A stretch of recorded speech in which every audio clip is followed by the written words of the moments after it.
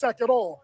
And our coach kept harping on that. So we said, you know, we got to answer the bell. It was a big-time challenge, and we had to get to him to make him more comfortable. He still makes some incredible plays under pressure. That's what he does. But, you know, we kept coming just, you know, one play after another, and eventually we got to him. Houston Rockets dispatched the Washington Wizards 107-92. Kyle Kuzma came back to score 18. Cleveland remains unbeaten, 119-113 over Chicago Bulls, now 12-0. SGA had 45 without Chet Holmgren. OKC beat the Clippers 134-128. Men's college basketball, Maryland over Florida A&M 84-53. Virginia beat Coppin State. 16 years after his last game, Jeremy Roenick finally inducted into the Hockey Hall of Fame. Veteran coach John Robinson, who had much success at USC and the LA Rams, has passed away at the age of 89. I'm Byron Kerr on The Fan.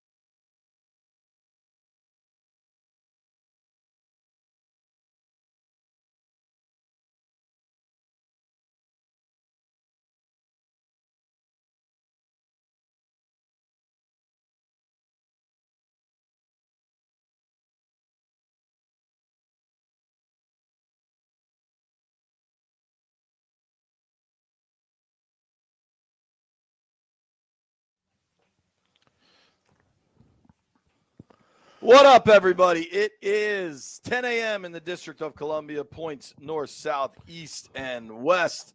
You're listening to Mitch Finley. We're out west, Ashburn, VA. Commanders, short week. Today is going to be the big day. Normally Tuesday's an off day. It ain't today because they not play today, Thursday baby. night. How you doing, B? I'm good, man. So a lot of times people kind of ask me. People are often surprised at how good a vision I have, you know, because I can really spot things from far away. Like when I play golf with people, they're like, "You can't see that." I'm like, "You can't see a damn thing, dude. Can't see a damn thing." So last night I had to do the alt cast, and I think the producers were confused why I kept looking. They're like, "Why are you looking away from the camera?" And I'm like, "Because I gotta watch the game, and I can't see that television over there. I can't tell what the damn score is." But today I think was a really good example of exactly where my vision is. Okay. So I got here. We both got here. You were here before me. I got here about 9:45 or so.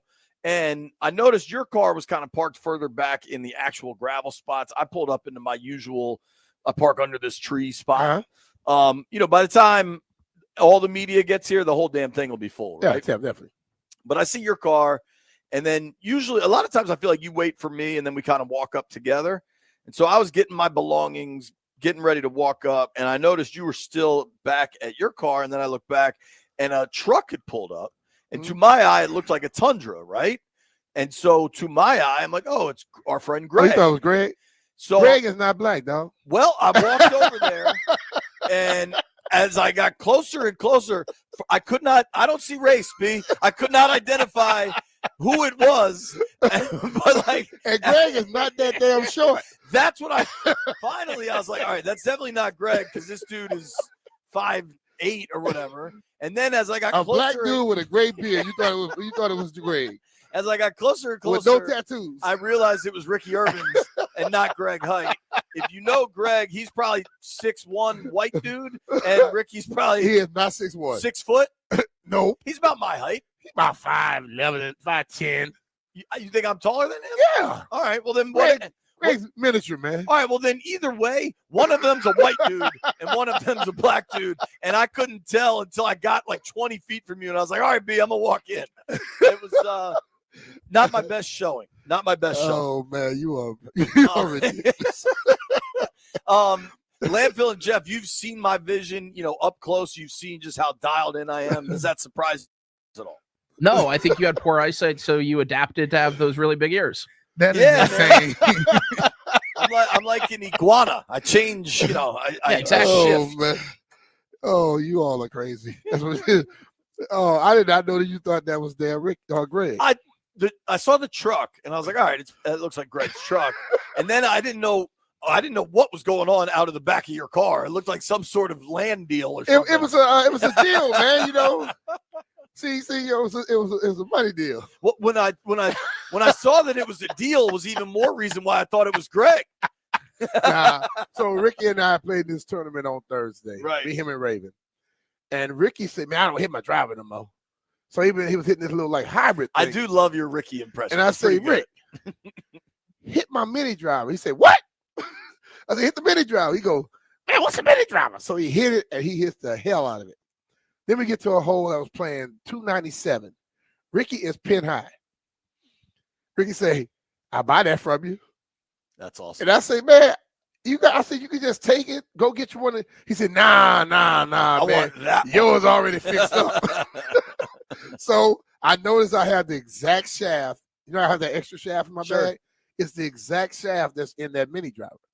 So I went and I ordered another mini driver, which I'm going to just have my man Ken fix that one. And I just sold Ricky the other one. There you have it. So he ended up with a $400 club with a $650 shaft in it for $200. It's a good deal. It's good to have friends. Jeff, you want to buy a mini driver? Jeff, it ain't gonna help you, man. Jeff need a driver to hit it for him. I didn't watch a ton of Monday Night Football because I was doing the alt cast. It was crazy watching this Wizards game. The NBA is just such a wild sport. They had it to like 5 or 6 in the fourth quarter with 6 minutes left, and they lost by 22. Like it goes quick in that. But you know what I noticed? I'm gonna tell you what I noticed last night. Now, we can say we want about Tua, but Tua makes that offense go. Totally. And I flip it over. We talked so much about how the league figured out the offense that Kyle was running with Robert, and how the league will figure out offense. They have figured out the offense that the Rams run, because all the Rams do is do crossings all day. Yep. They want you to bump in each other. What they're doing is passing them off, and that's effective. Now, Puka Nacua he is damn good. You know, he can catch, he can run the ball, but people are starting to limit the big bursts that they get all the time. It's remarkable looking at. So I had the game on the radio for the final, like in the beginning, late in the third, the whole fourth quarter. Got to listen to Ron call the game, which is always interesting. The Rams offensively moved the ball better than Miami throughout this game. They just couldn't stay on the field on third down. The Rams ended up with 100 yards more offense. They ran 15 more plays. They had 5 more first downs, but they were 3 of 12 on third down. Their turnovers came at the wrong time, but dude, they outgained Miami per play and total for the game. Neither team really ran the ball very well. The Rams threw for almost 100 yards more than Miami. Now, granted, they ended up chasing late in that game. I was pretty surprised there was a Sean McVay decision late in this thing where he kicked a field goal. I think they were down 11. So I understand that you're going to need the 2. You're going to need 2 scores. 2 later. But he ended up kicking from the Miami 4. Like it was fourth and goal from the 4. I get it. But you're also going to need a score, and there's no guarantee you're going to get to the 4 again. Yeah. I understood it in the moment. I'm listening to Ron call the game, and he understood it in the moment, which also led me to think, okay, maybe you should go. There's no like clear and easy decision there. It's not. It's just you're 4 yards away from a touchdown that you desperately need. Sean is because you're still going to need a field goal and a 2. But he's still thinking in that point, hit the field goal, play some defense, play some great defense, or at that point you could possibly go for the onside, and then if you get that, then boom, boom, you probably. But either way, it's going to be difficult. What if they go for the touchdown and don't get it there? You're done anyway. Well, I think so what happened is they kicked and then they couldn't get a stop. Miami had an 8-play, 40-yard drive that ended in a field goal. Now, granted, they kicked a 50-yarder or whatever, but that effectively ended the game. I don't know what to make of this. I kind of want to do a version of Who's Cooked today because I want to look at the bottom of some of these playoff scenarios and I mean, just in the AFCB, the Dolphins get that win last night. Tua's back playing pretty well. The Dolphins are now the 10 seed. Like, of the bottom of the AFC, you've got the Broncos at 5-5. The Colts are 4-6. The Bengals are 4-6. The Dolphins are now 3-6. Do you think any of that bunch climbs back into this thing? No. I'm looking at it. I don't think either one of them are going to be able to climb. I just think You I have kept some hearing chair people. trouble there? It was set up wrong. Where it was moving too much. Right. But I heard them saying, "Well, the Dolphins can climb back. They're 3-6 now, right? Yeah. You think they're about to go 7-1? It's hard to believe. You know, I just don't But see it. If And you get even- to 9-8 from 3-6 is what, 6-2, right? It's hard. But what I'm seeing at this point, last night, Whitcomb had 2 catches for 13 yards. Tariq. A-Chain did nothing for him. So I don't know. Listen, is it? We just mentioned the stuff. Bro, about, nobody really did anything. That's but what's I talked remarkable. about They played good Sean. I talked about Tua. Is it just that the Rams defense sucks after Aaron Donald left? D. Did Aaron Donald play that damn good to where he made that defense look that? It's a huge hole, clearly. Dude, because he was pressuring quarterbacks and tackling running backs and chasing down damn receivers. Like now they look very, very underwhelming. Sure. I'm with you. I think all right. So of that game last night, the Dolphins are now 3-6. They're in the 10 spot in the AFC. Okay. Not only are they still chasing the Broncos, who are 5-5, they're 2 games behind them. They're a game behind the Colts and the Bengals. I still think the Bengals could maybe get hot. You look at the NFC after losing that game last night. The Rams are now 4-5. They're in 3rd or 4th place in the NFC West. The Cardinals are 6-4. The Niners are right behind them at 5-4. The Rams and the Seahawks are 4-5. The Rams are now the 11 seed in the NFC. The Rams are behind the Bears right now, for goodness sakes. What do you think of the Rams prospects going forward? I don't think very highly of it. See, what I'm saying, Jay, is Do you think the Niners get hot now that they've got Purdy and McCaffrey and everybody's coming back? that's the thing about it. How long McCaffrey going to be healthy and be there for him? It's You know, a fair question. But it's not just McCaffrey and Purdy. Their defense has been dominant when they've been on this run. It wasn't all about Purdy and McCaffrey. That defense was dominant. Sure. And right now, they are not dominant by no stretch of the imagination. The Dolphins, I don't think will get hot, but just hear me out. Patriots, Saints, Jets, that's 3 wins. Then you've got the Cardinals and the Seahawks, the Bills and the Eagles. I think the Dolphins are getting close to cooked. If you look, I'm sorry, that was the Rams. The Rams with San Fran maybe getting hot in that division.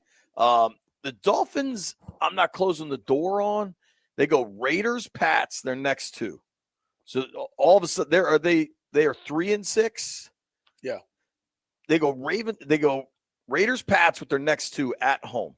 Get to 5-6, then you're at Green Bay, Jets, at Houston, Niners. They finish with Browns, Jets, both on the road.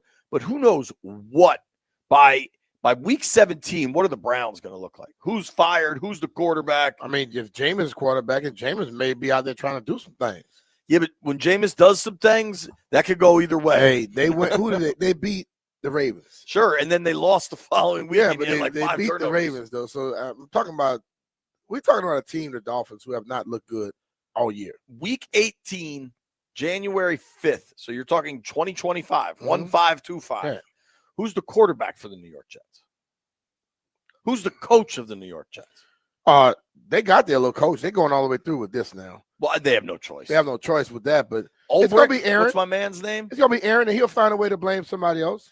He'll find a way to blame the interim coach. He will never blame Hackett, though. I'm calling my shot. By 1525, Tyrod's starting that game. Aaron's toe's gonna hurt. He got lymph node problems. Whatever. There's no way they're 3-7 right now. The Jets have the Colts, But he's blaming this all on everybody else. He is one of the biggest problems they have right now. Absolutely. Yeah. He's been bad. But what I am telling you is he is not starting a early January freezing rain and sleet in the Meadowlands game against the Dolphins. Like his pinky toe will be infected. Something will happen that he needs to be immunized for in Mexico. There's no way. They're 3-7. Looking at this Jet schedule. Colts, Seahawks, Dolphins, Jags. And there are some bad teams on here, but they're also bad. Like, we need to recalibrate that. If they're 5 and what would that be? 11 going into week 18, no way Rodgers starts that game. Well, man, that's what they went for. That's what they wanted, and that's what they get. That is what you get. You know, you get what you asked for. As we move forward on this like incredibly accelerated calendar for Washington, they are going to have practice today. Now, I don't think there's going to be much physicality to either of these practices. I do think today will be a long day. These are going to be walkthroughs. Right, but with installs for Thursday night's game, but not at a very fast pace. Hell no. And then they're going to have meetings. I think these guys are going to be in the building until at least 5:30 tonight. And then tomorrow I'd expect to be quicker. Tomorrow, I think they're going to suggest some guys stay longer than that because you're going to get some extra treatment tonight. Totally. I think tomorrow, hell, you might know, they're flying to Philly, which getting everybody from here to Signature is probably, or Dulles. I was just told I'm flying to Philly. I thought I was driving. Okay. Well, I guess I can't get a ride with you. I was going to offer you too. It's all good. Well, it probably makes more sense for us to be out here tomorrow then. Because what time's that flight leaving? I don't know that yet. He's going to tell me in the field. 4 o'clock? 4-ish, 5-ish, something. Yeah. Like whatever. I'll be ready for it. Don't worry about it. Yeah, I get that. But like tomorrow, they're going to have to practice, then travel to Philly, which isn't a big deal. It's how long are you in the air for a flight to Philly, especially traveling that I way? was in the air for 35 minutes going to Newark. And that was a commercial Philly is flight. shorter than that. And that was commercial where you got to like get cleared and everything. This will be. Well, they got to get cleared just like everything else, though. It's just that they don't have to go through all the airport. Right. Yeah. I think the actual travel won't be the problem. The list of injuries, though, continues to grow. They had to put out yesterday's an estimated press release, so I don't think you don't necessarily need to read everything into it, but I want to go through this line by line because, Brian, it's starting to stack up, and it is a short week. And granted, they'll get a big break on the back end of this before Dallas comes to town, but this is not a great situation for the old Washington Commanders going to a Philly team that is surging, dude. You got the Eagles have now won 5 in a row. They're starting to win. They may start feeling good about themselves, Jay. Yeah, listen, any given Sunday, Thursday night, Washington plays well up there. The injury situation is far from ideal for the Washington Commanders. We're going to go through line by line. We are live out in Ashburn, getting ready for a busy week. It's B. Mitch Finley. Nobody go anywhere. Hey, it's Brian Mitchell here. The NBA is back, and FanDuel, America's #1 sportsbook, wants you to catch all the action. And right now, FanDuel is giving everyone 3 months of NBA League Pass.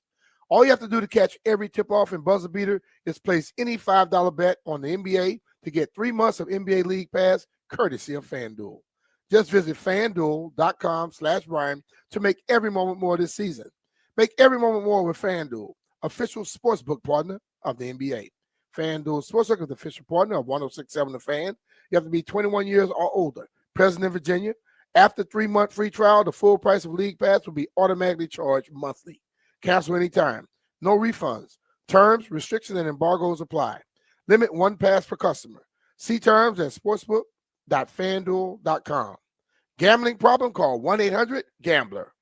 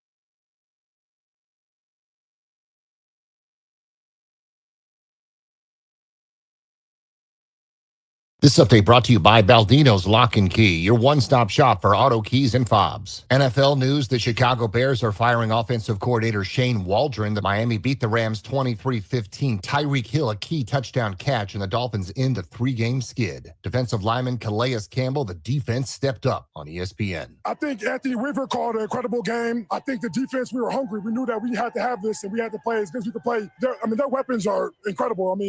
Stafford, Hall of Famer, you got weapons across the board. They've been rolling the last couple games, so we knew we had to get our best, and we played our best game today. Rockets take care of the Wizards 107-92. Kyle Kuzma scored 18, but that's 5 losses in a row. 16 years after his last game, Jeremy Roenick has been finally inducted into the Hockey Hall of Fame, as did former Washington Capitals general manager David Poile. This update presented by Baldino's Lock and Key. They make car key problems look obsolete. With 9 area locations throughout Virginia and Maryland, stop by one near you today, or for more info, visit baldinos.com. Byron Currup on the Fan.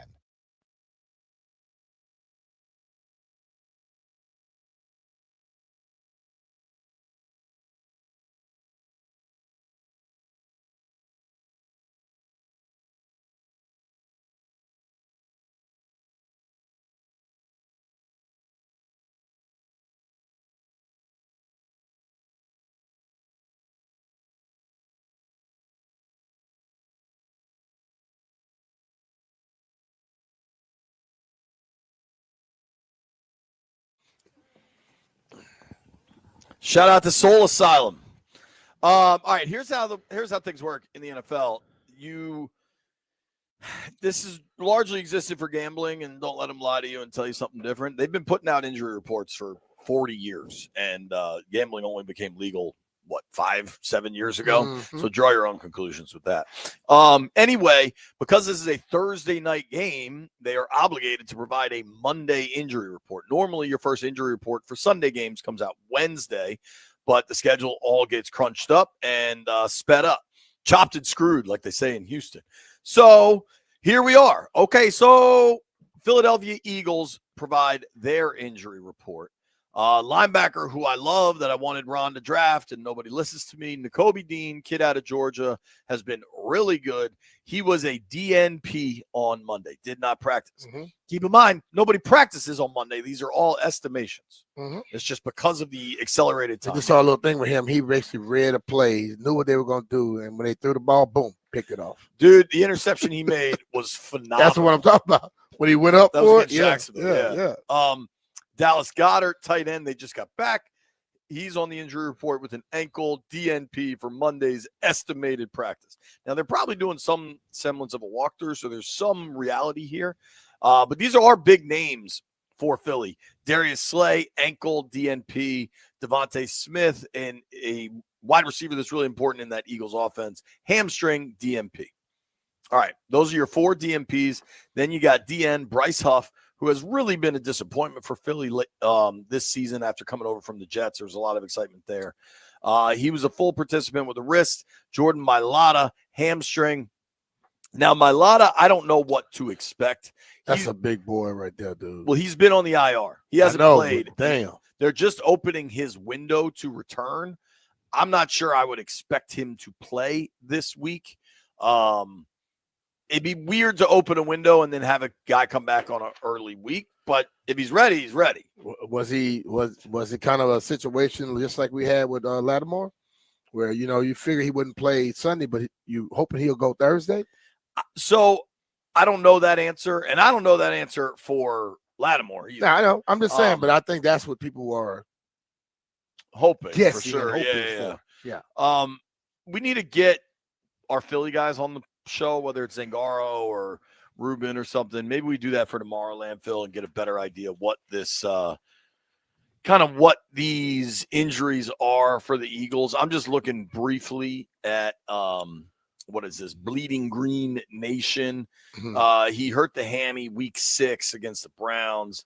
Was on IR. All the big boys don't hurt their hammy. He's that fast? Well, he was seen on crutches, so maybe they're calling it a hamstring, and it could be something else. According to this, now I don't know who writes for Bleeding Green Nation. It seems pretty unlikely for this weekend, for Thursday night, but we'll keep an eye on it.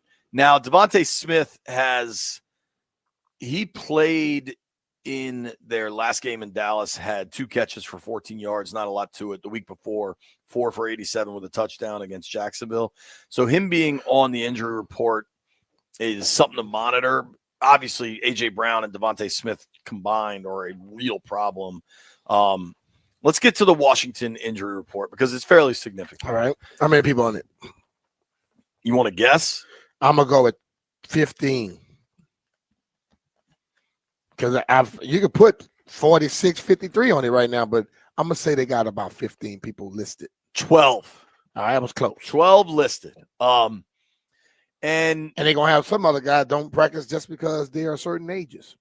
Yeah, I mean, they'll get about the 15 of they them. might have more today, Yeah. honestly. This is based on yesterday's estimation. Nick Bellore, the linebacker who's been really good on special teams, was a DNP with a knee. Marshawn Latimore, the corner they just traded for from New Orleans, DNP with the hammy. Austin Seibert, the kicker who missed last week's game. I mean, it should be noted that Latimore was inactive last week. Seibert was inactive last week. Seibert DNP with the hip. You want me to keep going, or do you want to have I think Bellore will be fine. That's my hunch. Wait, what, 5'7"? Number wise? Yeah. Somewhere in there. Yeah. He's a dog. He's a maniac on special teams. He's exactly what I love that dude on special teams. Yeah, 57, 6'1", 250, 35 years old, still running around just like a Jay, and utter nothing man. wrong with 35, brother. Sure. What do you think with Latimore? About playing? Yeah. I'm having a little hunch saying he's going to. Really? But I wouldn't be surprised if they were to wait. This is a situation where you traded for a guy who you know can outright play. And you would much rather have him down the stretch than try to force him for an early game. But if he's ready to go, I am walking him to the field. If he's ready to go, this is a game you need him. Hell yeah. We talked yesterday about A.J. Brown. He's averaging about 100 yards a game against Washington, 5 touchdowns in 4 contests. The Eagles are 3-1 when A.J. Brown's on the field against Washington. Like, he is a difference maker for their offense. Big, physical guy. Latimore's the kind of corner that can match up against him. Yeah. I mean, not to say any one player swings anything. No one single play wins or loses a game. But if you get Latimore on the field for this one, I think it would make a really, really big impact. Especially you saw an offense in Pittsburgh that really wasn't that fluid connect on 3 passing touchdowns. And 2 of them were, Pickens makes an incredible play. Mike Williams, they traded for 4 days earlier. Russ drops one in the basket for him. Like, you could really use a boost to the secondary. That's why you make the trade. That's why you give up a day 2 pick. Yeah. Seibert, kicker, hip. When Seibert first landed on the injury report this time last week, I was like, man, I don't like seeing a kicker on the injury report. Yeah. I still don't. Gonzo made 2 kicks the other day, never got a chance for a game winner. I like that they were proactive, found a guy they can trust. I don't think it's the end of the world, but you'd like to see Seibert back out there. When do you care? I think Latimore. Sorry. It's all right. We're talking about kickers, and you kicked me. I'm trying to see if I still got it, Jay. Latimore, you take to the final second. Seibert, are you a little more cautious because you got a guy? You're cautious because Gonzo, as you call him, Gonzalez, did not miss a kick. I like calling him Gonzo. How do you feel about that? Gonzo has a big nose, man. Does he have a big nose? I think no. Remember the dude that was like clearly juicing, but the guy that for the Diamondbacks that was like a little second baseman that all of a sudden was hitting like 50 bombs a year. Cartoon. You're right. Now that you say that, that was Gonzo. Listen, man, I'm not concerned at this point because Seibert was damn good, and then Gonzo hasn't missed any. Okay, if Gonzo misses and Seibert hip keep going, that could be a problem. But I think that's the reason why. I know we always say, oh, you don't want to have – you need to have a kicker on your practice squad because kickers and punters kick a lot. And like Tress, remember he was hurt that year? Yeah. You just banging every time with your left. It's going to wear down some. So you need somebody to take a little of that pressure because what they try to do with the jugs machine is shoot the jugs a lot. But what if something happens to the starting guy? Don't you need to have somebody that's been kicking a lot and being ready for it just as well? Yeah, I think we'll see today if Seibert's kicking, but I would go into this probably leaning Gonzalez as your kicker. Whereas Latimore, it's like, if we can get to when are inactives due Thursday? That game kicks at 8:15, so what's 90 minutes before that? 6:45. I think you take the Latimore decision to 6:44 p.m. Like until you absolutely know. Oh yeah. That's a game time decision, as they would say. Right. Even if they know today that he can, it's still going to be a game time decision. Yeah, I mean, I could see them ruling him out Wednesday, but what's the point of saying it today? Yeah. I'm saying if they know he's going to play or not, it's still going to be a game time decision, no matter which way it goes to me. All right. This one I think is really big. And if there are people out there wondering if Brian and I are going to talk about every player on the Commander's injury report 2 days before, I mean, when it gets to the offensive lineman, when it gets to a guy that I think you believe might be the most important free agent acquisition, and we saw that he was clearly playing very hurt Sunday, Tyler Biadasz is on the injury report, ribs, thumb, and foot. He's offensive lineman, though. He is beat up, man. He was listed as a limited participant Monday in an estimation. I think he's going to play. I think he is very, very beat up. But you know what, though? I think you got to also understand this. Offensive linemen are always beat up. And when I talked about the pain threshold thing earlier this year, I forgot who we were talking about, but we kept talking about the pain threshold. That was Jaden. It was Jaden. You have people who they do this on a weekly basis, so it's nothing new to them. If they have one or two things, well, now you bring in a third thing, it may be a little bit more bother. But ultimately, that's all they know. You know what I'm saying? Like, I didn't know what was hurt on me until I retired from football. He's like, when you're constantly doing it and preparing for it, like a lot of guys don't notice the injuries until the offseason. Because when you're into it and working at it, it doesn't really show itself as much. So these guys, the offensive linemen, every one of those damn dudes probably banged up or hurting something. That's why they wear knee braces on both knees. They wear the arm braces. They have all the equipment because they're being hit from angles they don't even much want to be hit from. They don't know they're being hit. Their own players are running into their backs. So, but he is a badass dude. And I listen, him off the field troubles me.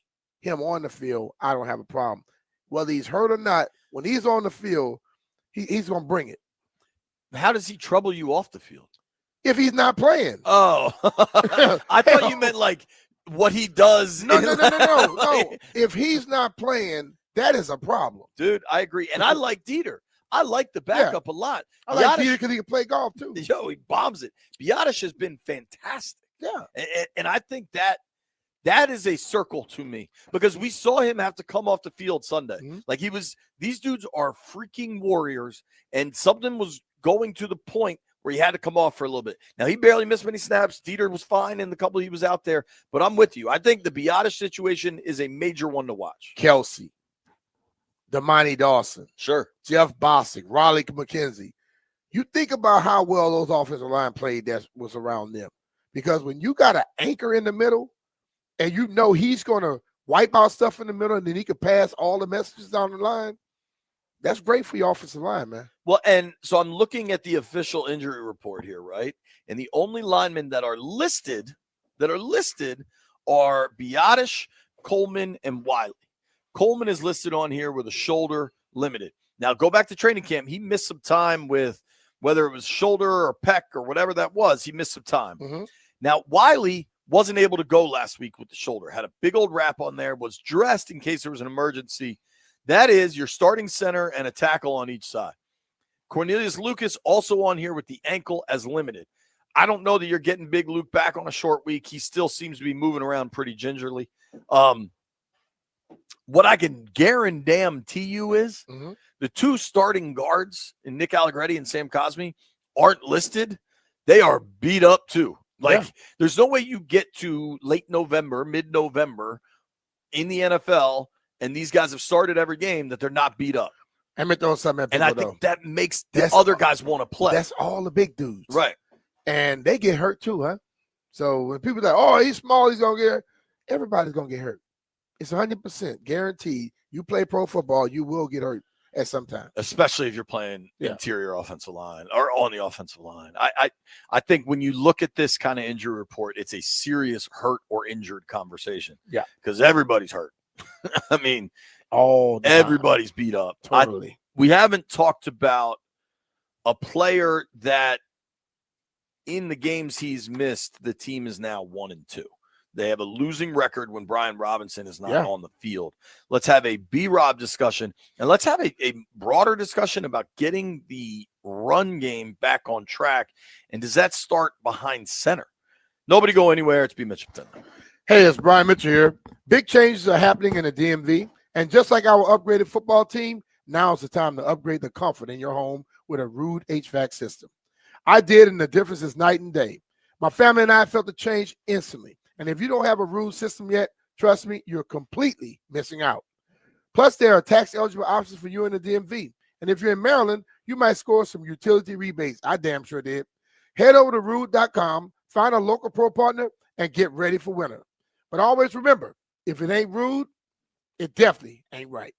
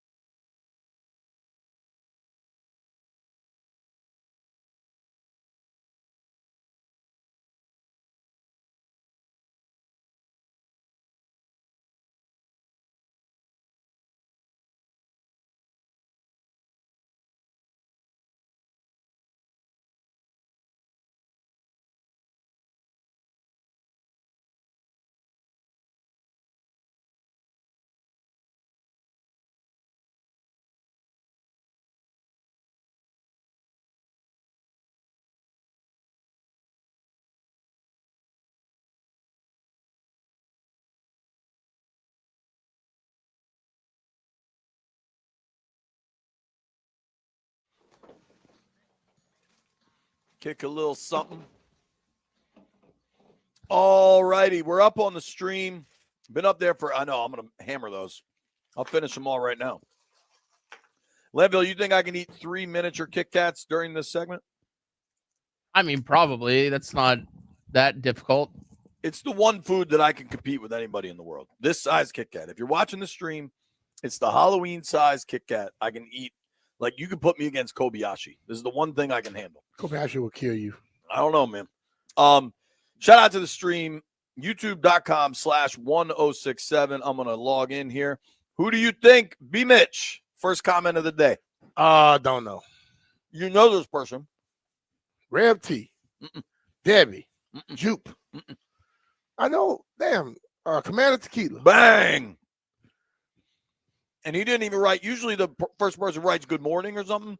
He just wrote winner, winner, chicken. He said winner, winner, no chicken dinner. I guess he's going vegetarian. Oh, man. I think Commander Tequila, he tries to be way out there. And he's succeeding. Shout out to the boys in the aquarium. I don't think we've said good morning yet. Good morning, fellas. How you doing? Great, fellas. How y'all? We good. Hello. We're good. Landini, we're kind of going through this line by line, the injury report on a short week. How concerned are you about the situation? I mean, it's an issue. They were clearly banged up last week, and they just played a game, and they have another one in a couple of days. I mean, that's not – you usually want to see guys, even when they get 7 days in between, you still have a lot of injury problems. So, yeah, I'm worried. Jeffrey, what say you? Looking at these names, I'm very worried. But we'll be all right. We'll just see what happens game day. I mean, ultimately, all you can ever do is see what happens game day. The B-Rob situation, Brian, at this point, he has missed 3 games this season. I'm a fan of Brian Robinson. He's a hell of a running back. He's super physical. He's now missed time. I don't even like thinking about the rookie season because of what happened to him before the year started. Yep. Last year, he played 15 games, but was very much banged up in some of those. So far this year, he's played 7 out of 10. What do you think B-Rob's status is on a short week where when he missed the Giants game, a lot of the idea was, okay, well, he missed that. And then remember, even what DQ said is, yeah, we're really going to ramp him up Wednesday, Thursday, where we think all signs are pointing towards something good this week. Then he misses the Steeler game. Now you're on a short week. He didn't play. So right. And they said like this was trending the right way. I'm leaning towards him playing this week. You think? Because he didn't play last week.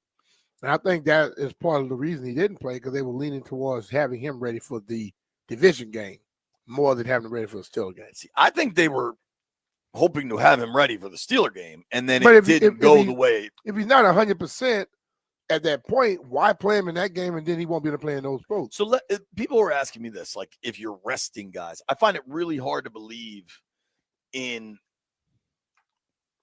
it's only a 17-game season, right? Like the concept of resting guys in hockey or hoops, I understand. You got 80 games.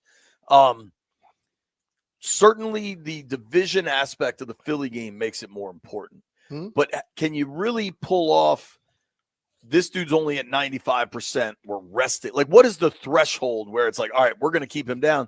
Because to your point, most of that locker room made it 100%. Yeah, but they are not looking at 95%. What do you think it is? 95% for 75, regular football players, 100%. 80? Right. You're looking at the 75, 80 at that point. Because what I'm saying is, you could rush Brian. You could have rushed him back last week, and he probably wanted to play. He definitely wanted I watched to the conversation with them before the game, and then I saw him after the game. Okay? And when you look at that facial expression, how he interacted and was acting with them, he wanted to play. But then if I'm a guy who's making those decisions, do I risk playing him in this game? He gets hurt and can't play in the next one too. Or do I let him get closer to healthy and have him for the next game? He missed 3 games this year so far. We have guys on the other team missed 10 games and 11 games and 5 games, 6 games. I think at this point, you're going to try to make sure you get him for most games that you can, because not many people play a full season anymore. You know, you hear about guys playing, especially running backs, 16 years and haven't missed a game. That don't happen too much anymore. I don't know what it means for this week. I know that it's clearly there's something bigger than they were hoping because DQ doesn't say anything about injuries. Smart. But he offered information last Wednesday about B-Rob that was pretty optimistic. And then as the week progressed, the optimism waned, which to me is there's something there. Whether it was just he wasn't as far ahead as we thought or he, something else occurred, whatever it is. I think this. They lost the game by 1 point. They had 5-6 drops. They had the defense gave them turnovers. They had situations where the offense they didn't. They felt they could win that game against the Steelers without a great running game. They lost by a point. They were right there. Yeah. Now, listen, this game was vitally more important. All of them are important. But I think beating the Eagles is more important than beating the Steelers. Sure. You're now a half game back in the division. The Eagles are in first place. Not to mention, dude, it's far too early for these conversations, but the Niners have everybody healthy now. They're outside of the playoffs looking in. They're 5-4. Washington's 7-3. Somebody is going to – you get to 7-4 after this week, things start to get interesting because you still have the Packers at 6 wins. There's a ton of football left, but we're getting close to Thanksgiving. Soon people are going to be carving turkeys. You're going to be frying them. Like, this is when you start to pay attention to all of this. Don't be broadcasting that. You have like a turkey fry party. Don't broadcast that. Cody always tweets about it. The people that knows. Cody always tweets. Cody has about 1,500 followers at the most. And about 15 screwdrivers. Here's a question, and it's basic. But in the games where he has not played, Washington is 1-2. And the one win is over a pretty damn bad Giants team. And Washington, in those games, their run game has suffered. Can they win Thursday without Brian Robinson? I think they can, but I think it'll be much more difficult. Because I feel Slay has been hurt too. Okay? And Slay is their best corner. So I feel we can have success against them through the air. So, and I believe also they are not as quick on the edges as the Steelers were. So I believe that Timothy Daniels will be coming out. I believe he's going to be ready for that game, man. Seriously.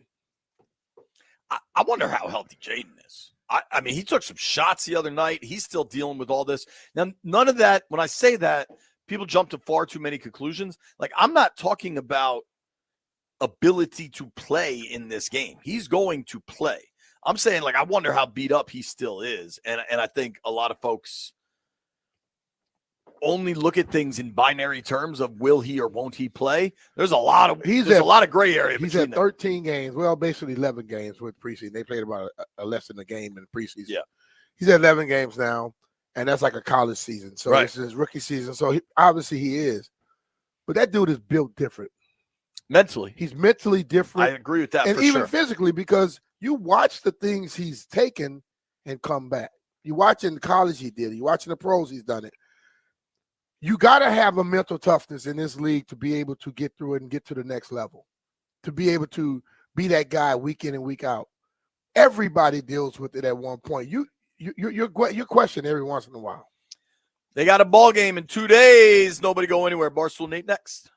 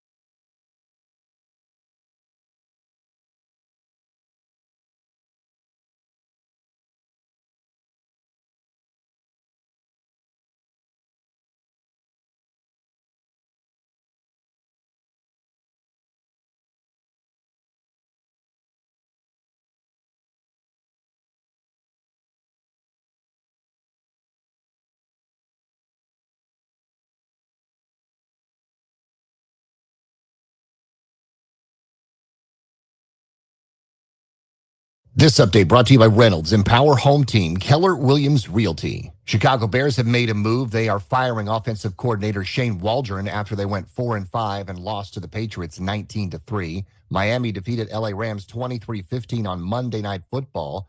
Former UVA wide receiver Malik Washington rushed 18 yards for a touchdown. The Dolphins defense forced 2 turnovers and held the Rams without a touchdown. Head coach Mike McDaniel. Our defense really galvanized the whole team, and I think it's very, very difficult to keep that offense out of the end zone. And I think it might have been like the second time Matt Stafford with the Rams had not had a touchdown, or they hadn't scored a touchdown offensively. NBA Houston Rockets defeat the Washington Wizards 107-92. The Wizards have lost 5 in a row. Kyle Kuzma had 18. SGA had 45 without Chet Holmgren as OKC beat the Clippers 134-128. Cleveland remains undefeated at 12-0, beating Chicago Bulls 119-113. Men's winners last night, Maryland, Virginia Tech, George Mason, and Howard. GW welcomes North Carolina A&T tonight at 7 at Smith Center. David Poyle and Jeremy Roenick are into the Hockey Hall of Fame. Want to hear the fastest way to know what your home would sell for? Reach out to Empower Home Team. Simply text your address to 800-763-3000. No phone call, just text your address to 800-763-3000. That's 800-763-3000. Byron Curp on the Fan.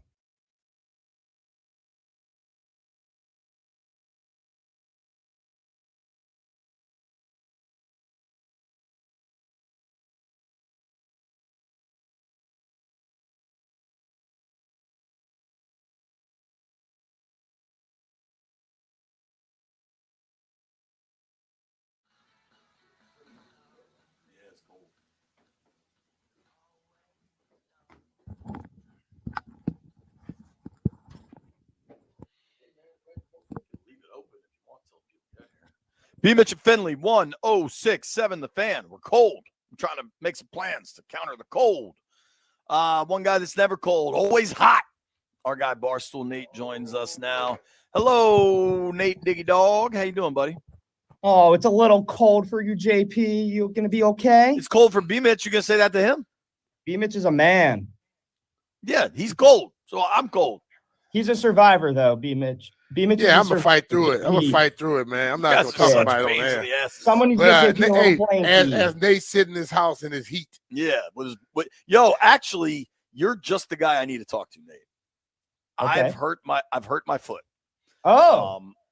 What do I do? He fell off a curb like you did. Nah, I was jogging on a treadmill and it hurt. And it hasn't stopped hurting since. What do I do? You exercised for the first time in 15 years before yesterday, so that doesn't happen to you. I love that routine. Tape it up, man. I exercise fairly regularly. It dissipates some in football season, but I go to the gym 2-3 times a week. I'm not on some crazy, protein steroid plan like you to go from 158 to 163, but I still exercise. 5 pounds? That's just a hot dog or two. That's 5 pounds of muscle you're talking about. He ain't eating those glizzies. Glizzy Goblin, Nate Dog. All right. Some kind of news this morning that I think is an interesting jump off point for us to have a conversation. The Bears have fired Shane Waldron. They hired Waldron to be their offensive coordinator from Seattle, where the offense was fairly stagnant. They brought him in to work with Caleb Williams. Clearly, it's a disaster. I think Eberflus was not the right guy to coach that whole situation, but it's a self-preservation league, B, and Eberflus is firing the OC to try to keep his job. That's how this thing works. Much has been made about the Bears talking to Kingsbury and deciding to go with Waldron instead. Mm-hmm. The Raiders also talked to Kingsbury. They decided to go with the guy Luke Getsy. Well, they decided because Magic rolled in and persuaded him to come here. Well, both those guys have been fired. Getsy and now Waldron. There was a lot of angst. A lot of analytical people were saying that Cliff wasn't the right guy for the job. Nate, how do you feel about Cliff at this point through 10 games? How do I feel about Cliff? I'm ready to build him a statue. Like it is one of those hires that has already paid off in only 10 weeks. It was the smart hire, the correct hire. It was everything we could have imagined it to be and more. And I think it was easy when he was hired to be skeptical because he did come with some coaching baggage and he people had preconceived notions and thoughts about who he was as a coach. And I think he has dispelled all of those preconceived notions from all the haters and the negativity. And I think he has proven that he is one of the more elite offensive coordinators in the league. And I hope we can hold on to him and he does not become the Chicago Bears head coach next season. If I was Cliff, I wouldn't take the Bears job. Now, maybe working with Caleb is appealing enough. Brian, you know this league. You know that Cliff is getting paid by the Cardinals through 2026. So it's not like a lack of cash here. Yeah. How interested in new jobs would you be if you're Kingsbury? Well, if I'm Kingsbury, the only new job I'm going to take is where I'm going to go in with all control. He's in a position right now where he can wait, or he can tell him, give me a blank check and let me write down what I want. Plus, I want to have control of this, that, and the other. But if you don't give me control, and I'm not working with a guy like a Caleb, I'm not leaving Jaden. I'm damn sure not going to make a move straight to the left. That's right. You know what I mean? That ain't happening. Yeah, the Bears are, from ownership down, what we have been struggling and fighting against, for our entire lives. And now that's the Bears. Ownership is terrible. Management is terrible. The coaching staff is terrible. The players don't like the coaching. The players don't like anything. Caleb, they don't seem like the quarterback. I'll tell you that. We are watching. Did you see the clip of the offensive line didn't even pick him up off the field after he was speared to death? It is. I've seen that. I've seen that happen in other places. It's a bad situation in Chicago, and we are watching in real time an entire organization fail their quarterback by not giving him the structure and the coaching that he needs to succeed. And we've seen it all too many times in Washington and across the league in other organizations. And we're watching it in Chicago. And I don't think there's anything Caleb can even do. He's there with the guys that they have put to surround him. Terrible head coach. And now they just fire the offensive coordinator. It should have been fired, but fired the offensive coordinator halfway through the season. They did not give him an offensive line. And DJ Moore looks like he'd rather be anywhere else than in Chicago. It is a dire situation right now out there. They've been broken since the Hail Mary, honestly. We are talking with our friend Eric Nathan, Little Nate X, Barstool Nate. You can give him a follow on X and Instagram at Barstool Nate. To me, the job that I would find intriguing, now you do have ownership questions, undeniably, but I think you've got the only quarterback in the NFL, I believe, that's gone to Arrowhead and beat Mahomes in a playoff game, Joe Burrow. I wonder what the Bengals do with Zach Taylor. I wonder if that thing needs a refresh. If I was Kingsbury, that's the only job that would intrigue me. Does that seem fair? I think the ownership question in Cincinnati has, ever since, Mike Brown is a terrible owner. Always the Brown. They don't like to pay. I mean, them messing up the Jamar Chase thing when the platform for what you need to pay based on Jefferson exists. You know what I mean? Like that would give me pause. That is a bad organization that has gotten lucky in the last couple years with Joe Burrow, but traditionally the Bengals are god awful. Marvin Lewis was there for 15 years, did not win one single playoff game. They are a cheap organization. They are still run like the old days where the ownership oversteps and has too much control. I do not think that's a good situation for any head coach. That's have an astonishingly small scouting department. Like it's like say these dudes are 20 deep, whatever the number is. I bet they're 60. You have to change up all it, and that's the only way I'm going to leave him, Cliff. But the whole thing about it is, not worried about that. He's not going anywhere to this. He's not going anywhere before Thursday. So I'm not worried about that at this point. I'm not worried about it throughout this year. We'll cross that bridge when we get there. I think that's fair. Yeah. Nate Dogg, specific to, let's start looking back at the Pittsburgh game. Yeah. They were right there. A number of little moments, little mistakes, made a mistake, added up to losing. What did you make of the Pittsburgh loss? But I'm going to be so spot on what I'm about to say. It's going to blow everybody's minds, and everybody knows it already. I'm just going to say it anyway. That was a game that we win 9 out of 10 times if the wide receivers catch the ball. And I'm not throwing the wide receivers under the bus because I've used this example many times. You can't make a 68 overall guy in Madden become a 99 overall guy in Madden. We had so many opportunities to win that game if guys could just step up and be a number 2 wide receiver, and they cannot do it. There's been little specks here and there. Oh, good run after catch by De'Ami Brown. Oh, Noah Brown got open. But they are not the guys, and we need a number 2 option to Terry, who is a perfect wide receiver, so badly. Zach Ertz, what is he doing out there, just falling to the ground after every single catch? Or he catches the ball behind the sticks. He doesn't pick up any yards after contact, and then he drops maybe the most important ball of the game, and that's how we lose. Like, good teams with all the depth necessary to win games win that game. And I think it shows that Jaden has been working miracles out there. It made me think he's more of an MVP after the loss because of what he's been able to do with the lack of talent surrounding him on the offense at the wide receiver and tight end positions. It was astonishing how poorly the wide receivers besides Terry played the entire game. It wasn't just one series or one drop. It was the entire game. And Jaden wasn't at his sharpest. I think he is still struggling with the rib injury, but it shouldn't have mattered. That was a very winnable game that they lost because honestly, they just did not add a weapon at wide receiver. And that's part of being a rebuilding team, which we are. We are getting spoiled by this team being so good so soon in the rebuild that we have to remember that there's a reason that, this was supposed to be a process. And one of those processes is getting talent at the wide receiver and tight end positions that we do not have right now. Do you think the lack of the running game also hurt?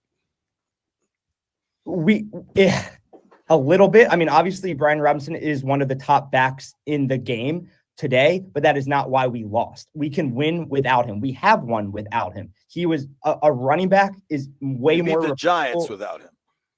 Go ahead. They beat the Giants without him. That's a win. When I look at the scoreboard, that's a win to me. So what I'm saying is it's easier to replace a running back in the running game than it is to get a bad wide receiver to become a good wide receiver.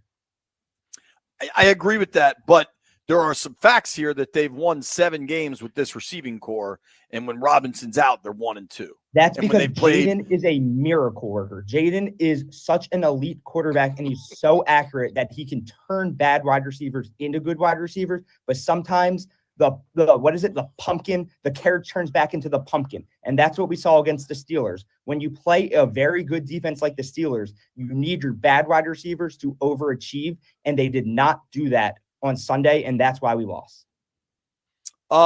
You're putting that whole L on the receivers. No, I'm putting it on just the fact that Ron Rivera was a terrible drafter over the last 5 seasons, and we're still recovering from that. And we have to accept that as a fan base, that as good as we look and as great as this team is, as good as all these guys have been playing all season, and I love where we're at as a team and a franchise and a fan base and everything. I think everything is in motion perfectly, and we are way ahead of where we all thought we would be at this time. But we have to remember, we also got set back 5 years by terrible scouting and terrible drafting, and this is just what happens when you play against a team like the Steelers. That kind of comes to light, right? Like, that shines more through when you play against the Steelers than the Giants. So, but when you watch that game back, which I sadly did, because I'm crazy, there's so many times it's like, oh my God, we're better than the Steelers. We can beat the Steelers. This was such a winnable game, and it's so annoying because it's just like, we don't lose this game next season because we will have all that cap room that we will spend in the offseason and another draft to rebuild this roster. It's just we aren't quite there yet. Talking with our friend Barstool Nate here, and he is fired up. I don't think you're wrong specific to the Steelers. I think the Steelers might be really good, and everybody's kind of sleeping on them because not entirely convinced Russ has shed the alien that took over his brain, right? Mm-hmm. But Washington now has another really tough opponent coming up Thursday night, and there was a time where Philly seemed like a mess. Mm-hmm. Then they had their bye week. Now they've won 5 in a row, and Jalen Hurts playing really good football. True. What do you think about Thursday night in Philly? What's your level of concern as the injuries keep stacking up in Washington? Just one more thing, because Commanders Twitter hates St. Juice, hates him. They want him dead. They want him stoned. They want him thrown in a river.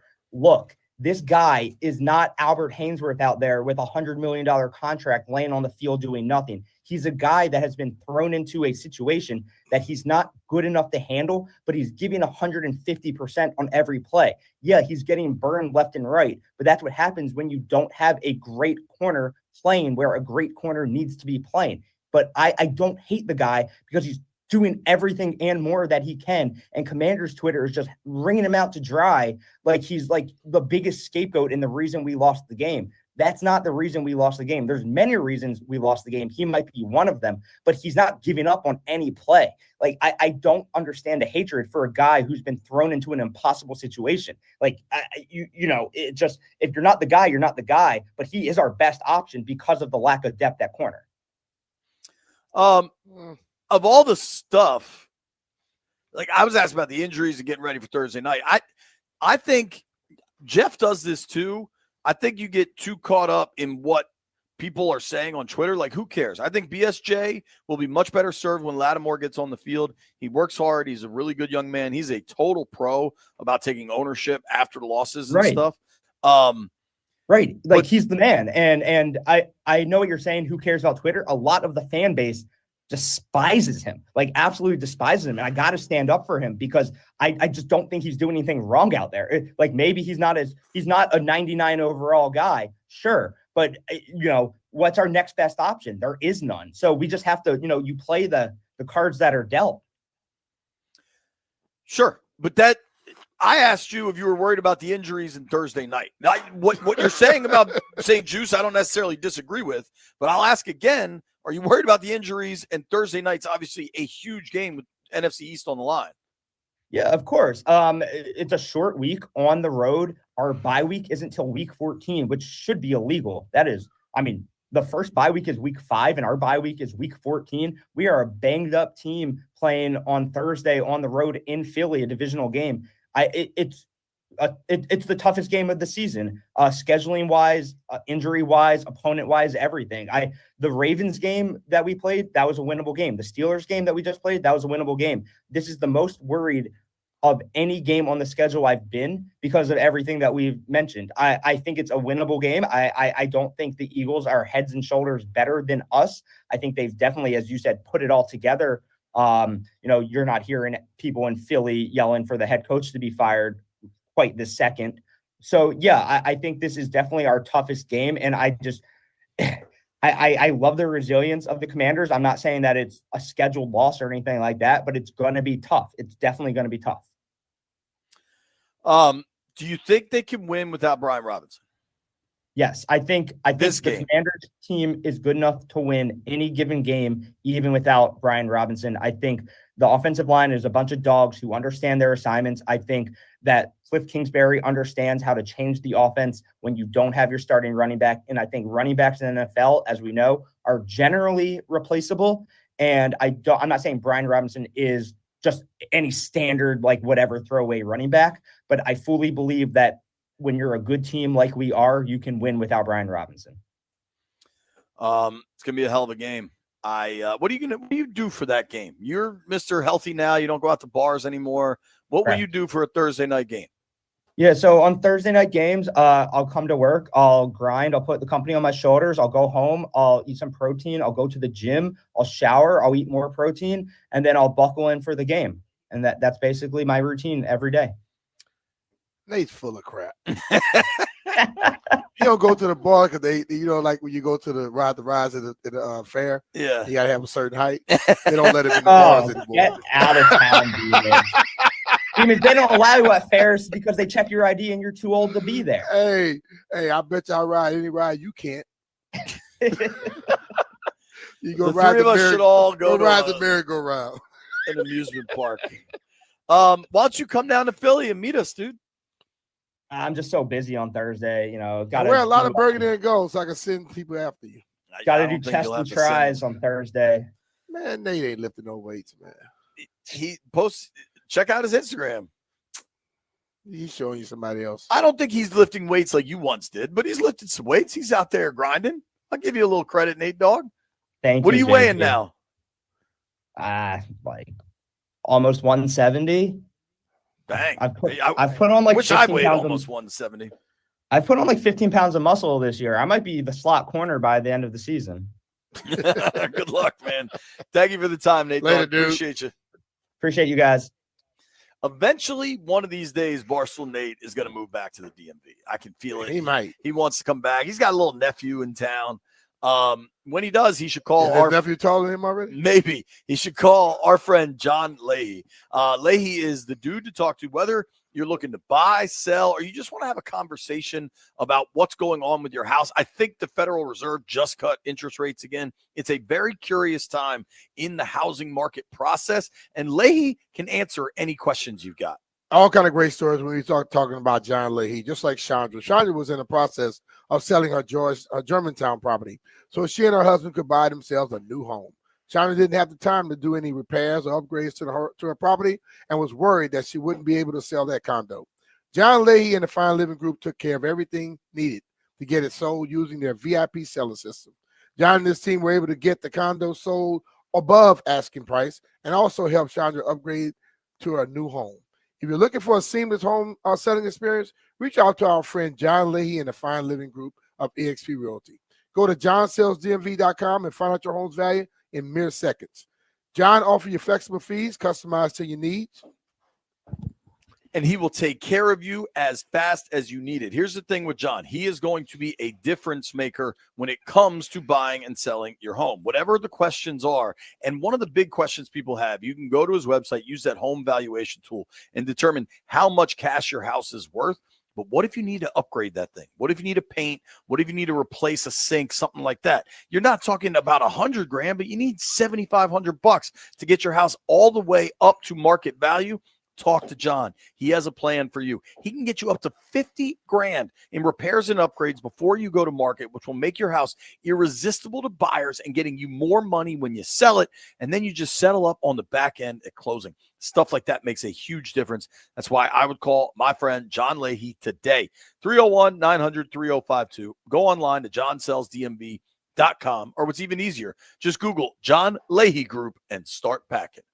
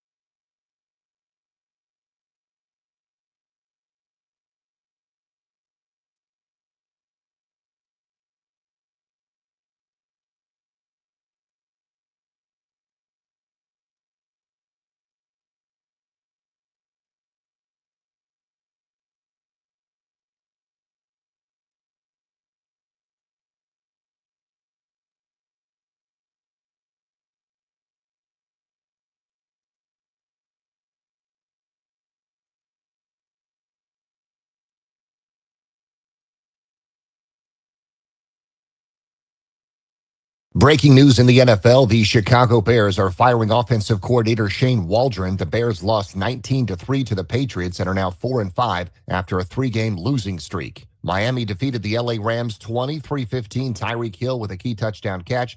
Dolphins snap a 3-game losing skid. Dolphins forced 2 turnovers and held the Rams without a touchdown. Defensive lineman Calais Campbell on ESPN. Matthew Stafford is really good. He's elite, and he's tough to get to. Last couple of weeks, they haven't given up a sack at all.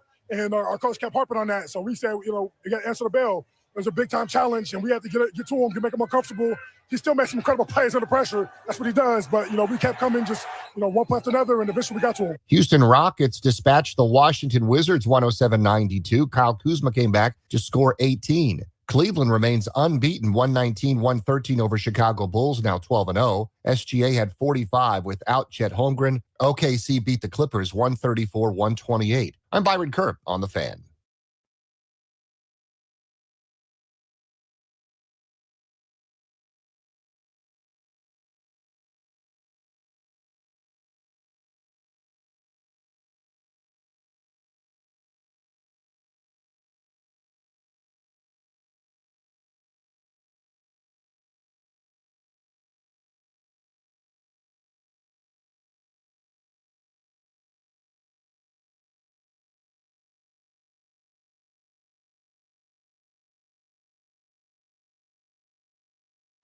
And everyday people.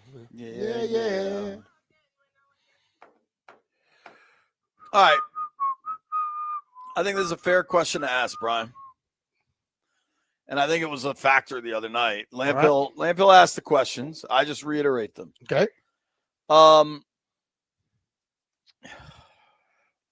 What is the bigger weakness for the Washington Commanders?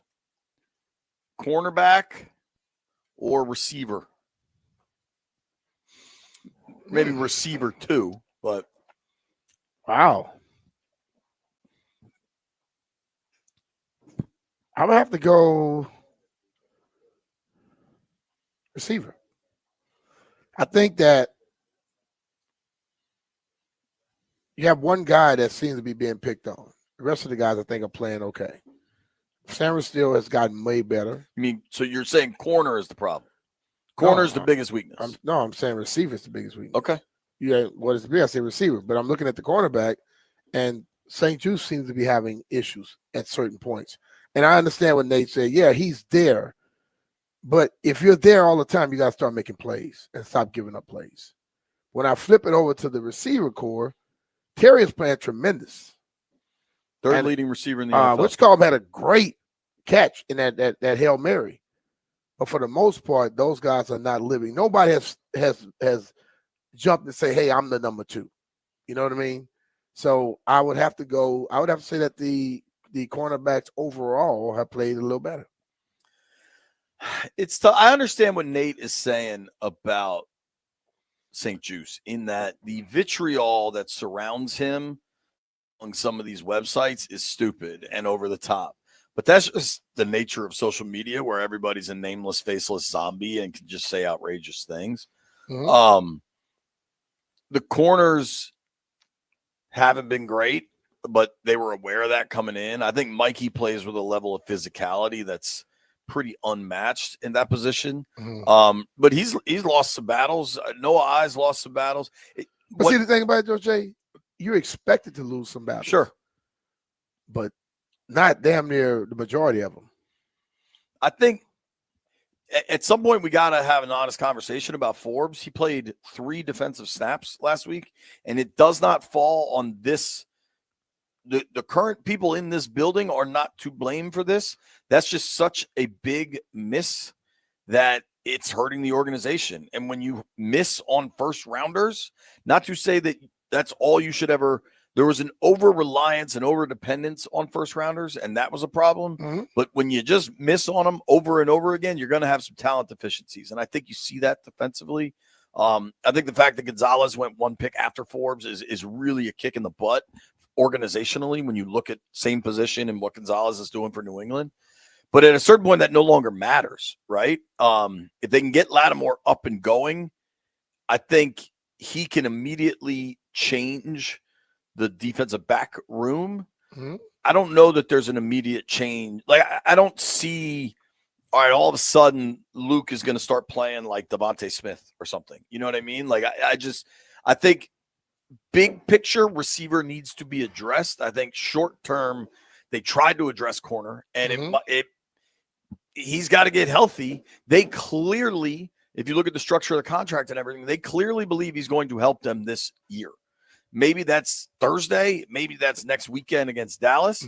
But they still have 7 regular season games remaining. They still have a bye week coming up. They're going to have 4 after that against 2 playoff teams. And they're probably going to end up on Monday Night Football, Sunday Night Football. Like, there's a lot of big football to be played. And I think your cornerback's position is going to look a lot better. Yeah. I don't know that it is at wideout. Yeah, and I totally agree with that. Listen, one thing I'll say, after playing this game for so long, I believe every guy is giving their effort. Nobody's out there. No, anybody that questions effort Nobody's BSing around. Yeah. But ultimately, eventually, you're going to be judged off of the success rate. And that success rate, St. Jude's has made plays this year. And I always say I should mention to you about Tony Romo. Tony Romo would be great to the last play of the game. So people remember him about the last play of the game. When you make plays, right? St. Jude's right now is being remembered by the last play he just made or didn't make. And I think that's the whole thing. And I think that's something cornerbacks and receivers live with on a regular basis. Me being a returner, hell, you go back there, you get a kick return, and you return one early, but you drop the one muffin late in the game, that's all they're going to talk about. So it's just that it comes with the business, and you get used to just dealing with it and moving on. Because half the time, most of us that make comments about a certain person's job on the football field, we don't have a clue, even if we did play the game. What's fascinating, dude, is our friend Drew Cohen was kind of texting me about this morning, and it's hard to know the answer. But, like, this has become such a thing specific to LeBron over the years with, like, the clutch gene, right? Mm-hmm. And it's important to understand that a touchdown in the first quarter has the same value as a touchdown in the fourth quarter. Yeah. They're both worth 6 points, right? That's not how memory works, though. But when you make big plays or when you make bad plays also matters. And to try to specify that with like an analytic would be really interesting. It's something we should ask Greenberg about. But you are right. BSJ tends to have tough moments for the team. But the receivers do too. Think about, they had big drops in big moments. And I think by and large, the group of receivers assembled has outperformed probably expectations, but expectations were pretty low. And that doesn't make it better or worse. I think you'd be better served if you were able to add somebody to that group. I just don't know who that's going to be at this point. It's probably not happening. It's a real question, though. It's a real question going into Thursday night. I want to ask the boys in the aquarium that exact question. What do they consider the bigger hole? Is it wide receiver 2, cornerback 1, cornerback 2? Or maybe there's something else. Maybe there's a bigger area that maybe it's the running backs without B-Rob, because all of a sudden that group was not able to generate a whole lot of action in 2 games now. If you look at the Ravens and the Steelers, the best 2 teams they played, they've lost to both. They combined averaged, I think combined they ran for $110 between the 2 games, call it 55 yards a game, which is about 100 yards off their normal pace. Yeah. And I'm curious if Jaden gets back as a runner this week. So much to try to figure out in advance of Thursday night. We are both heading up to Philly tomorrow afternoon. And when you start to think about making trips and taking trips, you got to think about the logistics involved. And if you or your family or your business is planning a move, there is only one company to help you with the logistics of that. That is DC Metropolitan Moving and Storage. These guys have moved almost everyone at the station. I've known these guys for 30 years. I've legitimately known Justin McCarty since we were 12, 14 years old. These are guys that have built a business out of nothing. They built it to be highly successful, and the absolute best option in the DMV. If you're moving your home, your business, you need storage, whatever it is you need help with, these guys can help you understand the logistics involved. They'll even send a moving consultant to your home or office to discuss your options and provide a free on-site estimate. Metropolitan Moving and Storage is recognized as an industry leader and the preferred moving company for savvy real estate agents, DC's prominent move management companies, and residential and commercial clients looking for the best service and results. These guys have 3 decades of best in industry experience and service ready to share with you. Call them. Call my guy Justin, 301-279-0090. Tell him JP Finley sent you. I've known these dudes. I trust these dudes. John and Justin will take care of you. DCMetropolitanMoving.com. Check them out.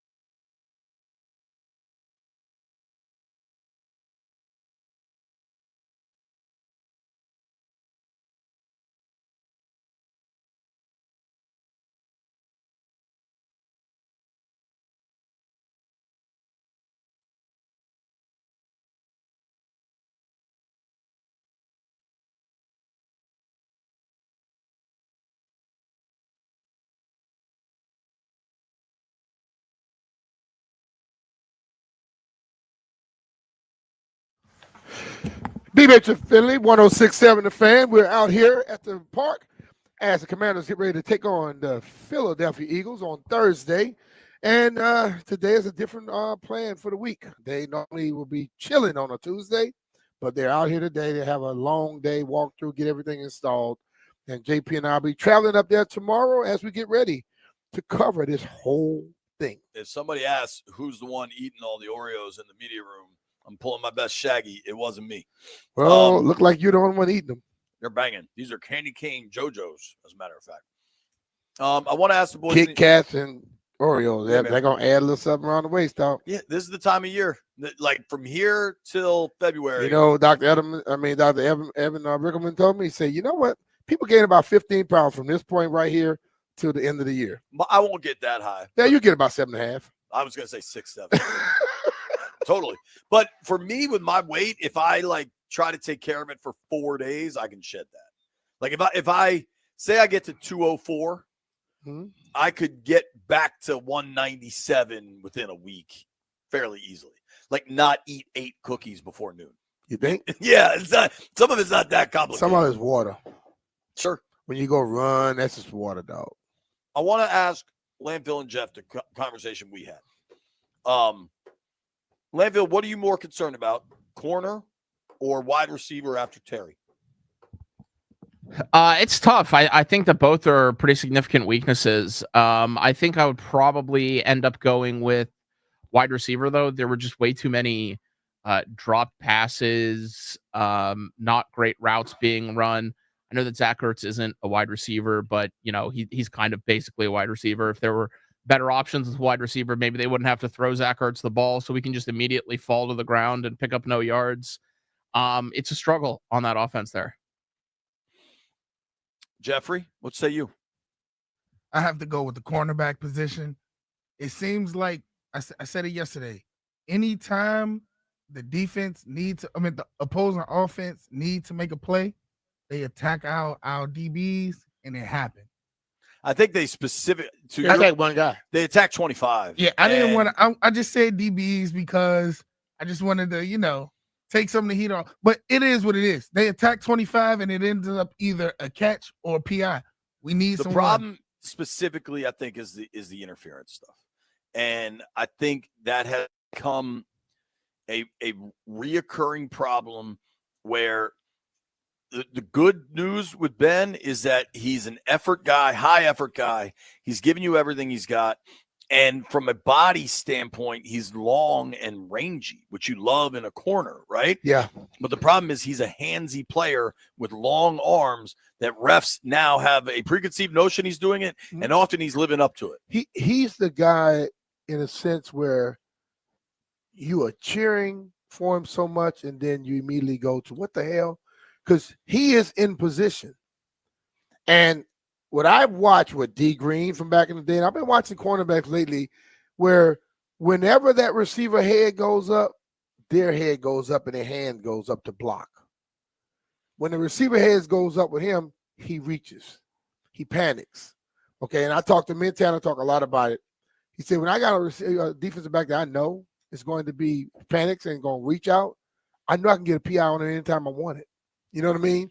So all he has to learn how to do is you are basically going to emulate what that damn receiver does. You're running with him. He looks up for the ball, you look up for the ball. Because if he's in a full speed sprint and he's going down towards the goal line, he's not going to be looking up trying to fool you.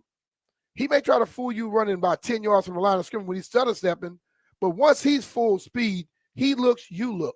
And when you go to look, your hands goes up. And I think he is rangy and tall enough where he's going to touch more balls than he's going to miss. But he never looks. He grabs. And that's going to all. If your head never turns to the ball, they're going to get you every time. Some of this is coaching at a fundamental level that should have already been happening. We're in year 4 here. I don't know. I believe it's being taught. I believe it's been taught. We're in the 4th year in the NFL. Yeah.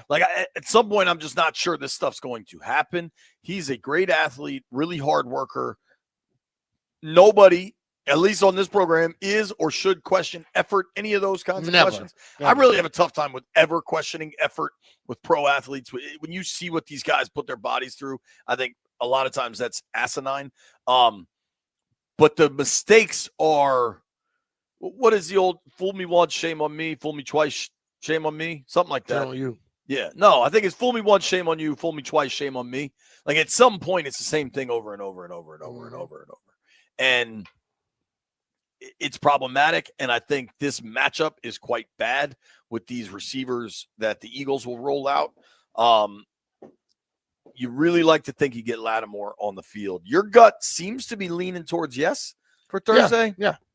And that's totally me. Nobody I talk to. Right. You know, my whole thing is, listen, man, I will just let people know. I talk to people a lot. And most time I don't say anything that they told me because I believe it's that level of trust and you have to keep that. But I also have my beliefs about things, and I'll tell you my beliefs 100%. So when you ask me questions, I give you my opinions and my beliefs. I'm not going to tell you, oh, well, so-and-so told me this. Nah, because sometimes a lot of guys tell me stuff and they know it's going to stay with them. You know, so if they say it's cool to say, I'll say it. But I'm telling you what I believe. I think it'd be a huge advantage if they got him on the field. I know he's going to hit that dude right there. Talk about battle. Talk about a level of confidence. Physical. Doesn't give a damn what the other receiver's saying. Because he's going to play his game. Agreed. Which takes them out of their game sometimes. Yeah. Because they don't like to be harassed. He will harass your ass all the way to where you going, back to the huddle. Some jawing is totally normal between those two position groups. They're used to jawing, but someone that could keep up physically and maybe even deliver more on the physical end, that's a game changer. And I think that is one of the biggest things Latimore could do for this team. We'll see when he gets out there, though. Hopefully we'll learn a little bit more today. We get to watch these guys. How much do you think media gets to watch today?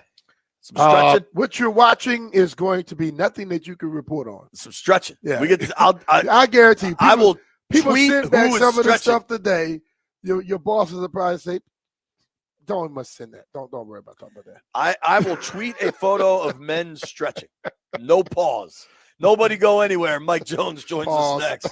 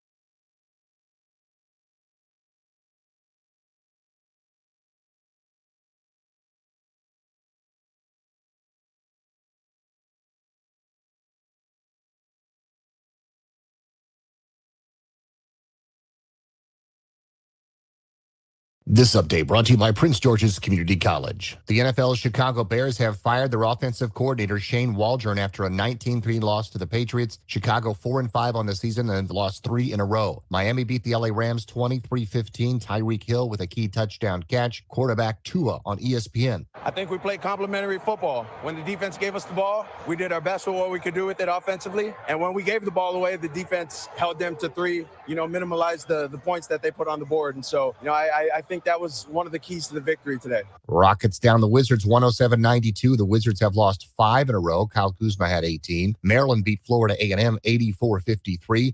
Virginia over Coppin State 62-45. Virginia Tech downs Winthrop 58-52. George Mason over Stony Brook 94-56. Howard beat Dillard 91-73. George Washington home tonight against North Carolina A&T at 7. 16 years after his last game, Jeremy Roenick finally inducted into Hockey Hall of Fame. Also, David Poyle, former Capitals GM, gets a citation. Veteran coach John Robinson, who had much success at USC and LA Rams, has passed away at the age of 89. And former Notre Dame coach Jerry Faust also passed away at the age of 89. Ready to chase your dreams this spring at Prince George's Community College? We've got over 200 programs designed to fit your schedule and your goals. Registration begins November 4th. So don't wait. Register today at pgcc.edu. Your future, your freedom. Byron Curl on the Fan.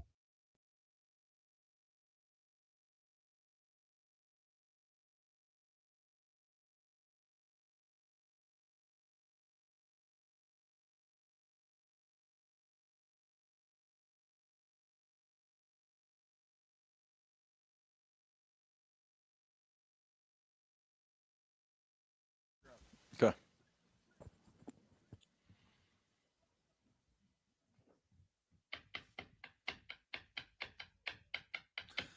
I met this little girly high noon in the District of Columbia, points north, south, east, and west. Joining us right now is our friend Mr. Mike Jones from The Athletic.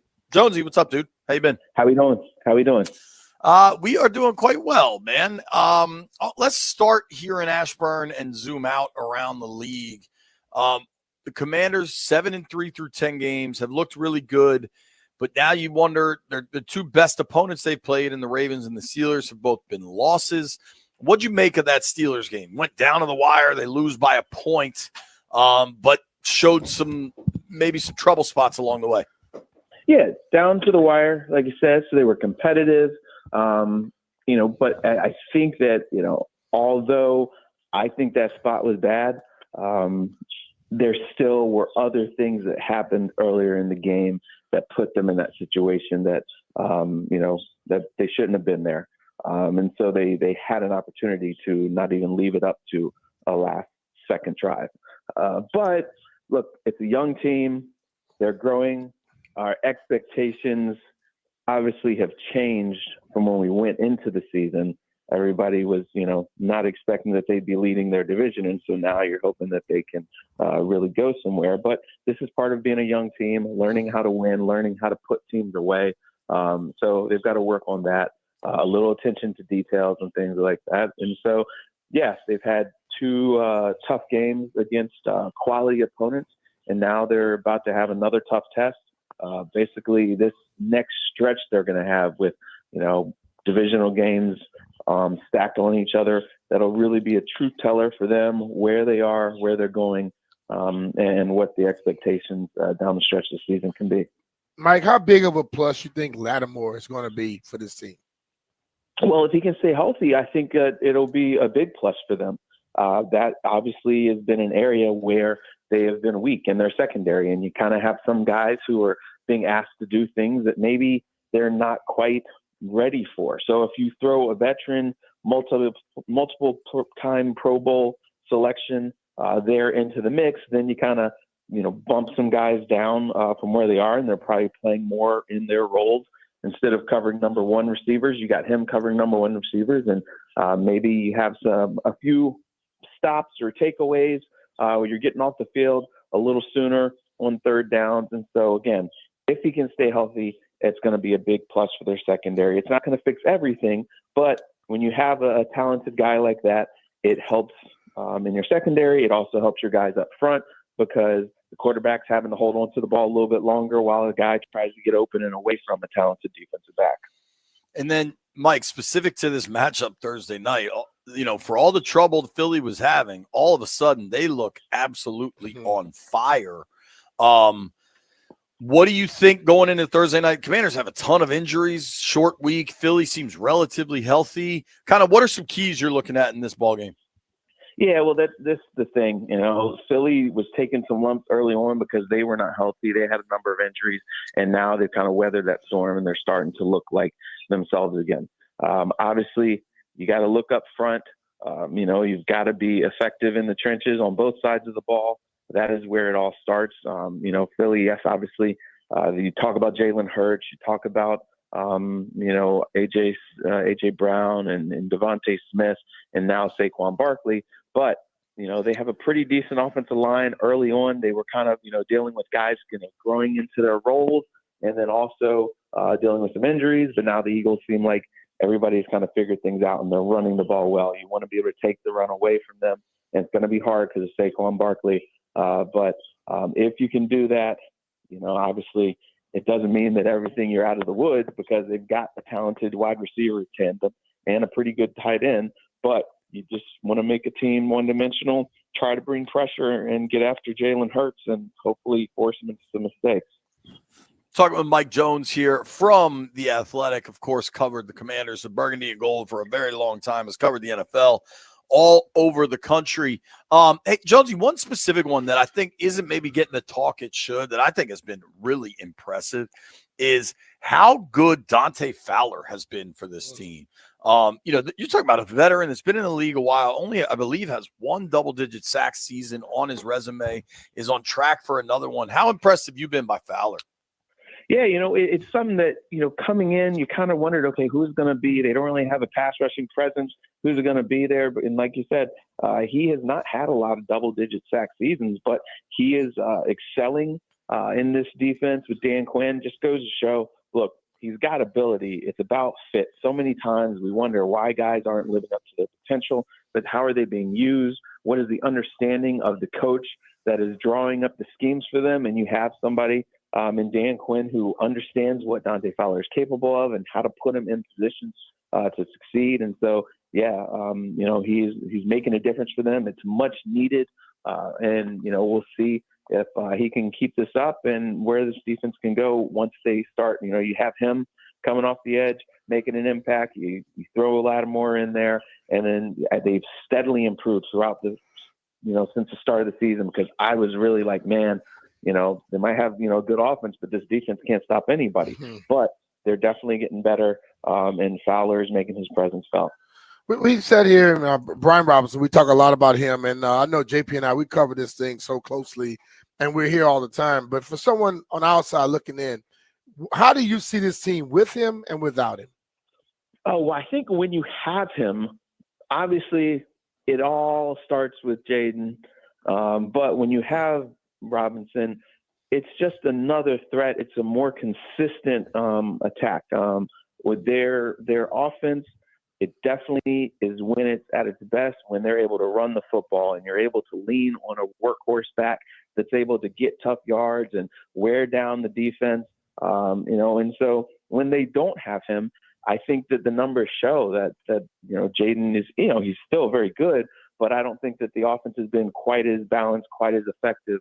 And so you definitely need to get Robinson back because, again, not taking anything away from Eckler and the other guys, but they're just not him. And you have a strong, powerful, big back, and that makes a big difference.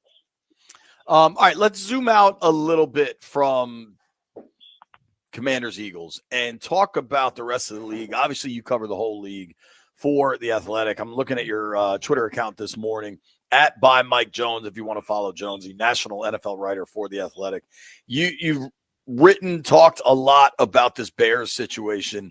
It's a disaster. I think rolling into the year with Eberflus was a problem anyway. Right. It's a self-preservation league, so now they have fired the offensive coordinator, which isn't going to make any difference. What's going on out there? How much is this screwing up Caleb Williams?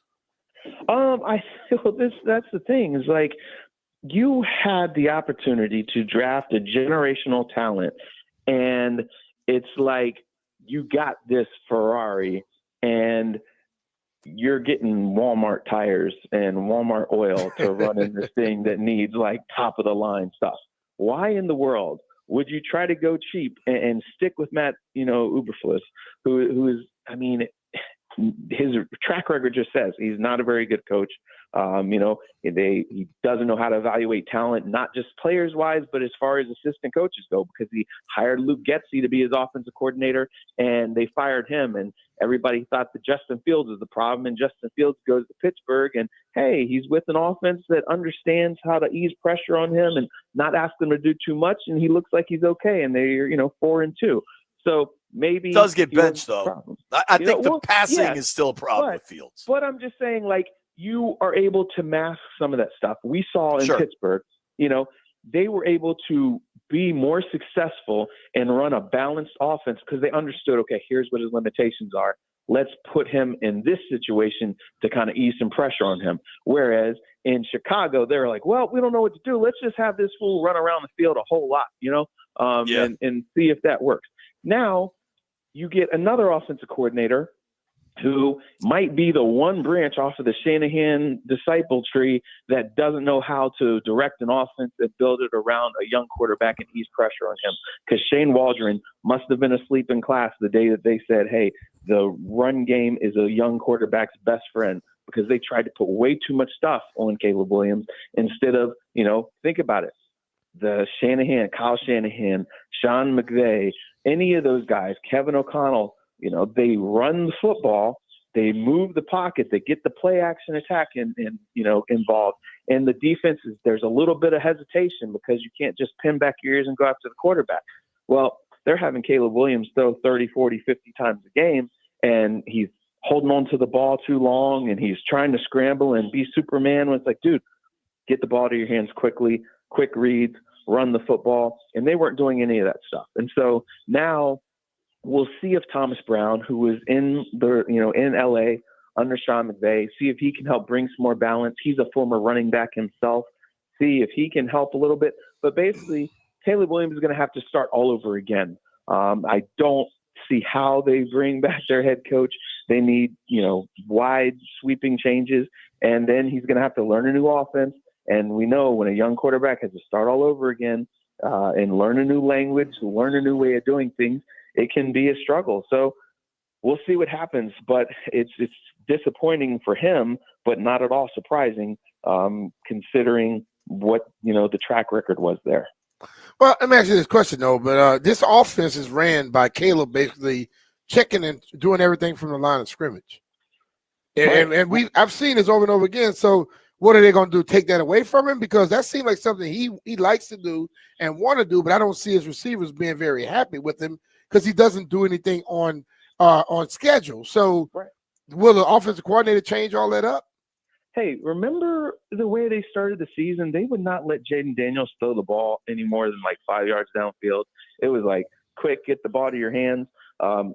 They were keeping him on a leash as they brought him along.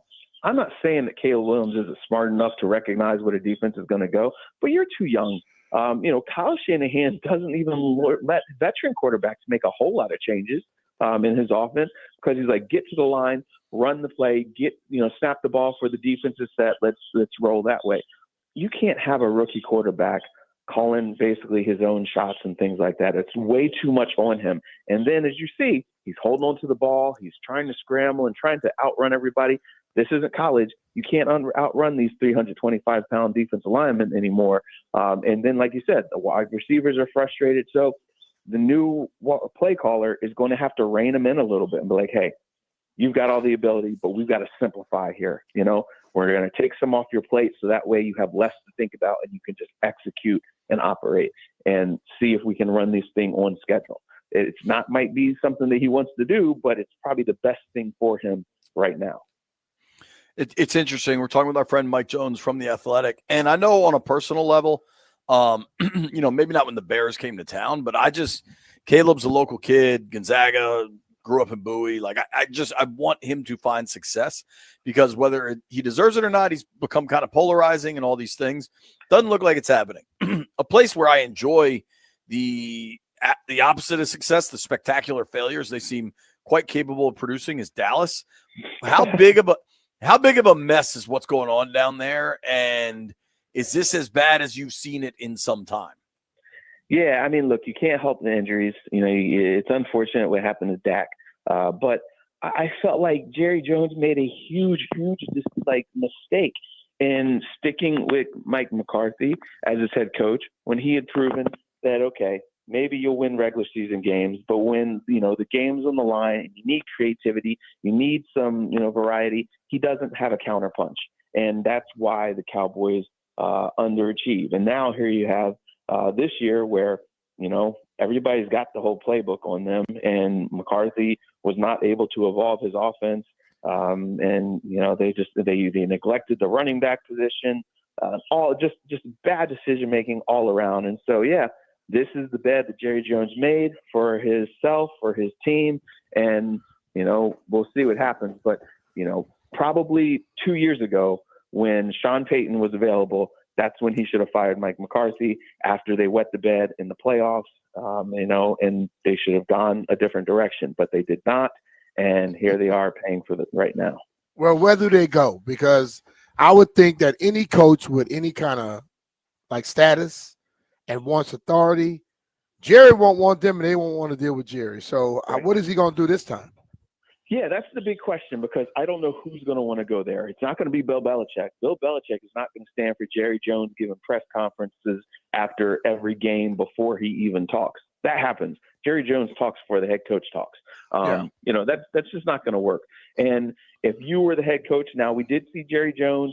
He kind of, gave over a little bit of control when he had Bill Parcells, but I still just can't see Bill Belichick wanting to get in bed with that. And so I don't know. He's hired a bunch of yes men ever since, Bill Parcells. And so he's probably going to have to find somebody else that's willing to deal with the circus. And, I don't know. Is Jerry Jones happy being competitive? Because if he's competitive, they're still selling tickets, they're selling jerseys and everything. But does he really, really want to win a Super Bowl? Then if you do, you take a back seat and you let somebody else run the show. And I don't see him doing that. See, Jonesy, you're supporting my theory. There's three types of NFL head coaches, guys that get these jobs. There is the schematic mind, the guy that's just going to have the best concepts and wow an owner. There is the people mind, like the motivator, like the Dan Quinn, like building this brotherhood, that type of mind. And then there's the third type, which is just the pigeon of ownership or management, just a guy that has to do what is told to do because that's how you get the job. And clearly in Dallas, you have to be one brand to take that gig. Yeah, I mean, look, he had the opportunity to hire Marvin Lewis, who had a lot of success in Cincinnati. I know they never got over the hump there, but they were a disaster before he took them over, and they were consistent and competitive. He did not hire him. He hired Mike McCarthy. He stuck with Mike McCarthy far longer than he should have. And so, Mike McCarthy's happy to be there. Jason Garrett was happy to be there. And so he's probably going to find somebody else who's happy to be there. Jason's still smiling. Yeah, exactly. Probably got a head coaching job 6 years longer than he should have. And Mike, you hear all kind of things around town, and this is the second time this go around of Shador and Dion going to Dallas. Oh boy. Okay. You have anything to amen it or to dismiss it? I don't know, but nothing would surprise me. That would be just so Jerry, so flashy. It would. I did say that to my boss just the other day when she was like, "Man, now we got Cooper Rush." I said, "Hey, this is the perfect plan. Keep tanking for Shador and Dion." Now, again, I'm joking. I have not heard anybody say that. But again, it wouldn't surprise me at all, Oh, my Lord. They're not tanking. They're just getting their ass kicked. Right, yeah. Let's be real. For them, it's like Be the real silver about that. lining, Yes. Hey, Jonesy, last one. Who's the best team in football? Kansas City Chiefs, man. They're not. Gotta be, right? It doesn't matter what the odds are. They find a way to win. And it wasn't luck that they blocked that kick. I have seen That's a Dave lot Toll, of field baby. goals. Did you watch a lot of those field goals this week? and every week, the guys are always trying to go over the top. Well, they blew up the base of those guys on that one side, and they bowled them backwards, and the second wave came through and blocked that. That was schematic. That was fantastic execution. And their defense is better than what it's ever been. Their run game is better than what it's ever been. Passing game isn't as explosive because they don't have the field stretching wide receivers to do it, but you've got the most clutch playmaking quarterback in the history of the game, maybe. We'll see. But in a great offensive mind, this team is just as battle tested as any team you'll ever see. And so, yeah, my money is on the Chiefs against anybody. I mean, how much you think John Mara wishes he just let Steve Spagnuolo get a real chance to coach the Giants when he blew that staff out? But Dave Tobe knows how to attack you on special teams. And I'm going to make my second linebacker reference that I wanted this organization to draft. It was N'Kobe Dean was one of them. Leo Chenal was the other one who actually blocked that kick that the Chiefs took in the third round. Jonesy, thank you, man. How's Delaware? Dave, Everything appreciate good? you, brother. All right. Thanks, guys. Have a good one. Mike Jones right there from The Athletic. Give him a follow by Mike Jones. Does a great job covering the whole league. We always appreciate him making time for us. I don't know that we're going to – I fear we might run out of time, but maybe we'll even open the phone lines about this. I do want to just ask a question. How important is the Eagles game? Nobody go anywhere. Very.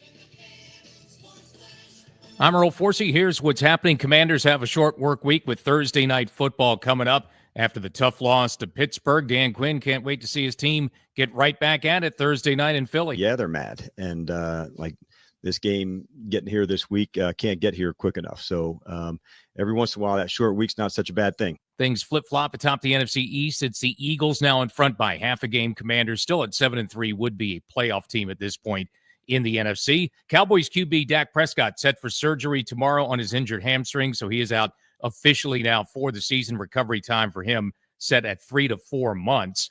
The Bears made a big change today. Chicago struggling offensively with Caleb Williams, the top pick, not playing well at quarterback. They replaced their offensive coordinator, Shane Waldron, who was hired just before the season. Monday Night Football last night, Dolphins down the LA Rams 23-15. From the Crop Metcalf 5-Star Sports Desk, I'm Earl Forsey on the Fan.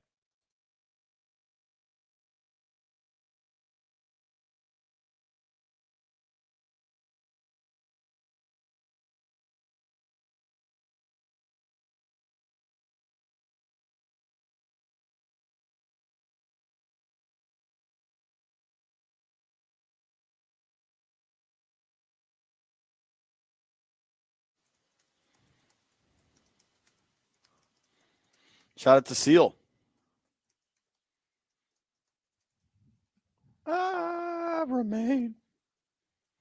B. Mitch Finley, 1067 The Fan. Here's what I'm going to do. Press the button, Jeff. Phone line's open. 800-636-1067. 800-636-1067. I know a bunch of people are asking in the chat if we're going to open the phones. I just did. So call if you want. Right now, Washington is 2-0 in the division. They've swept the Giants, and they have a 7-3 record. Right now, the Philadelphia Eagles have already had their bye, so some of this is going to be a little more complicated because of the byes. The Eagles are 7-2. They are also 2-0 in the division. They beat the Giants and the Cowboys, I believe. First of two between Washington and the Eagles over the next 5, right? So it's Eagles, Cowboys, Titans, Saints, Eagles. Yeah. 2 of the next 5 are against the Eagles. Now that's spread out over 6 weeks because the bye's in the middle there. Washington is coming off a loss. It was close. They lost by a point, but W's and L's are all that matter. Half game behind, playing in Philadelphia. How important is this game, Brian Mitchell? Very important. I mean, if they win this game, they're in a position now where they're 3-0 in the division. They're back in first place. Either side. Division. Okay. And then you see the Eagles again. You're going to see, then you don't see the Cowboys until much later. It gives them like an advantage, so it's very important. I mean, this game here, and I'm sure everyone that has to talk to a coach, the next game is the most important. Sure. This is the most important game they've seen this year. Yeah, what was funny is I don't remember where I was doing a hit, but somebody asked me, what's the most important game for the Commanders of the next 4? And I was like, it's that Eagles game. And it's not that close because the Cowboys are a mess. And while you never want to count out a division game, the Cowboys seem to be falling apart. Dak's now done for the season. They're 3-6. And Jerry's talking about the location of the moon. Like, things are a mess in Dallas. They've already played. Washington's already played and beat New York twice. Yes. So whatever New York does or does not become over the last second half of the season doesn't really matter. They're not going to see them in the playoffs. And whether it's Tommy DeVito, Danny DeVito, Daniel Jones, Tommy Lee Jones, whoever lines up a quarterback for them, like it doesn't matter to the Burgundy and Gold at this point. True. What Philly does matters tremendously. And if you consider, because now the bye weeks, eventually this will all even out. But if Philly wins and gets to 8-2, and then Washington's at 7-4, that is then a game and a half gap, a direct, a head-to-head loss, and Philly's at 3-0 in the division. Washington's 2-1 with a head-to-head loss. Yeah, just from let's figure out how this all shakes out playoff picture situation, that'd be pretty significant because just with the loss to the Steelers, the Commanders fell from the 2 seed in the NFC all the way down to the 6. And you don't want to get ahead of anything, but if you get to 7-4, The Vikings are 7-2. The Packers are 6-3. Like a lot could start to. There could be a lot of moving parts. You want to win every game. This one is vital. Not to mention, B. I'm curious if you buy into this at all. I don't think Dan Quinn and this bunch of dudes want to lose 2 in a row. True. I don't think either of them want to lose it. But, the thing of it is, I don't even care about playoffs and all that stuff. I care about the fact of your record being better and you beating the teams in your division. I've always had the mindset if you can beat everybody in your division, you win your division, you're in the playoffs. So it comes naturally. All the seeds and all that stuff right now, I can care less about that. But beating the Eagles, it puts you ahead of everybody in your division. So that every division game has a little bit more weight to it. 100%. And if they go up there and they beat them, you're basically telling people, look, we're here. And I think the ultimate thing is we started this season just hoping that they could show us that Jaden was the guy. We know that now. And now we know that they're good enough to go out there and you could win. You beat the Eagles. Also, you shut up some of the people saying they haven't beaten anybody. You beat who the hell is on your schedule. But if you beat them, then now you can shut up some of those other people, which is going to be people still talking, especially them damn dumbass Bears fans. They're going to talk just to talk. Good luck, Bears fans. You just fired your OC. Get a life. I think it's undeniable this one is vitally important. That doesn't mean if it goes the wrong way, you've got 10 days before you play the Cowboys and you play them at home and you can right the ship. But Landfill, you asked the question. It's your question on the show sheet. How important is this Eagles game to you? Mostly because it's a division game. I want to see them do well. It's also because it's a primetime game. This is theoretically there's going to be a lot of people watching out there. I'd like for the team to not go out there and embarrass themselves. I mean, that's fair. They've been good in primetime so far this season. That Bengals game was super impressive. The Bears game wasn't necessarily primetime, but it was a national audience. I also think there is an incredibly good chance. I'm looking at week 16 and 17 definitely as heavy flex candidates. If you look at week 16 in the NFL, the Monday night game for week 16, and so the window for when ESPN is able to request games to be flexed opens week 16. Right now, that is Packers Saints. I can't imagine that's the game they want when they know you've got Washington versus Philly on that Sunday. I think if you look at the Sunday night game is Bucks Cowboys, like both of those national broadcasts, I would expect to get changed. So Eagles Commanders would be a major candidate for either one of those. You look elsewhere on that week 16 schedule. The Ravens are playing the Steelers, but that's Saturday afternoon at 4:30. That's going to stay there. It's really, the Sunday 1 o'clocks are what could get moved around a bit. And the Eagles Commanders is by far the best game on the calendar. I also think week 17, when Atlanta comes to town, that's a straight up TBD right now anyway. Lions Niners is the Monday nighter. They're not going to change that. Dolphins Browns, B, Sunday night game. You think that's staying there? Nah. No way. Nah. And you've already got Cowboys Eagles slated for Sunday at 4:30. Now you are going to have Saturday games. So some of these are going to, and there's less inventory that week because that's the Christmas Day games already. But Washington, Atlanta, I think will be a highly coveted game. You do have Packers Vikings is that week currently scheduled for Sunday at 1 o'clock. I don't think that stays Sunday at 1 o'clock. So there's going to be a lot of moving parts. But if you want to recalibrate the primetime discussion with some of this, win Thursday night. Like, let people not think you aren't ready for prime time. Simple question. How important is this Eagles game? Let's go to Deacon in D.C. What up, Deke? Hey, guys, what's going on? First of all, we're not an afterthought anymore, period. I'm from the school of any given Sunday. That's number one. This is a critical game, but every game is critical. Every game is pivotal from this point on. This is week 10, week 11. So every game, depending on your bye, every game is pivotal. It's pivotal. Again, the Washington Commanders was a byword for 30 years. Now they winning. Now folks want to. Now what if this? No, and we're not asking you for nothing. We taking everything we want from the top down and from the bottom to the top. That's all I got. There you have it. Strong call. Every game is important, to say the least. Yeah. Alton is in Richmond. Alt, how big is Thursday night? It's real big because they took one from us on Sunday. But like I said, I'm not worrying about that because I'm a diehard Commanders fan. But I just want to, say I appreciate all the work you and B Mitch do, man. Y'all do good, but Commanders gonna get the Eagles because everybody keeps saying, well, they really ain't beat nobody. Well, really, nationality, Pittsburgh had to beat us by 1 point. So I feel that all the jumping and dancing around that they was doing on Sunday, they was making us look like a bunch of clowns because if you came in there with the mentality to beat the Commanders, why you only beat them by 1 point? All right, brother. Are you saying the NFL took that? Yeah, I'm saying because that was the first down, man. Sure looked like one to me. Yeah. All right. Thank you all.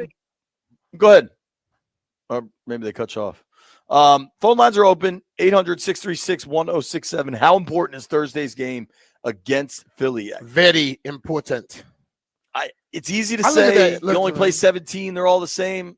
I know everybody like to not. say just the Cowboys is this it, but I'm gonna tell you, ever since way back in the day, playing against the Eagles have been always a tough ass game, and it meant a lot when you had to play against them. And I think it's still that way. Yeah, agreed. All right, let's do this. We'll keep the phone lines going on the other side of a quick break. If you're on hold, don't worry, we're coming to you. Also going to get Jeff Walker on this. Nobody go anywhere. All right, Jeffrey.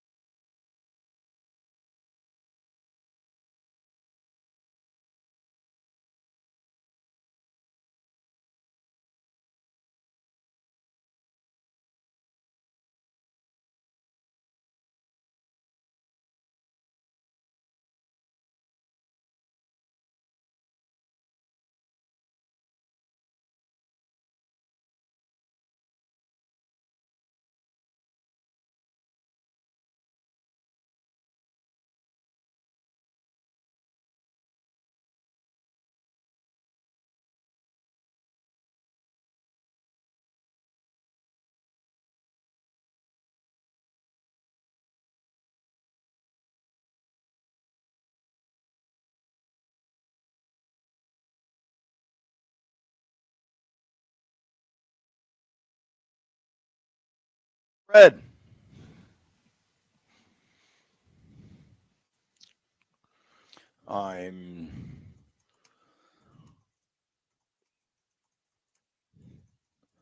Mitch Finley, 106.7 The Fan. Simple question. How important is Thursday's game against the Eagles? I want to give my man Jeffrey a chance. Jeff, you know what? That got me thinking. How important is this game, and how does a Thursday night game impact the hype song schedule? Yeah, that's what I was going to ask too. Well, fellas, I have been thinking and writing for the past 2 days since the game stopped because I got to make sure it's in on Thursday. But this game is very important. One, because I hate every team in our division, whether it's the Eagles, the Giants, the Cowboys. I have an equal hate for them from the fan perspective. From the team perspective, this is a very big game. You know, we're playing Philly. Philly is who we're battling in the division with for control. Yo, if we beat them if we beat them Thursday night, I believe we can sweep them in Philadelphia too. And honestly, I'm gonna call it right now. Hopefully, I'm right. We sweeping the division this year. Wow, 6-0. 6-0 in the division. I'm calling it. Especially if we get past Philly on Thursday, I'm riding high on the Ashburn syndrome. You might be riding high, but I don't know what it's on. All right, so Jeff thinks it's a big game, and they're going to sweep. Jeff know how he is with the thought process sometimes. Man. Let's go to our guy, Cairo's in Ashburn. Cairo, what up, man? Hey, you hear me? We got you. Yeah, I got you. All right, cool. There was some choppiness with the phone earlier. Just want to make sure. That was Jeff breathing. Oh, okay. Good to know. This game is very important for me personally because I was stationed in South Jersey for about 4 years and I had to listen to their talk radio. And I've come to the conclusion that the Eagles fan base is the worst fan base on the planet. So I want them to lose, if only for that. I actually want them to lose so much. I root for the Cowboys every time they play the Eagles. So the whole situation about this season, man, you can't ever do that. If you're a real fan of Command, you can't ever cheer for the damn Cowboys. Yeah. Hold on now. Come on now. Just root for an asteroid. Man. No, I'm not letting that go. Hate the Eagles. I think you just root for a power outage. I'm sorry. I can't help it. I hate them. All right. Hate them. F them. Toothpick on line 2. Pick, how big of a game? JP, what's good, man? How are you? I'm good, buddy. How are you? All right. Good. B, what's happening, man? Listen. Good, man. Your question is, how important is this game? This game is everything, right? It's the only thing that matters right now, just like every game. But it's different because it counts for 2, right? It's a divisional game. It counts for 2. So it's no tomorrow. It's just focusing on this game right here, single-mindedly, everybody going the same way. Thanks for taking my call, B. Thanks, bro. buddy. Appreciate you, man. Pick in the hizzy. It's certainly the most important thing right now. Yeah. And I do think it is a little bit, the division games are more important because that's your path to a home playoff game. Like that's hell yeah. If you have to think about one thing that really went poorly in the Rivera era was the division games. And even the Gruden era before that, it's if you can't compete and beat the teams that you're playing twice a year, it doesn't really matter how good you stack up against the teams you play once a year because that changes all the time. True. And I think this team is trying to build something that is a perennial contender. And if you're going to be a perennial contender, if you're going to be a perennial playoff team, you got to be able to beat the guys that you play 6 times. Totally. You got to be positioned to win 4 out of the 6, 2 out of the 3. Whatever you want to go 6-0 for sure. You got to have a winning record in these games if you're going to have a winning record in seasons. And if you're going to have a winning record in seasons, that's going to get you into the playoffs year after year after year and build something real with a real foundation, something that's tangible, which is what ownership talks about and the general manager talks about and the head coach talks about. And frankly, that seems like Jaden's type of vision too. Every player understands. You know, like people always say, we want to make it to the playoff. Well, if you want to make it to the playoff, beat the teams in your division. It's an easier route then. We didn't talk about we talked at length about the corner or the receiver position causing you more concern? Hmm? The weather Thursday night looks chance of rain, probably a little wind. Listen, we're getting into late November in the Northeast. Like I said, the weather ain't going to be great. That's just the reality, right? What's your level of concern with Zacchaeus returning punts? Because he's going to be the guy. You know what? I believe that Larry's going to get to him. And like the things I was discussing yesterday, he's going to be taught all that and told all that. It's just an adjustment. You watch him catch balls. So he's trying to, and all that, this thing been killing me today. The damn chat about every time you say something about pause, one finger salute. All right. He got to stop trying to catch the ball up high into his shoulder pads and just go a little lower. And he can bring be okay. it in with your hands. Yeah, like bring it in with like your you hands. can meet it high, but bring it in. Look it in. Yeah. No, but he's allowed it to hit his shoulder pads. One step back and it'll drop just a little bit lower in your stomach area, and he'll be good. Let's hope on that one for sure. Yeah. Gary is in District Heights. Gee, how big of a game is this? Yes, this is the most urgent game of our season because what we want to do is we want to set the tone and we want to put it in the Eagles' head that they cannot beat us. Our guys really felt bad giving that game to the Steelers. And I'm telling you, that locker room is fired up and you're going to see a totally different team. Thanks. Take my call. All right. Appreciate you. Appreciate you, man. You hope you see a different team, but honestly, I don't want to see a different team. They were pretty good against Pittsburgh. You want to see a team that just cleans up the mistakes. You know, I think it was little simple stuff that got you. I think the drops is a lack of execution, lack of attention, maybe lack of focus in the moment. Jaden finished 50%, right? He finished, I think, 17 to 34. Say they make catches on half of the drops, 60% of the drops. All of a sudden, he's at 20, probably 21 out of 34.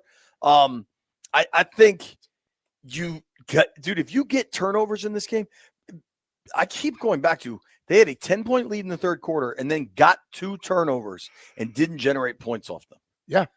You got to get something out of those. Or they just got 6. And still they didn't get anything. You know how many first downs they got off 2 turnovers? 0. 1.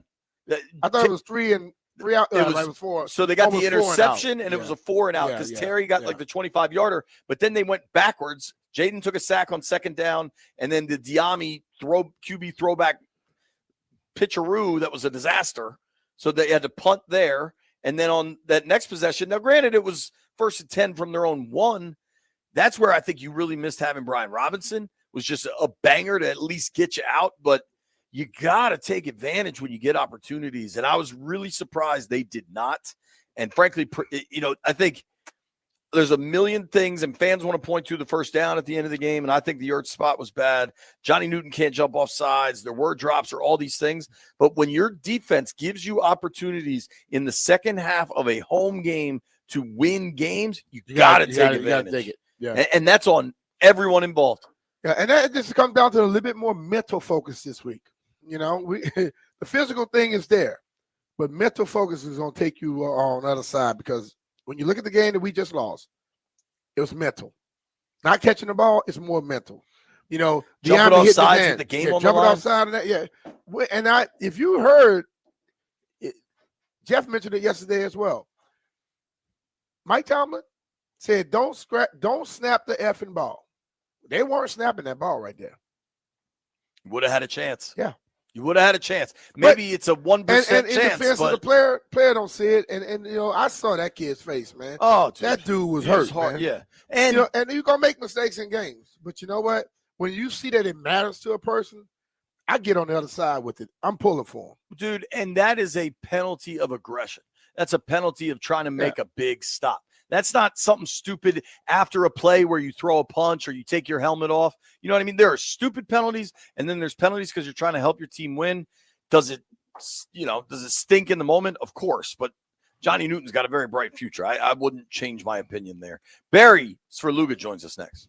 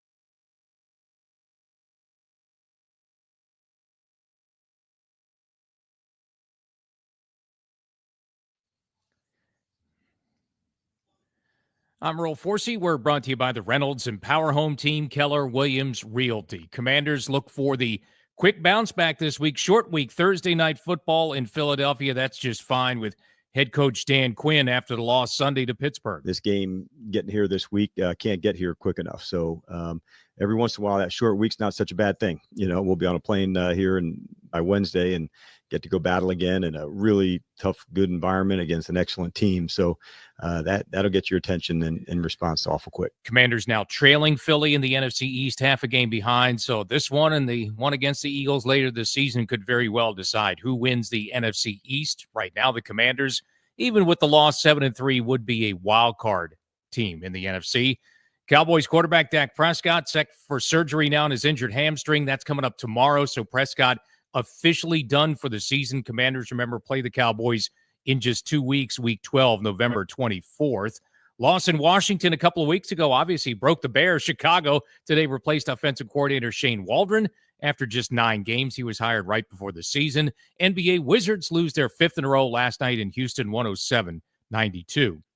Want to hear the fastest way to know what your home would sell for? Reach out to the Empower Home team. Simply text your address to 800-763-3000. No phone call. Just text your address to 800-763-3000. That's 800-763-3000. From the Cobb Metcalf 5-Star Sports Desk, I'm Earl Forsey on the Fan.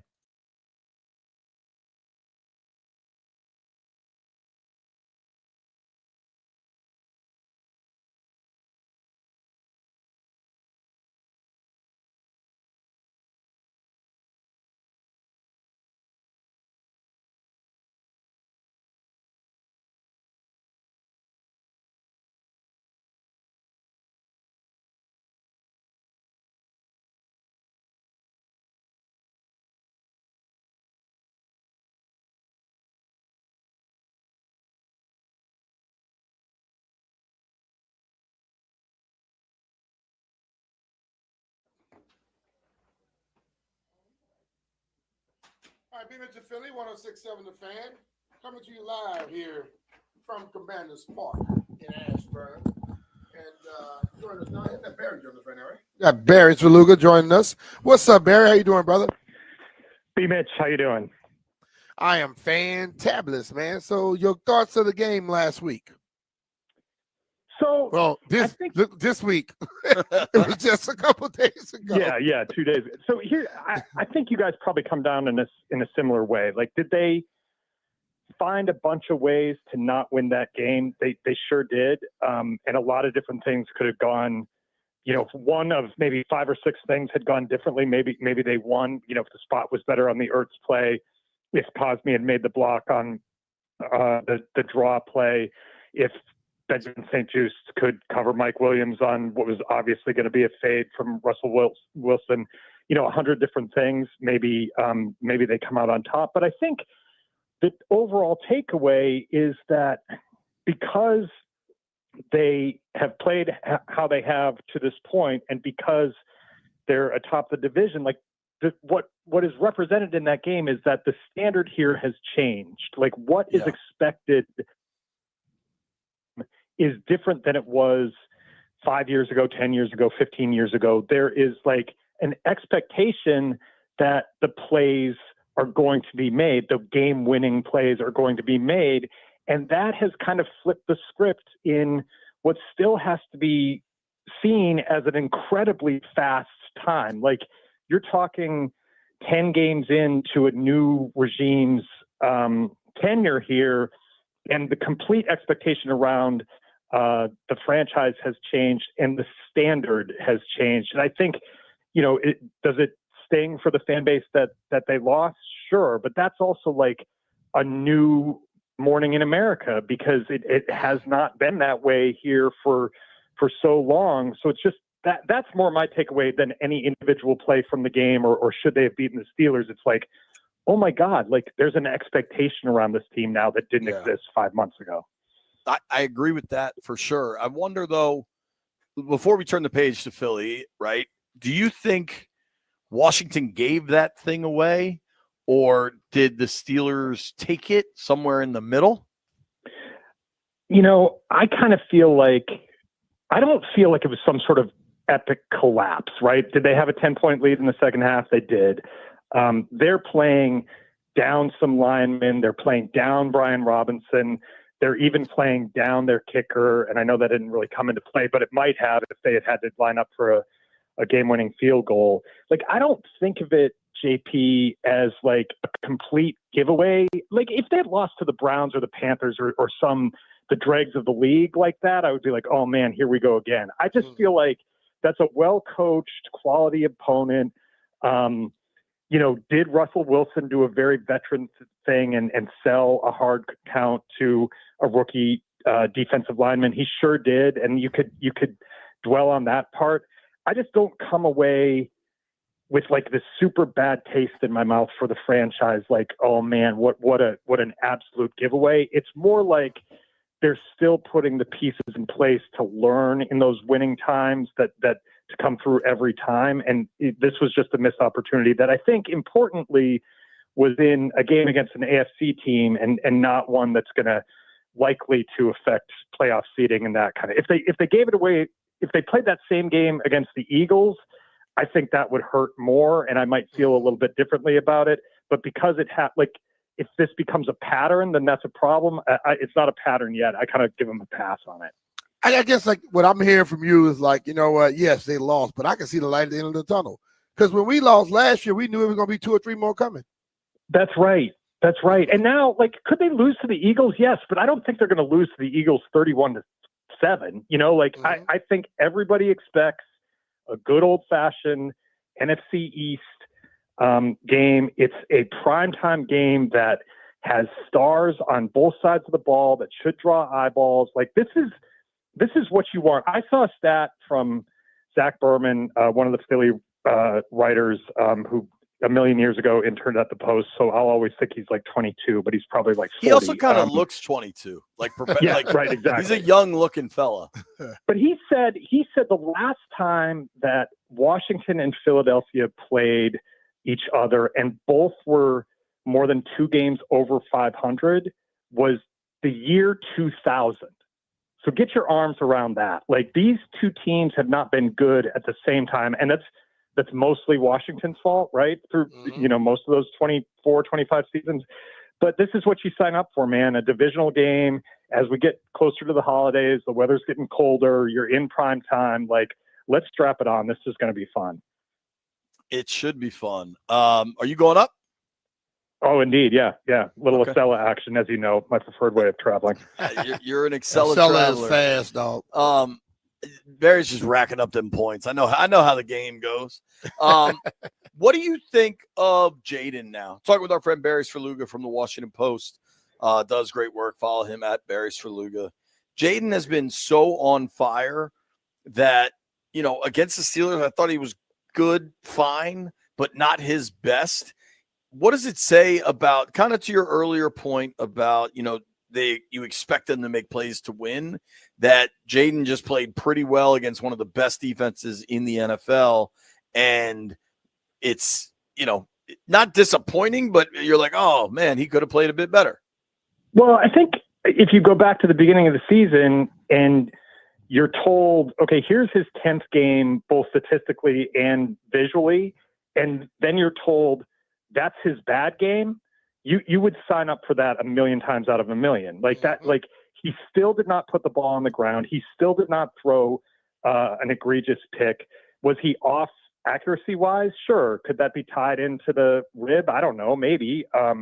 But if that is his low ebb, then this guy is absolutely for real. And I don't think, with some exceptions, his receivers helped him a ton the other day either. No. And I also think, like, Brian Robinson being out of the lineup makes me appreciate Brian Robinson being in the lineup, because then Austin Eckler gets to be Austin Eckler instead of having also to be Brian Robinson. I just think there's a trickle down there that could play into everything with the offense, that Eckler doesn't have to try to get the tough yards, so then he can be the guy that's targeted on a check down on third down. He probably makes Ertz better. I think there's a real trickle down through all of that. But to your point about Jaden, I just think that the fan base should be ecstatic that this guy is your quarterback if you're talking about that being the 10th game of his career and you're kind of like, he wasn't really himself. Yeah, I just think that, look, as fans, we get spoiled rather quickly because we watch quarterbacks who've been in the league 5-10 years have a bad day. He had a bad day. He had a game that wasn't his best game. And we're going, wow, man, we're questioning things because he's been so damn good. So we got to realize what we have. You know what I mean? Well, but that goes back, Brian, to the standard changing, right? Like, yes. If Taylor Heinicke played that game, you'd be like, oh, he's gritty. He was hurt. He's making the most out of what he's got. Well, this guy has more, and we know he has more because we've seen him have more. And I don't put it this way. I don't think any Commanders fan is coming out of that game worried about Jaden Daniels' performance in the future. I think they're saying, well, that wasn't his best game. He's still damn good. And I would say this too, that going into when the drive that ended with the Ertz spot that they didn't give him, I think everybody that was there in Northwest Stadium as a Commanders fan was thinking, you gave Jaden Daniels the ball with 2 minutes and change left, you're in trouble. And I would also say that even though they had blown all their timeouts and there was going to be a minute or so left after a punt, I think everybody that was a Commanders fan at Northwest Stadium thought, okay, Mike Tomlin, you're going to punt the ball to Jaden Daniels? Like, we've still got a shot. Like that, he has changed the mindset of what is possible. And instead of expecting the worst, which we've been trained to do here for 2 or 3 decades, you're anticipating, oh my gosh, he's got another chance. What's going to happen now? It's been just fascinating and fun to be along for this ride, I think. We are talking with our friend Barry Svrluga, of course, columnist for the Washington Post. You can follow him on X at Barry Svrluga. I did want to take a little bit of time to kind of look around the sports calendar with you, kind of just around the sports universe. Ovechkin on fire. The Caps play tomorrow night. I think Toronto's in town. I know how much you've covered the Caps over the years and how much you've enjoyed kind of getting to be a part of Ovi's tenure. What do you make of this start for him? So, I mean, this is perfect timing because I just came from Caps practice and I'm writing an Ovi column for tomorrow. So, I drew it up. I have over the years, and I go back to, I think I first wrote a profile on him in his second season. I've had to kind of come up with different ways to write about kind of what is the same thing, which is this ridiculous talent and knack for scoring goals. He is 39 years old. I went back and used some special internet tools that I have and tried to figure out how many 39 or older people have scored 40 goals or more in a season, because it's going to take 41 for him to tie Gretzky and 42 to pass in this 2024-25 season. I found out that not only do guys who are 40, they don't score 40 goals. It's like guys that are 37 and older, there have been only 4 40-goal seasons from guys that age to this point in the history of the game. Gordie Howe had one. Ovi had one 2 years ago. And then you're going back to the Johnny Busiks and of the world, really old time hockey legends. What he's doing is essentially unprecedented with 10 goals in his first 14 games. That's like a 57 goal pace. He's not going to score 57 goals, but damn, he might get to 41 or 42. And that's going to be those last, not only if that happens, the Caps are going to be good, because there's really no way that he has this amazing season and the parts around him all collapse. So they would be kind of driving into the playoffs, but picture that last couple weeks of the season, last 6 or 7 games, if he's driving for that record. I mean, we're already talking about it after every game he scores.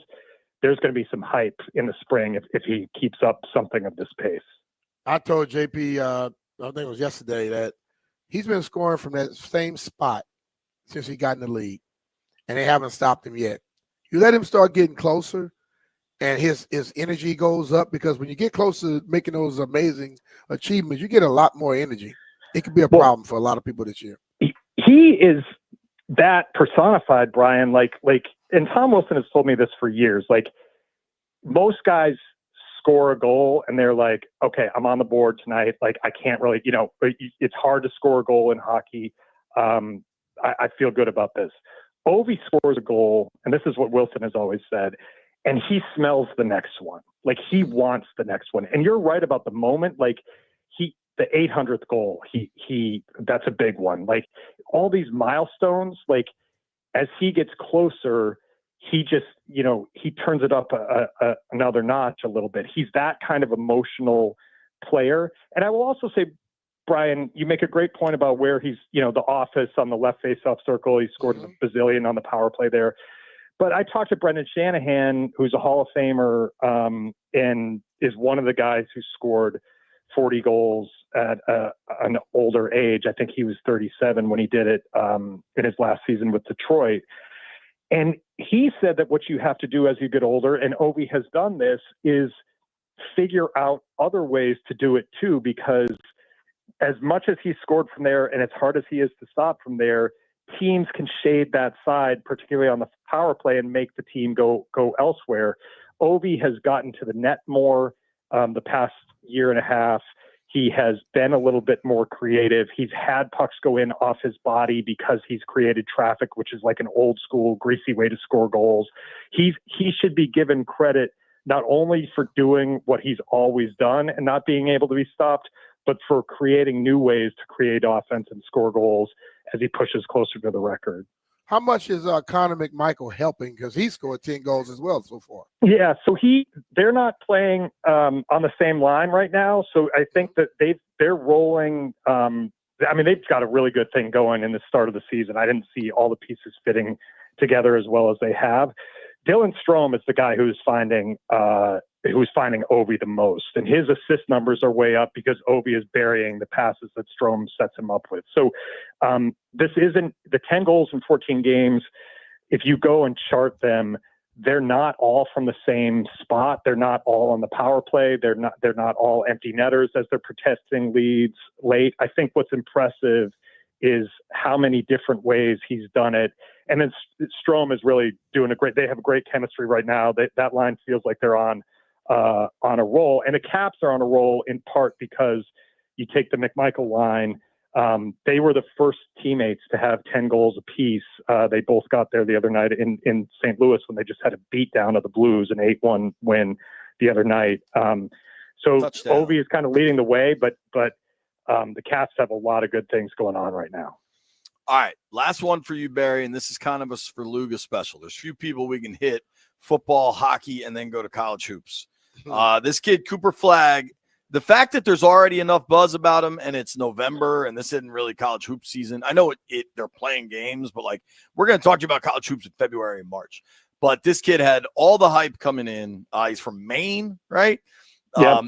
And I think you got Duke, Kentucky tonight, and there's no football on, so it's a good night for Duke, Kentucky to play.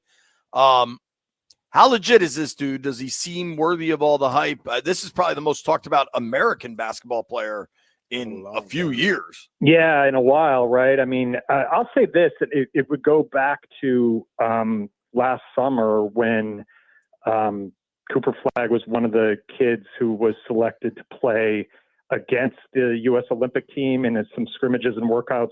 I'm sure they were in Vegas prior to the Olympic team heading over to Paris to play and win gold over there. And he turned heads there. You're talking about, obviously a team with Durant and Tatum and LeBron and, just a ton, all the Hall of Famers, all world talent. And he not only held his own, he turned heads. So it's very, very strange to have a kid from Maine, where you guys know I've worked a long time ago, and still, it's not a real athletic hotbed. He did go to IMG Academy to finish his career down in Florida, so he's played top level competition. And I think as it ties to Washington, I mean, JP, I know you do Wiz Altcasts, the way you want this Wizards season to unfold is like draft that kid. Have Sarr and Koulibaly and Bub Carrington and all those guys develop and be good players, but lose a bunch of games by like 6, 8, 10 points, and They get sure did last night. highest odds. yeah, exactly. But get the highest odds for this kid, because if he's the game changer. Like, people weren't sure if there was a real game changer, franchise changer in this year's NBA draft. I don't pretend to be an expert in that area, but people say that this kid is exactly that. So put him in a Wiz uniform, and maybe we're talking about another turnaround for another franchise in town at some point. Wow, there you have it. Looking forward to it. Listen, Barry, I'll take this offline. I'll text you, but you really disrespected Nick Kaner-Medley right there. I thought we at least good call. Had to address that. Good call. I covered Nick Kaner-Medley, so I know exactly who you're talking about. I figured you were one of the 4 people that were going to know who I was talking about when I said that. Barry, as always, thanks for the time, bro. Appreciate you, Barry. Appreciate it, guys. Talk to you soon. That's our guy, Barry Svrluga. Give him a follow at Barry Svrluga, SVRLUGA. When we come back, let's go around the whole NFL. There's a whole lot of teams falling apart out there. We'll tell you who's got it worst. Hey, it's Brian Mitchell here. The NBA is back, and FanDuel, America's #1 sportsbook, wants you to catch all the action. And right now, FanDuel is giving everyone 3 months of NBA League Pass. All you have to do to catch every tip-off and buzzer beater is place any $5 bet on the NBA to get 3 months of NBA League Pass, courtesy of FanDuel. Just visit FanDuel.com/Brian to make every moment more this season. Make every moment more with FanDuel, official sportsbook partner of the NBA. FanDuel Sportsbook is the official partner of 106.7 The Fan. You have to be 21 years old and present in Virginia. After 3-month free trial, the full price of League Pass will be automatically charged monthly. Cancel anytime. No refunds. Terms, restrictions, and embargoes apply. Limit 1 pass per customer. See terms at sportsbook.fanduel.com. Gambling problem? Call 1-800-GAMBLER.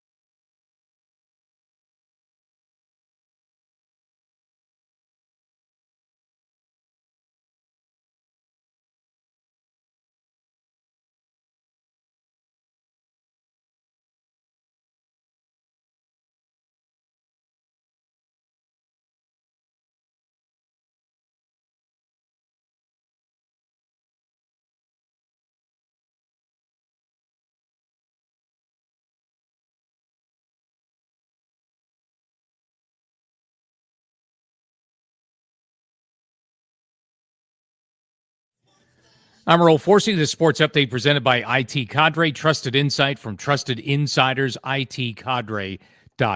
Short week for the Commanders. They will travel tomorrow to Philadelphia, play the Eagles on Thursday Night Football. Philadelphia right now about a 3.5-point favorite. Commanders trying to bounce back after the loss to Pittsburgh on Sunday. Right now, they trail Philly by half a game in the NFC East. Cowboys QB Dak Prescott officially having surgery tomorrow, so he is done for the season. Chicago Bears have been reeling ever since the Hail Mary loss to the Commanders a couple of weeks ago. Today, they replaced their offensive coordinator, Shane Waldron, only 9 games into the season.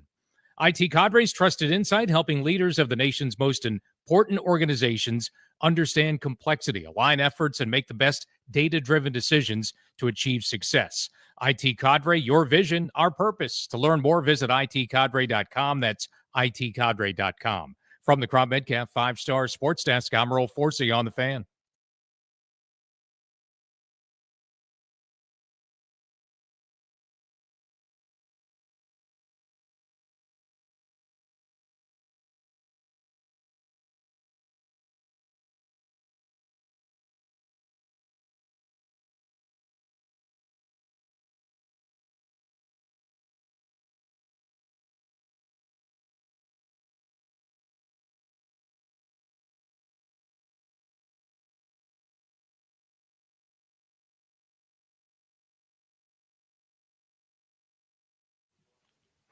It's been a long way down.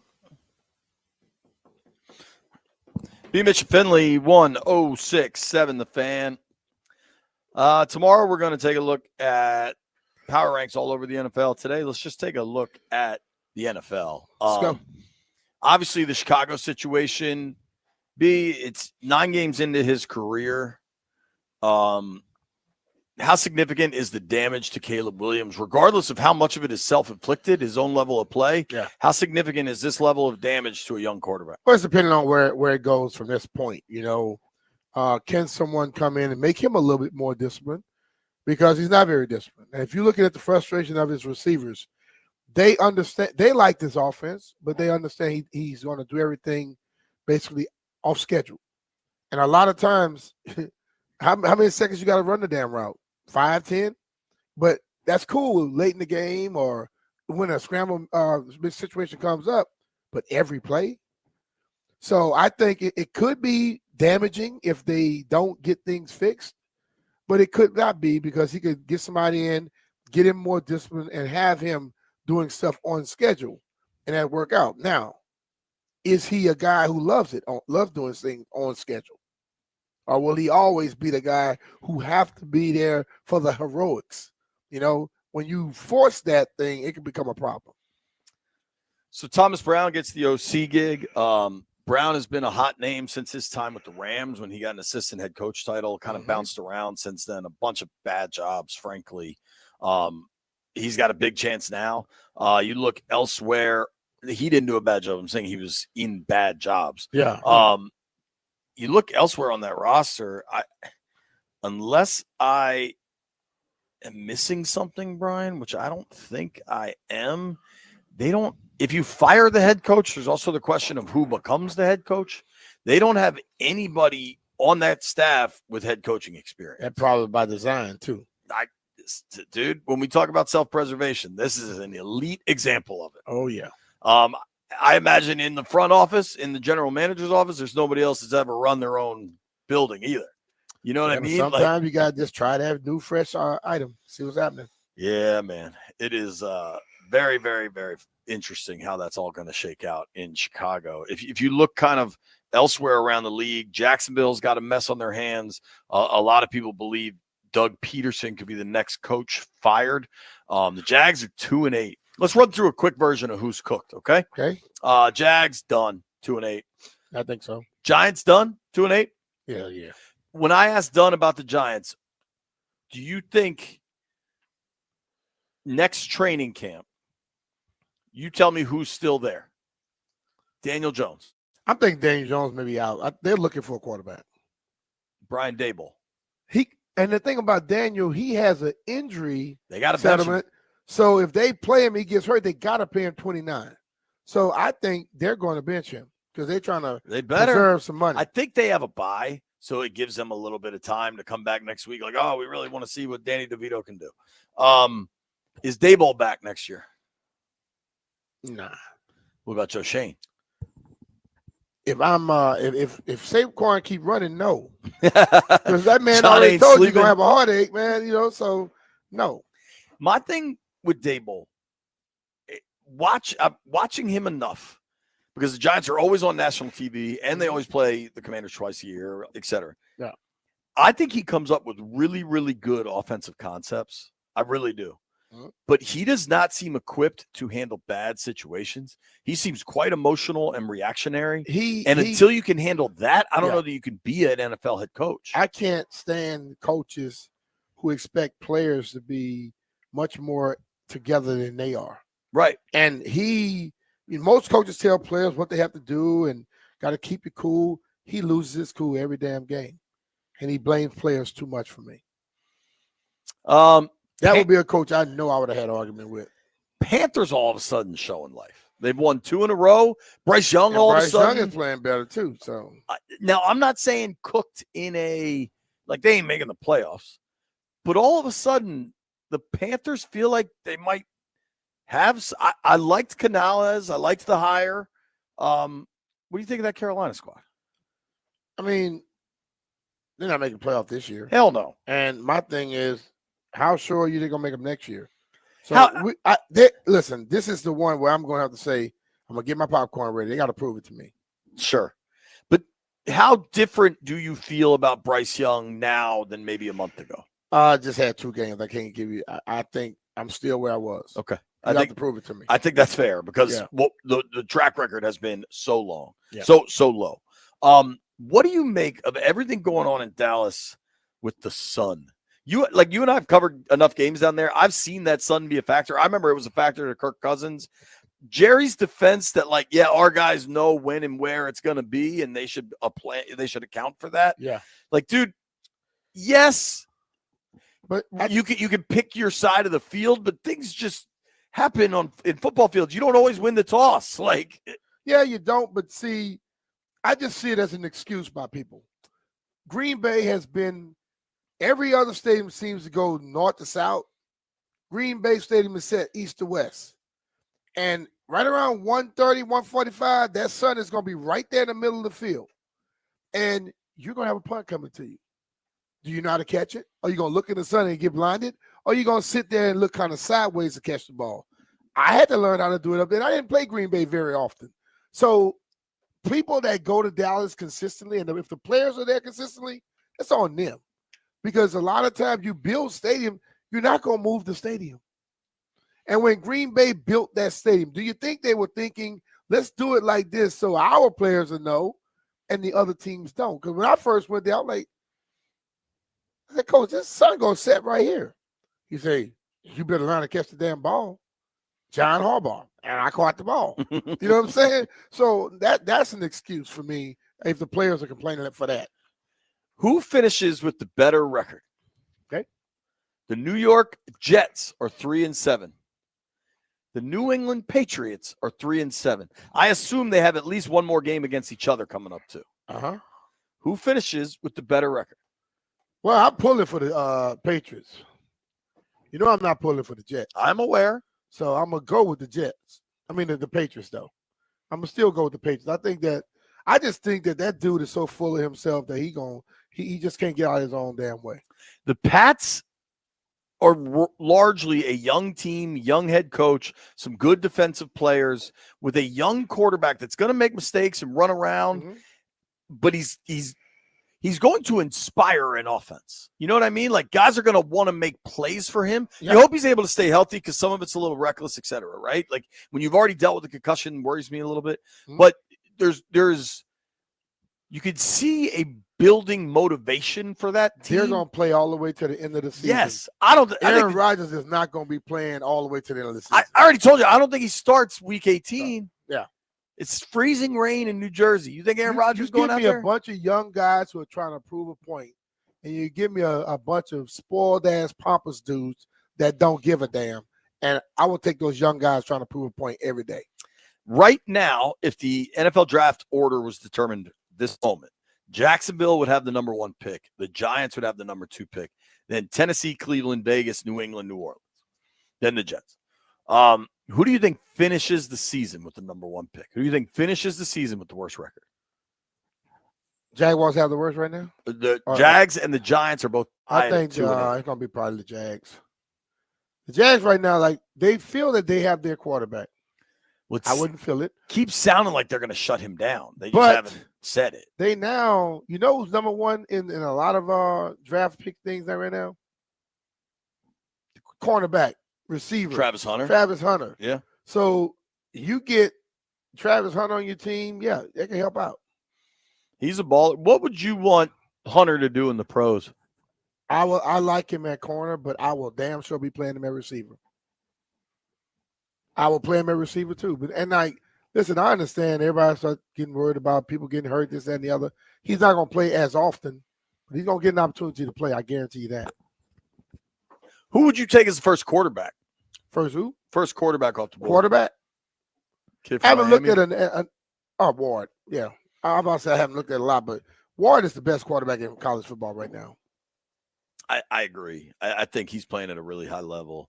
I worry a little bit about some of the Caleb stuff that maybe he's too off schedule, but maybe you sort that stuff out. Does it feel like we are headed towards, now it's November 12th. It's too early to know. Do you feel like if I could give you could have Chiefs, Lions as your Super Bowl pick or all the other teams? And you either get Chiefs, Lions, or you get everybody else for the Super Bowl. Not picking a winner, but just those are the 2 teams that get there. I'm kind of feeling like that. You're right. I think that those 2 are the better teams right now. And they don't seem like they're getting worse. The thing that I'm telling you why I sit on the AFC side, Kansas City hadn't played a good game yet, and they're 9-0. And what have we seen every year with them? When you get to the second half of the season, they all of a sudden start putting stuff together. So if history repeats itself, they might be right back in there again. And it'll be hard as hell for me to pick anybody against them. I mean, I also, one minor second half prediction for me. The Vikings are playing fantastic defense. I get that. But Landfill, have you noticed how Sam Darnold's starting to play all of a sudden? Like the magic seems a little evaporating. Have you noticed that, Landini? Yeah, I mean, that's who Sam Darnold is. He's got 5 picks in the last 2 games. You have to realize, man, just like I said about 6 turnovers. When I say this about the young quarterbacks, they have that 4-week and that 5-week thing and all that. People start to figure things out. And if you have been historically average, eventually you will be historically average. Darnold right now, the Vikings rather are 7-2. They're really good. They're playing really good defense. Darnold now at 10 interceptions through 9 games. Okay. Over under end of the year 15.5. Over. Landy? What? Over under 15.5 picks for Darnold. Over. Nobody go anywhere. We got to make some bets.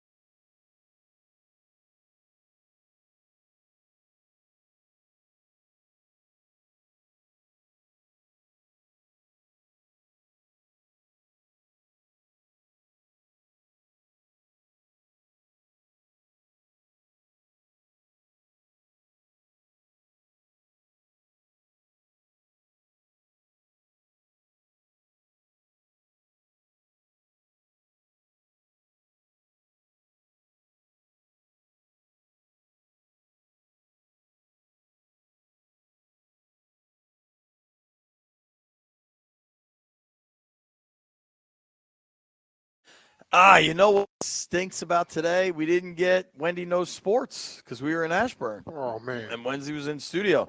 Tell Wednesday she owes us 2 segments next Tuesday when we're back on a normal schedule. Been a fun day out here in Ashburn. We're going to hear from Commanders head coach Dan Quinn in minutes. We'll have all that for you tomorrow. I'm sure Grant and Danny will have plenty for you when they take over when we're done here in just a few minutes. We end every show by making some bets. Call it Heard It Here first. Let's go.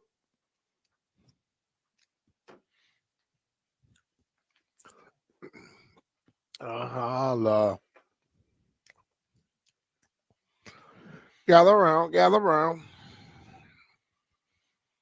All right, Jeffrey, what you got? And Jeff hasn't been here for an hour. Where the hell did Jeff go? Who knows? Oh, boy. Did we Why you trying to finish that song, man? Gotta have that song for tomorrow, bro. So, well, then I guess, Landville, do you have the results of yesterday's bets? I know I lost, and Jeff lost too because he ain't here to defend himself. Jeff, Yep. Jeff And I definitely won. lost. I won my parlay 2-0. Did you? Yeah, that's what I said. Yeah, but did you? I don't care because I don't. First of all, remember. I don't know who I bet on. I bet last minute, so but hell, the person that keeps it not here, I damn sure won. All right, then I won too. What the Landville? You We're all 1-0, I'm undefeated. 2-0. Yeah, Landfill, you won. Well, you lost. You said it, so you already gave it up. You 0-1. All right, let's make some bets for tonight then. Landy, what do you like tonight? I'm taking the Celtics I minus did 15. take OKC, and Cavaliers are 12-0 now. Damn, are they really? Yeah, with old boy Donovan Mitchell killing it. Wow, they are 12-0. 12. They haven't lost yet, dog. What's the record for longest? I don't know. Do you know that, Landville? What? Like, what's the longest an NBA team has gone undefeated? No, I don't know. Longest NBA win streaks. I don't know. This is a sports show. Maybe one of us would know that thing. Give me the Knicks, and give me the Golden State Warriors. It was the 2.5, Warriors minus that did that. Heavy Metal Chris is here. Yeah. Somebody had a feeling for Jeff. I damn near broke my damn my eardrum with that deep ass. All right, hold on. voice. Now, Chris, don't answer this because clearly you Googled the same article I did. The No, it Warriors. was that year they have- lost to LeBron in the finals. It was that year they had the crazy regular season record. I know that. Chris definitely missed the part of like, yo, let me just ask B. Mitch this question Uh-huh. without interrupting me. I need What do you think they started? How got many it. straight? I'm gonna go with 22. 24. They started 24 I'm and good 0, at this dude. game, Jay. I Yeah. get close every You time. are dog. very good at it. Horseshoes and hand grenades. All right, so what's your bet, B? Damn, I forgot what I said now. I took the Golden State Warriors minus 2.5. I took the New York Knicks minus 3.5. And Landfill, you're laying 15 with Actually, the Celtics. just give me Golden State money line. Okay. And I want the Knicks still minus 3.5. Nothing makes me more giddy than B. Mitch's patented last second parlay. That's not last second. I'm the first one to pick. Landville, what are you taking? The Celtics. Landfill's taking the Celtics. I think I'm taking. You taking the point spread because it can't be just a money line thing. Yeah, I think he's laying 15. All right. I don't like this, but this works out either way. Either they lose or I win. I'm taking Duke tonight against Kentucky. I might actually try to watch that game. I think that'll be fun. You taking Duke? They gonna lose. Thank you to everybody that listened to the program today. Thank you to Barstool Nate for joining us. Thank you to Mike Jones for joining us. Thank you to Barry Sverluga for joining us. Thanks to all the callers. Fun day. We're getting close, man. Thursday Night Football is going to be a fun ride. Grant and Danny come your way next. You made it this far. I owe you a beer.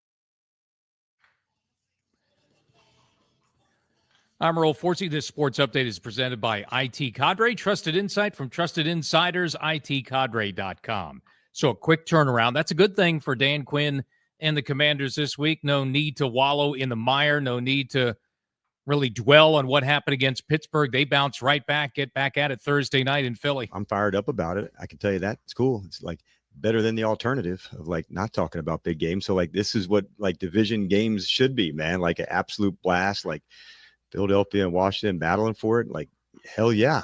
Yeah, battling for first place in the NFC East. Philly took the half-a-game lead with the Commanders' loss to Pittsburgh over the weekend.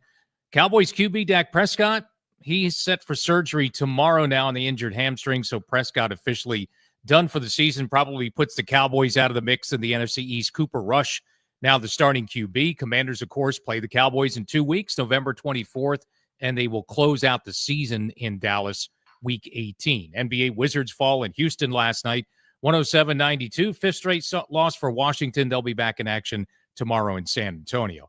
IT Cadre's trusted insight, helping leaders of the nation's most important organizations understand complexity, align efforts, and make the best data-driven decisions to achieve success. IT Cadre, your vision, our purpose. To learn more, visit itcadre.com. That's itcadre.com.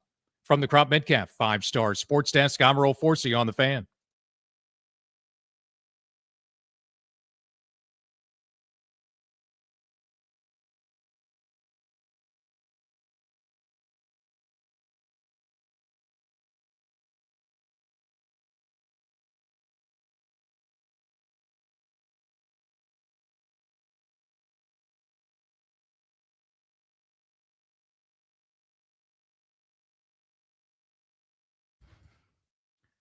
Good Tuesday afternoon and welcome into Grant and Danny. You are listening live to the Fan. We'll be taking you up to 6:30 today. We're excited to let you know that even though we won't have Austin Eckler on the program for his normal 5 o'clock appointment on Tuesday today, he will be with us tomorrow at 5 o'clock right here on the Fan. Schedule's off a bit. The lads are getting ready for the Philadelphia Eagles over in Ashburn this week. Yeah, the short turnaround, man. It is right back to work, and it's not a cupcake. It's not, directional Michigan coming to town. It's the team you're now looking up at in the standings who's playing their best football. Lot to get into today. We've got to start right off the top by letting you know that it is a Survivor Tuesday on Grant and Danny. You can go vote right now at facebook.com/Grant and Danny. You're kicking a player off the island. You're giving a player immunity.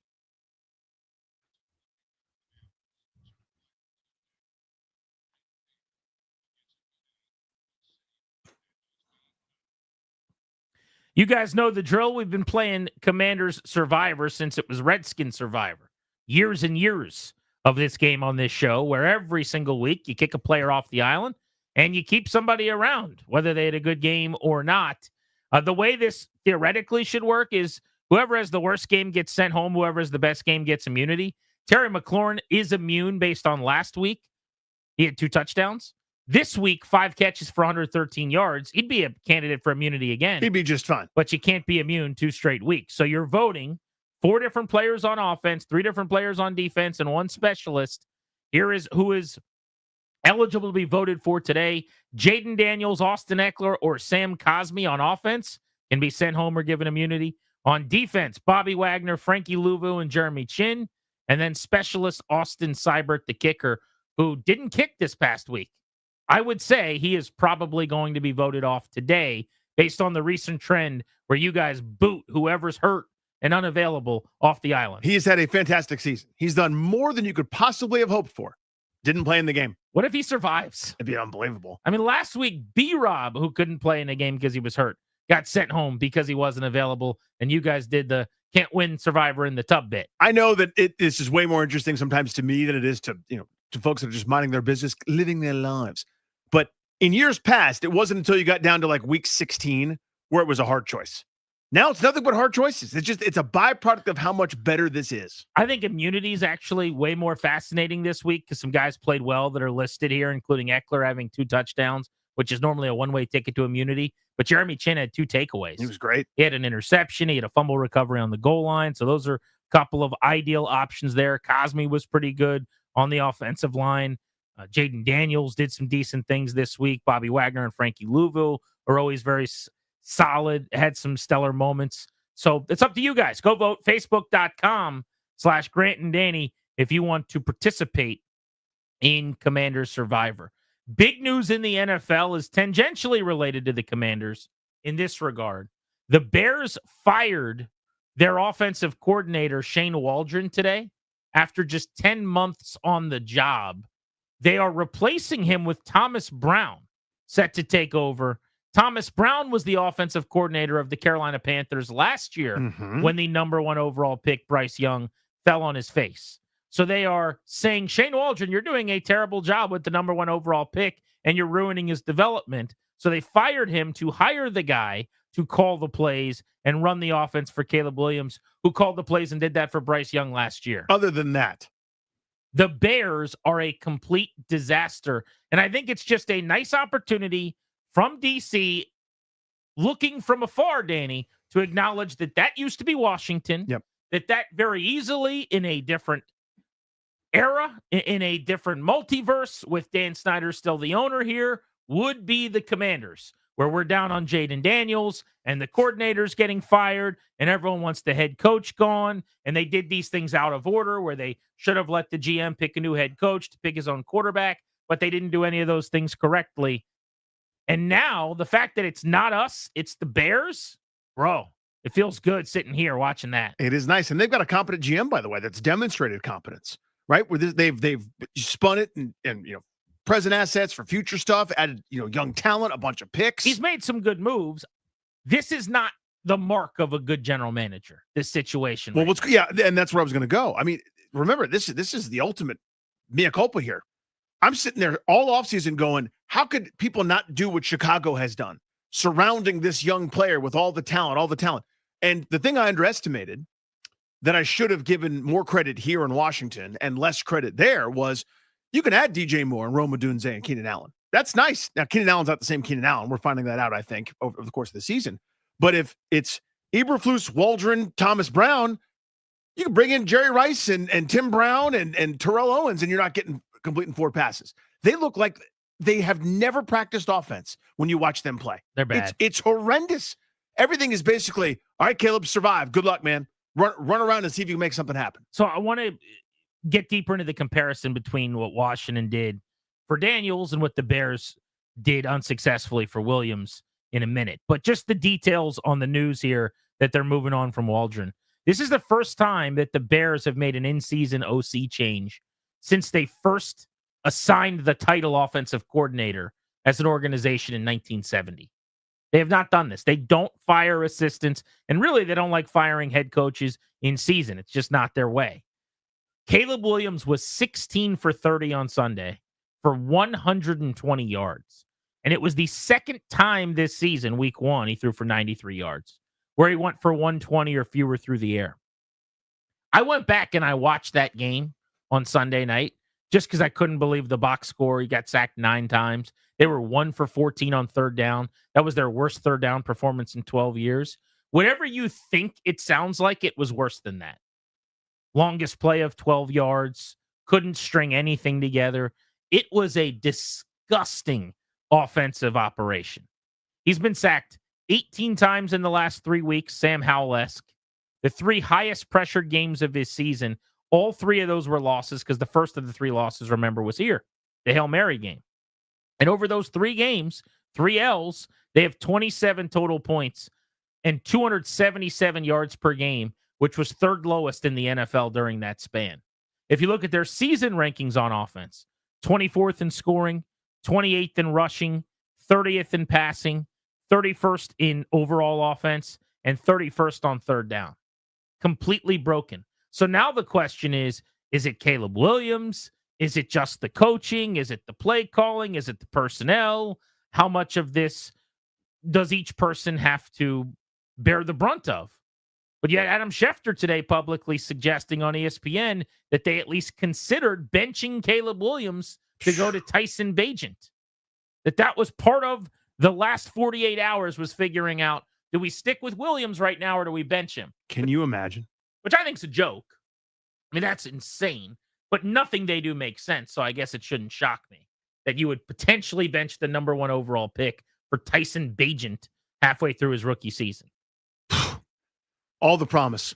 And again, I'm still a Caleb Williams fan. It's fun now to jump off the bandwagon, and people in New England, people here, and even the small sample you got in Minnesota of JJ McCarthy before he got hurt, or Bo Nix, what he's turned in. Everyone's loving to dunk at this point. Way too early to write an epitaph. Way too early to close the book on someone that's that talented in what we know is a rotten situation. Like, you don't fire an OC midway through this season of a rookie because everything's going great. You know what I mean? Like, it is clearly a mess there. So still very, very, very bullish on Caleb Williams and his career and his ceiling and everything else. You saw some of those moments against Washington firsthand, for goodness sakes. They couldn't do anything for 3.5 quarters, and all of a sudden, some of those, oh my God, he has it. He has the thing, as they marched down the field and scored a couple touchdowns late. But man, oh man, is it a hot mess there. Like, and it is, I feel bad for Chicago because they're in the kind of that Washington, Cleveland, Detroit to a degree boat where they just simply have never had a good quarterback for most of their existence of their franchise. I know Detroit's had some more flirtations than others, but Chicago is Washington Northwest. Like, they have done that. They've had a lot of Jim McMahon, Eric Kramer nonsense forever, where they just simply cannot get that position right.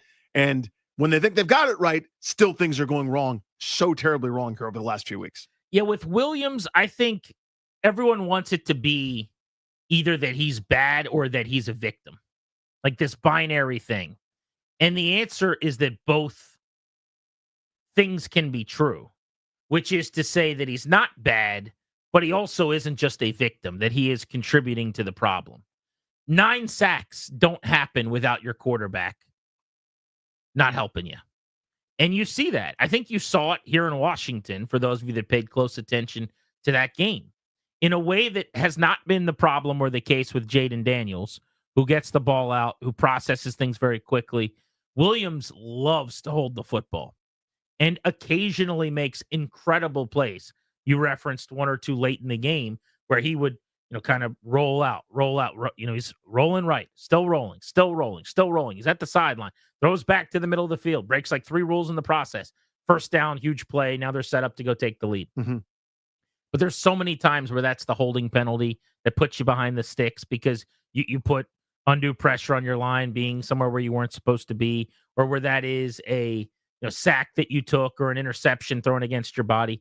The biggest difference between him and Daniels negatively this year, I would say, for Caleb Williams, is that Jaden Daniels does not look like a rookie very often. He does not make the catastrophic mistake. He does not put the ball in harm's way. He doesn't hold the ball and take the 15-yard sack that knocks you out of field goal range. Like those little tiny things that don't show up in the box score that are actually massive. Yep. Caleb Williams does those things constantly. And it's in addition to that, it's the guys that have had great rookie seasons in this way that have gone on to great careers. Think like Roethlisberger or Russell Wilson, and Jaden Daniels is not kind of doing the same thing. You're not getting the unbelievably prolific throwing totals that Baker Mayfield turned in or Justin Herbert turned in or CJ Stroud last year to a degree, but it's that trait.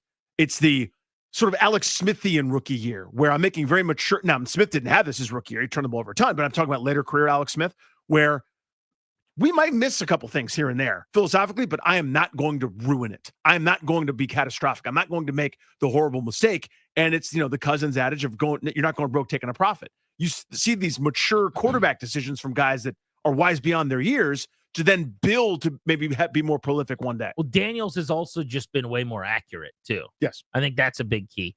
You look at completion percentage, which doesn't tell the whole story, but tells some of it. But watch the games. It's going to tell you the same thing. I mean, Daniels is just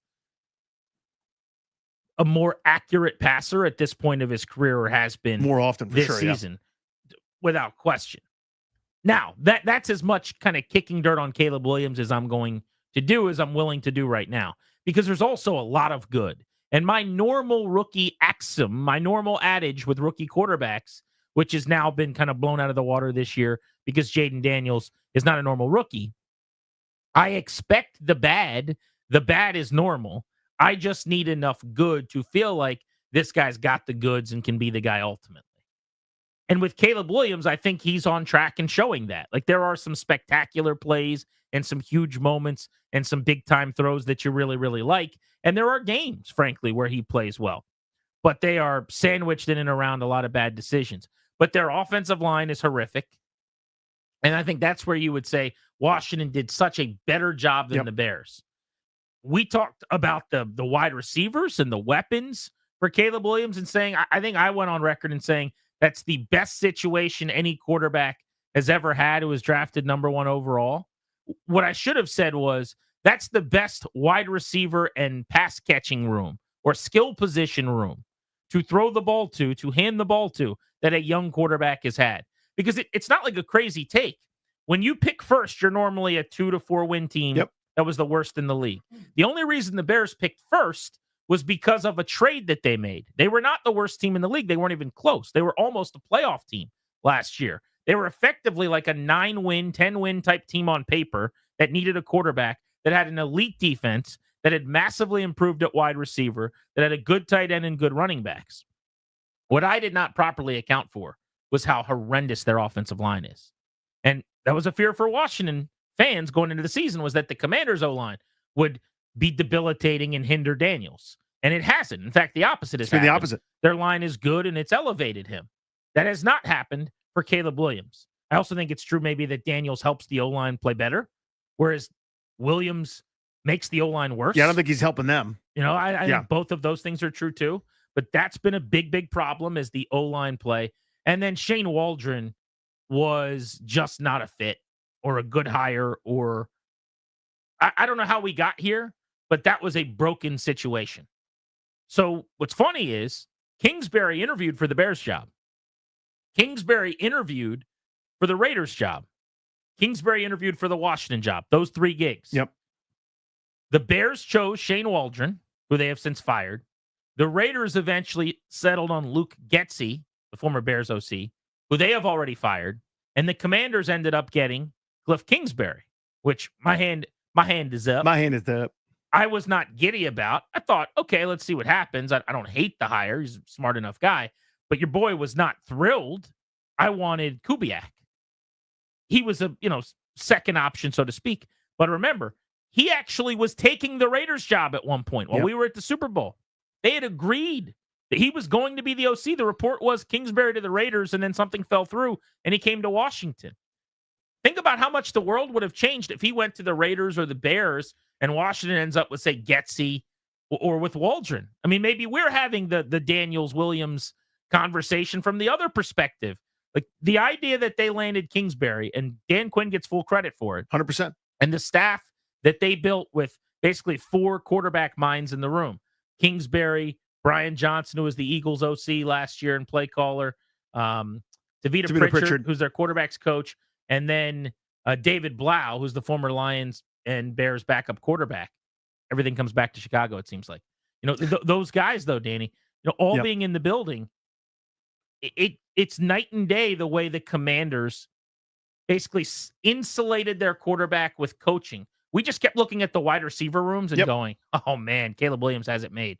And there was so much more to it than that. 100%. It's the biggest evaluation mistake that I made looking at the process, where I underrated how great a fit Kingsbury was going to be, because I didn't know, quite frankly. I mean, the data set of Kingsbury's career before Washington is Arizona, some incredible moments for half of a season, and then some flameouts, then an injury, and then okay. Yeah, the Arizona tenure for Kingsbury is not how did we miss this? It was a very pedestrian offensive operation while he was there. And some certainly runs of weeks at a time, 5, 6, 7, even 8, maybe 9 weeks when they would get off these rip-roaring starts where they were a juggernaut.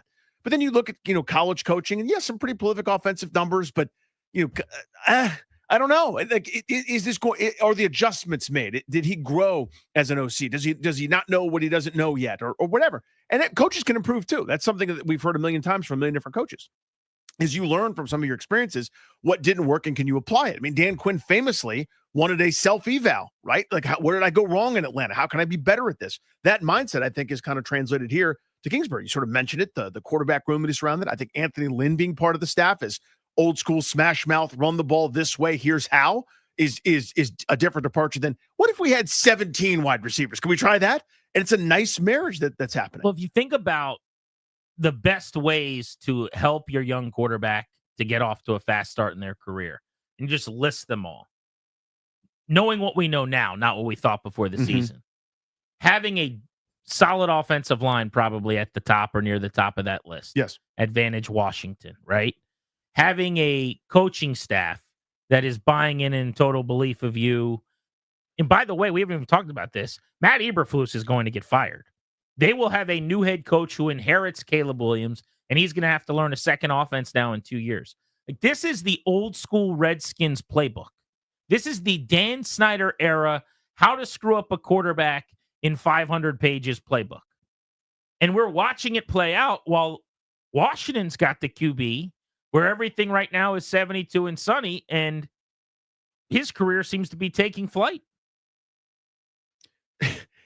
The way, again, what I can't get over, because again, on paper, just thinking about this, the what I can't get over is, to me, like, all the schemes and all the designs are one thing. But I'm going, when in doubt, you can just sort of throw it towards Odunze or Moore or Keenan Allen, and they'll make you right. Like, that security blanket to me was so valuable. And not to mention Cole Kmet, DeAndre Swift, a good pass catching running back. I thought Chicago's situation, but those guys are never open. And that's my point, is I thought that would overcome any. I mean, Eberflus, I'm going, what are you doing? That's a terrible dude to maintain and be in charge. He's already proven he can't do it. He's turned in bad work. Well, and now you're doing a retread. But I'm going, it'll be fine because of their personnel. Wrong. I Just saw so one wrong. of my buddies in Chicago was asking the question on Twitter today.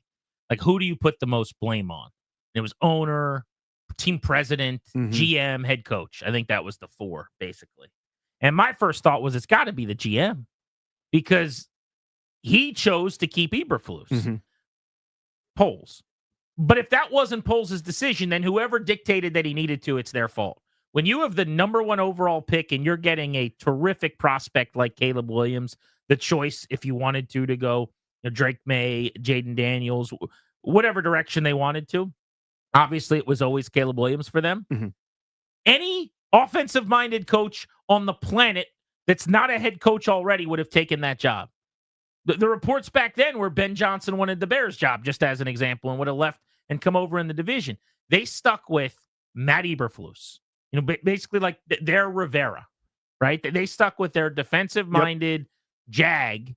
And it's like, what are you doing? Yeah, it's not as if Why? it's a Mike McDonald type defensive coach either. It's not some genius that half the league is using his stuff. You know what I mean? Like, this was never he rises above and is transcendent from the defensive potential limitations. Like, it looks like Dan Quinn has, to be honest with you. Dan Quinn to me is I now don't think of him as a defensive mind. I think of him as leader of men, get everyone to pull the rope in the same direction, and also a defensive mind. Whereas Eberflus, Well, that's called that cologne of being 7-3. well, that's part of it. You'd think about Eberflus that way too, probably. If they were had 7-3, wins. well, if everybody was like almost cult-like and saying the exact same things in various interviews, we are a brotherhood. It is about brotherhood. We are here for each I mean, other. the Falcons were doing all of that too. While they had a pretty good offensive coordinator and had an MVP at quarterback. It all kind of fell apart on the other side of that. Hopefully that doesn't happen here. But back to the bigger conversation at hand, what is the biggest difference between the Commanders and the Bears and how they set these quarterbacks up? Obviously, Quinn deserves a ton of credit. Cliff Kingsbury just being hired is the win here, it seems like. That the marriage with him and Daniels has been flawless. Kingsbury deserves a ton of credit. But these are two organizations seemingly going in very different directions. Two quarterbacks in their careers taken 1 and 2, going in very different directions at this moment. We can open up the MGM National Harbor listener lines for you to juxtapose the Commanders and the Bears with us. 800-636-1067. You want to hop in on Grant and Danny.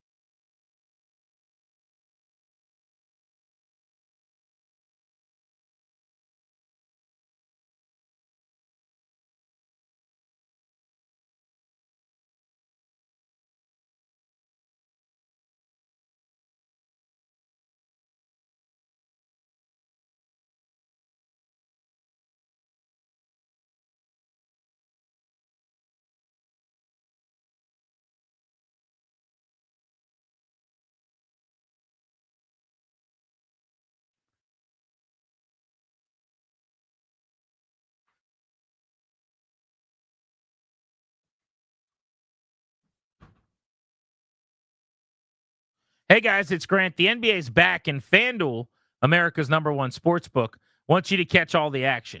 Right now, FanDuel's giving everyone 3 months of NBA League Pass. All you have to do to catch every tip-off and buzzer beater is place any $5 bet on the NBA to get 3 months of NBA League Pass courtesy of FanDuel. Just visit FanDuel.com/GP. My promo code is GP. That's FanDuel.com/GP with my promo code GP as the NBA season is tipping off. Must be 21 and present in Virginia. After 3-month free trial, the full price League Pass automatically charges monthly. Cancel anytime. No refunds. Terms, restrictions, and embargoes apply. Limit 1 pass per customer. See terms at sportsbook.fanduel.com. If you have a gambling problem, please call 1-800-GAMBLER.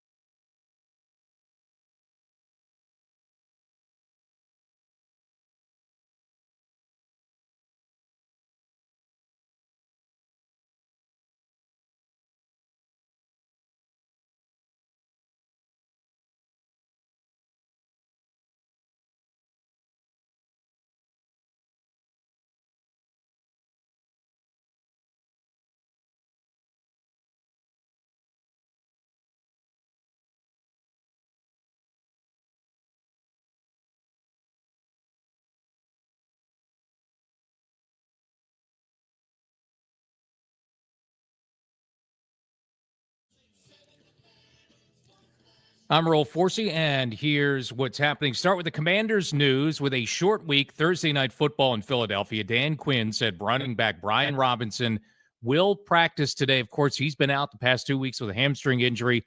Would be great to get him back for the big game, first place on the line against the Eagles.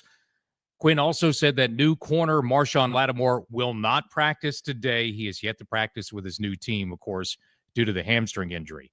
The loss in Washington, the guys are talking about it, may have broken the Bears. Chicago today replaced their offensive coordinator, Shane Waldron, only 9 games into the season.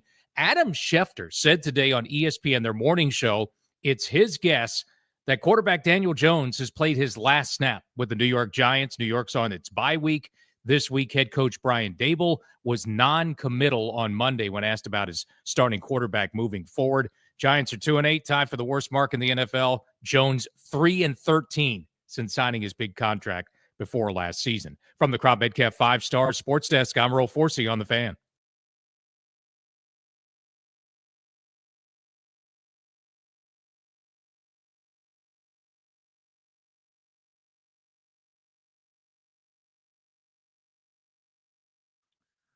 Coming up in 30 minutes at 3 o'clock on Grant and Danny, our fastest 16 minutes. We'll go around the NFL and look back at every game and all the big storylines from this weekend. The Bears have fired their offensive coordinator, Shane Waldron, today. They are not going to bench Caleb Williams, but apparently they considered it. So my 2 questions about all of this is, number one, why would you even think about benching Williams as you're falling out of playoff contention? It's time to develop your number 1 overall pick. But number 2, why did they wait until today to do this? The game was Sunday. They made the announcement late Tuesday morning, essentially. Feels like a waste of time. It's not like they have a bye To a degree, week. yeah. I wonder if they had like the deliberation. They're like, let's cool off Sunday night. Monday we'll all come in and discuss it. And they probably discussed it all day. And then it's okay, now we're doing it Tuesday. Instead of just going, we got to hurry up. So I guess that's my point, though, Danny. It was obvious, I think, to anybody who watched that game, someone's getting fired. It's maybe Eberflus, but that didn't happen because he did his Monday presser. And if it's not Eberflus, then it's got to be Waldron. Now, maybe they could have kept Shane Waldron and just stripped him of his duties, and that was the consideration. Does he want to stay on staff and not call plays? I just think whatever you're doing, you got to do it faster than taking Agreed. Sunday to now. I mean, we're talking about 48 hours ago. Agree. Yeah. You only get 3 times that to prepare for the Packers. You've wasted 20% of your work week. It's one of those things where I'm sometimes the impatience of the fan, like last year, for example, I'm sitting there going, getting credit to the Harris ownership group, blah, blah, blah. Okay, I've already said that. I'm going, will you please just give me my pound of flesh? We all know Rivera's going to get let go. Just do it. Just jettison this thing into the sun. So just for my own sanity, just make me happy. Give me my pound of flesh. And they never did. So you're trying not to be a reactionary Randy. You're trying not to be the dude in section 410 as you're screaming from the heavens. But sometimes the people that are screaming, who can see it clear as day, are right too. Like this is one of those where you're going, if you're going to do this, post game, thank you so much. Keep turning your key card in your Microsoft Surface. I mean, they've been screaming since week 1. Yeah. Week 2, probably. They got this one right. It's like the people that, think every single time Washington drafts someone, he's going to be a great player. And then, the time that the player is great, that they're right, or vice versa. Every time, I'll joan on you a little bit. Every single time the Commanders play a game and they have a lead and the other team gets any kind of a break or has like an a first down run for 4 yards. Danny texts us and goes, this loss is going to be so painful. And this week you were right. Mm-hmm. The previous 4 you weren't, but congratulations, you called your shot. When they were up 10, they lost to the Steelers. But the point of the dude's story is, I think it was pretty clear they had to make a change. It just seems like waiting until today was unnecessary. But I know how the work week goes in the NFL. Your first real practice is Wednesday anyway. Monday's a treatment day. So maybe they felt like there wasn't anything really lost in waiting until today. Let's go to Kevin in Centerville. We're taking a look from 10,000 feet up on Washington and Chicago, how they insulated their young quarterbacks, 2 teams that are going in different directions. What do you make of that? Boys, happy Tuesday, first of all. I got 2 thoughts on this. The first is, and this is kind of in the spirit of Veterans Day having happened yesterday. In the military, there's a training expression where you say to embrace the suck. Sometimes there's things that you have to do in order to grow that are not fun. And Washington knows that all too well. that there are times you have to burn it down to the studs and just have a couple of really bad years before you can really try to make progress based on what's going on. Chicago for many years was in this pursuit of aggressive mediocrity. They were the most aggressively mediocre team in the NFL, or even in the years that they were down, they didn't lean into the tank the way that they should have in order to try to clean house and get everyone out. Now, of course, Washington for the longest time, the rebuild didn't work because even though they burned it down to the studs, they were building over a sinkhole when Dan Snyder was here. So Snyder's gone. They rebuild this season, which is great because they did what they needed to do to try to clean house. The Bears do this cyclically where they hang on to either their coach or their offensive coordinator 1 year too long with the quarterback they're developing, refusing to fire them. And they've run into it again this season with the number 1 pick. The second thing I'll say is the same way that I'm going to praise Washington, it's the most damning indictment of Chicago's system. When you draft a quarterback that has the type of athletic talent that these two guys have, you cannot try to force them to fit your system. They have to become your system. Washington has done such a good job with that with Jaden Daniels this year, where they've allowed the offense to be structured around his offensive skill set and not try to force a square peg into a round hole. I think that's a great point. Fantastic call. Yeah, really good call. I will disagree with the last point. When I watch the Bears, I see Caleb Williams doing Caleb Williams things. I think for the most part, that offense has been catered to Caleb Williams. The good things he does are some of the good things he did in college. The bad things he does are trying to do the bad things he did in college, and it's just louder and worse and more embarrassing because now it's in the National Football League against better players and better defenses. But I don't think they're asking him to do anything he can't do. My issue with the offense they designed for him and that Waldron was running is there weren't enough layups. They did not do a very good job making things easy for him. The expected completion percentage on Jaden Daniels' passes this season is around 66%. The expected completion percentage on Caleb Williams' passes out of his hand this season, 62%. Doesn't sound like a big deal, but it is. I mean, if one guy's completing, 62% and the other guy's at 66% just on the layups, basically, that's not anything better than what you should have done out of your hand. That's not you throwing the ball well. Just means Cliff Kingsbury 4% of the time gets Daniels an easier answer than Caleb Williams gets from Shane Waldron. That's a big deal. It's a massive deal when you start doing it over days and drives and then weeks and then months and then seasons. You end up with a giant gap between the two in terms of ease. So I would need somebody hardcore breaking down every concept and route tree and what each read was to know if it was designed for Caleb Williams' strengths or not. Some of it is Williams has certain proclivities.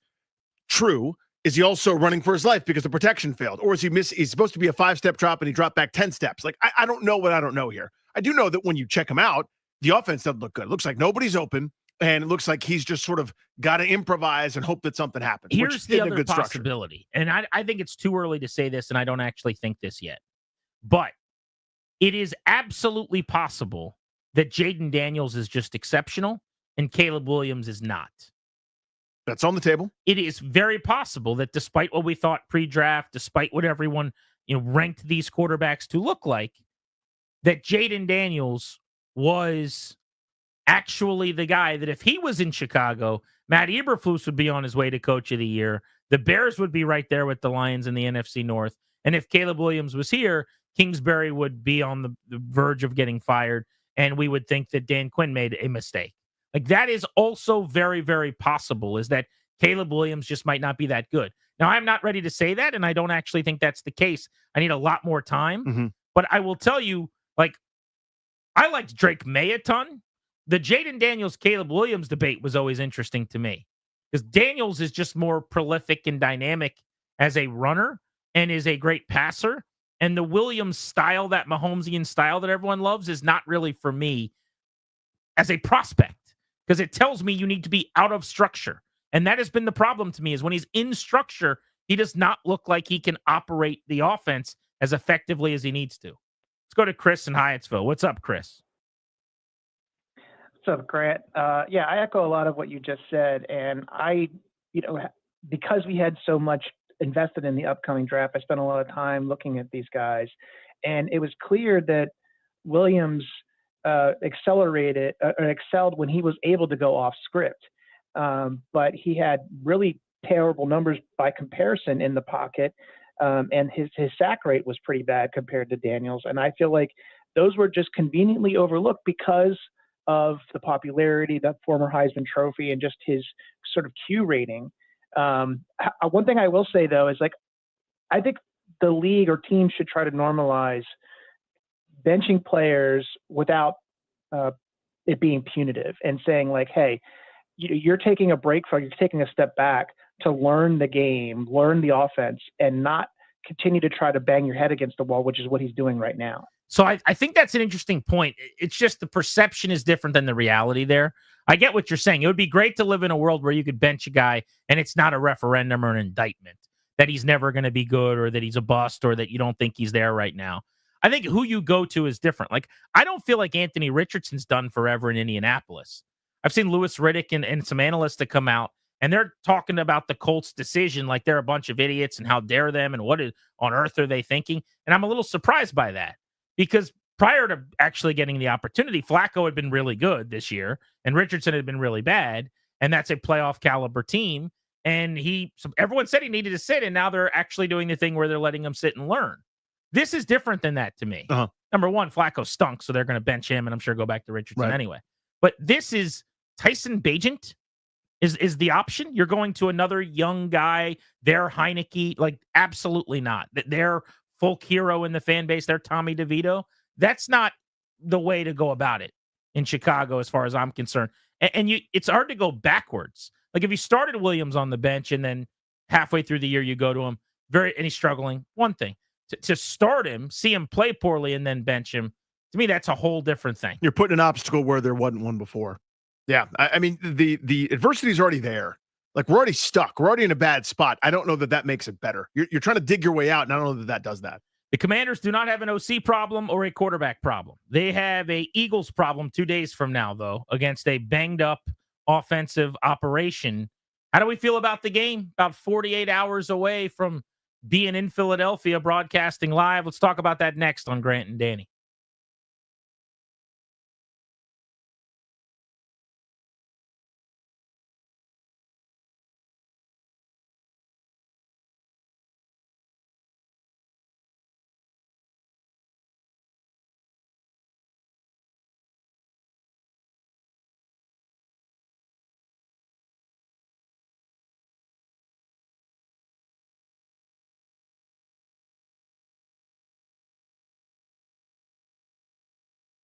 What's up, guys? Grant and Danny here for our pals at Window Nation. I got a house full of Window Nation windows. Got them a couple of years ago. Last week, when it was really hot, cracked those windows open in the morning, shut them at night. All the air, it's always pleasant. It's November now, and the weather is changing, and winter is coming. Buy windows today and have them installed before the middle of winter. As it gets cold and those heating bills are on the rise, your house's old and damaged windows will just let all that heat and your money go right out the window. Yeah.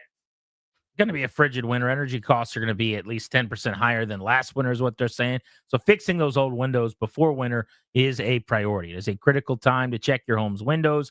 Are yours cracked? Are they leaking? You got to find that out now. Get 50% off all style windows, including double hungs, bows, bays, sliders. Plus, you could save even more with 0% for 60 months. That's 5 full years. Window Nation's windows come with a lifetime warranty. Thousands of homeowners, including Grant and I, have trusted Window Nation for their homes, and you can too. Do what we did. Call 866-90-NATION. That's 866-90-NATION, or visit windownation.com.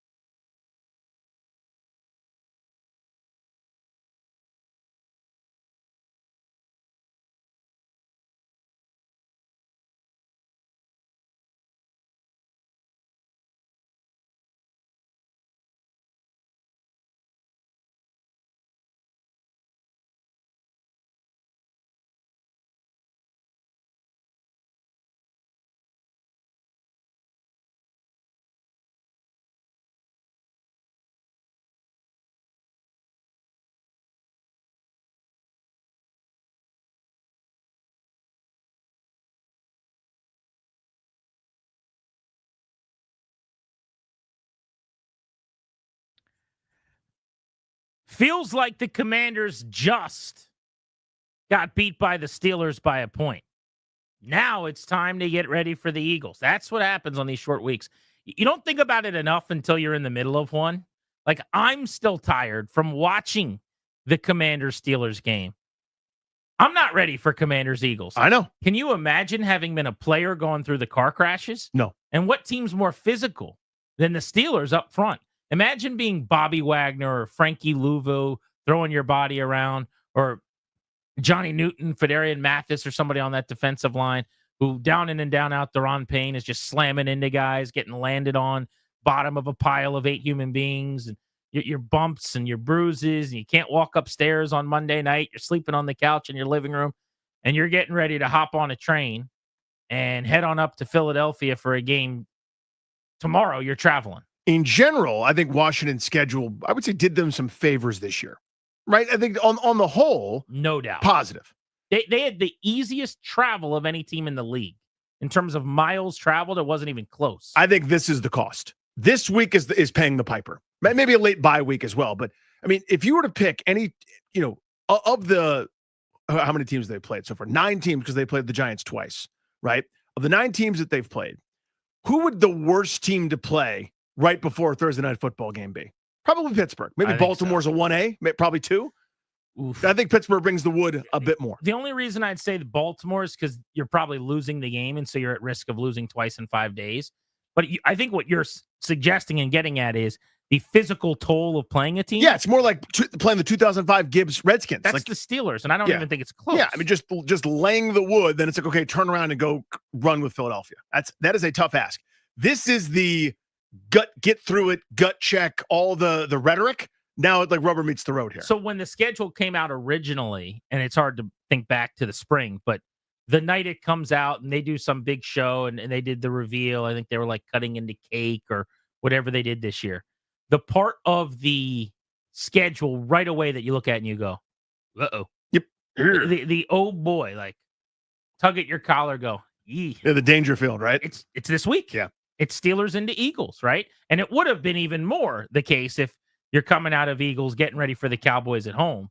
But without Dak Prescott, and now with either Cooper Rush or Trey Lance, both of whom are not starters in this league, they're going to absolutely destroy the Cowboys. Yeah, so before the season started, again, because this is the beauty and also the reminder, no one should be predicting anybody's record or win-lose games in the springtime, because did you have them not playing Dak Prescott and Dallas having imploded to that degree? A team that's won 12 games a year, 3 straight seasons? You thought they'd be one of the worst teams in the NFL? You knew that then? You didn't know. They're now going to sweep Dallas. Yeah. By the way, I cannot wait for a home date with a Trey Lance-led Cowboys team and Washington winning that game 33-3.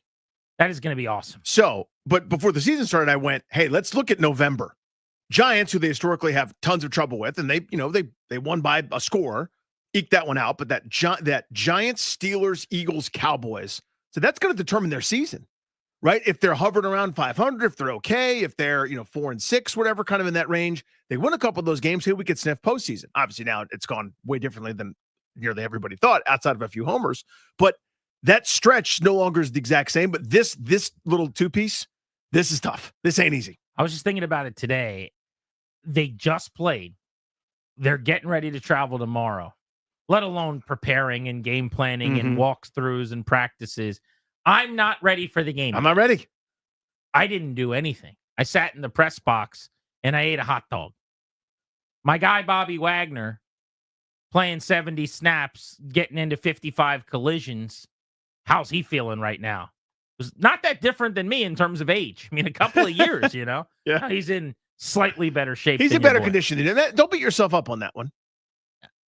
I think I should beat myself up on my condition, but not because it's not Bobby Wagner. Well, yeah, like Bobby Wagner's in better shape than you. I think that's okay to say. He's a pro athlete. Is he definitively in better shape? Yes. I think I feel comfortable saying that. That's no disrespect to you. It's Bobby Wagner. He's going to the Hall of Fame. Now, you're in the Hall of Fame, but for something totally different. Bobby Wagner, NFL linebacker. Me. Yeah. Now, you're in the King George Hall of Fame, right? He's not. Very so different. Do you have that over Bobby Wagner? There's Yes. a Hall of Famer. There goes a Hall of Famer. Bruce runs away. I was at the Caps game over the weekend. They played the Penguins on Friday night. I went with our buddy Barstool Nate. We're sitting, great seats, by the way. Went with him. He had awesome seats.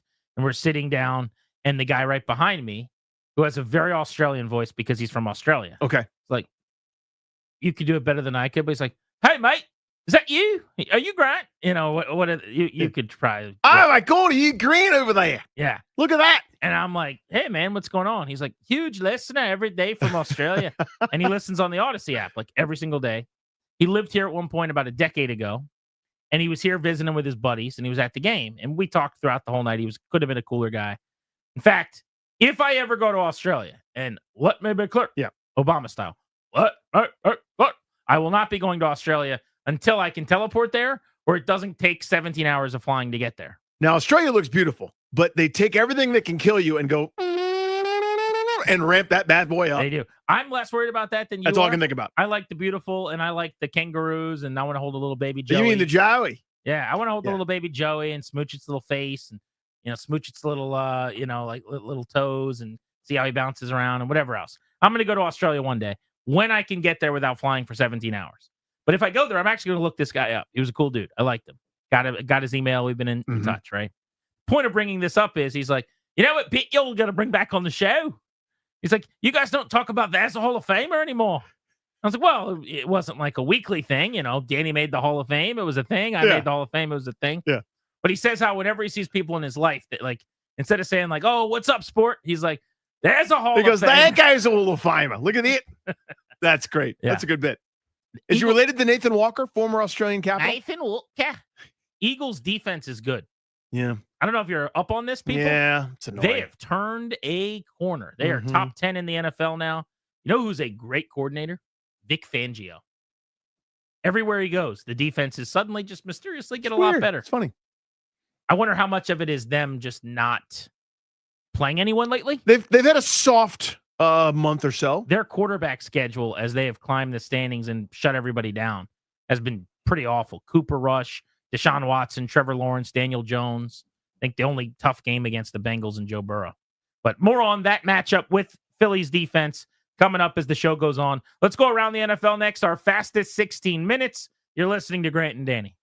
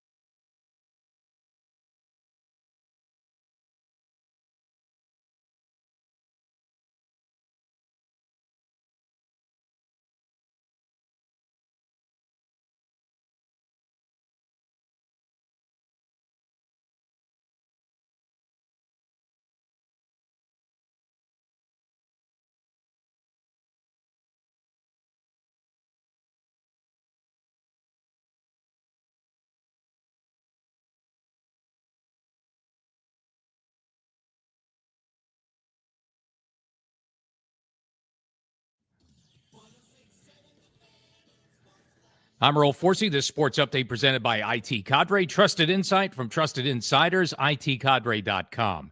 Commanders with only a couple of more days to get set for Philadelphia Thursday night football.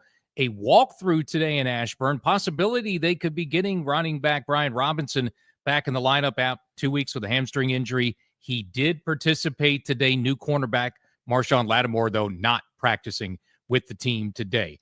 Elsewhere, Adam Schefter on ESPN this morning had some interesting tidbits on the New York Giants quarterback situation. I think that when they get back from the bye, they'll turn to Drew Lock as their restarting quarterback. And my guess today would be that the Daniel Jones experience time in New York is over. Yeah, time flies when you're losing a lot of games and a $160 million contract. The other team in trouble offensively, the Chicago Bears. Grant and Danny talking about it a lot so far today, replacing offensive coordinator Shane Waldron, only 9 games into the season. And Cowboys QB Dak Prescott having surgery tomorrow on the injured hamstring, so he's done for the season. Cooper Rush now takes over as the starting quarterback, and Dallas Commanders play the Cowboys in 2 weeks. IT Cadre's trusted insight, helping leaders of the nation's most important organizations understand complexity, align efforts, and make the best data-driven decisions to achieve success. IT Cadre, your vision, our purpose. To learn more, visit itcadre.com. That's itcadre.com. From the Crop Midcap 5-Star Sports Desk, I'm Earl Forsey on the Fan.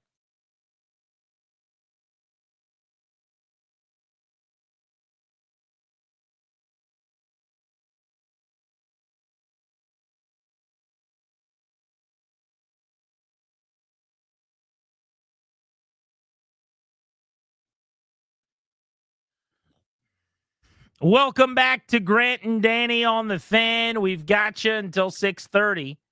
Thanks for making the show part of your day. We are sponsored by our friends Kondorian Murad. That's a law firm who will get your last will and testament squared away for you. You got to get that done. Set up a revocable trust as well for you and your family. It's the type of paperwork, the things you got to deal with. You don't want to, you put them off. They'll make it easy. Schedule a free consultation with their estate planning attorneys today. Visit kmlawyers.com. Be sure to tell them that we sent you. That's kmlawyers.com. I was texting with Kondorian Murad this morning because I asked him, what's the deal? What are the plans for Thursday, boys? We're coming up. We're going to the game. Me, you, Darius, and our guys. We're going to go over to Lincoln Financial Field. And they laid out the plan as to, where we're going, how we're going to get there, whatever. I said, no. I mean, how are we going to avoid being assaulted and harassed? Yeah, I mean that. What's the plan there? They haven't done a lot of legwork on that, it doesn't seem like. But I kind of feel good about being with lawyers, I got to say. Because when you punch me and I can do my lawsuit, I'm with a lawyer. He's right there. They know all kinds of stuff. Right there, the lawyer guy right there. What do I say? What don't I say? How quickly do I have to hand them a piece of paper saying I'm suing them? Like, how is this going to work? Can I just declare that I'm suing? Exactly. Is that enough? It is time on G&D for your fastest 16 minutes. Let's spin you around the NFL in Week 10.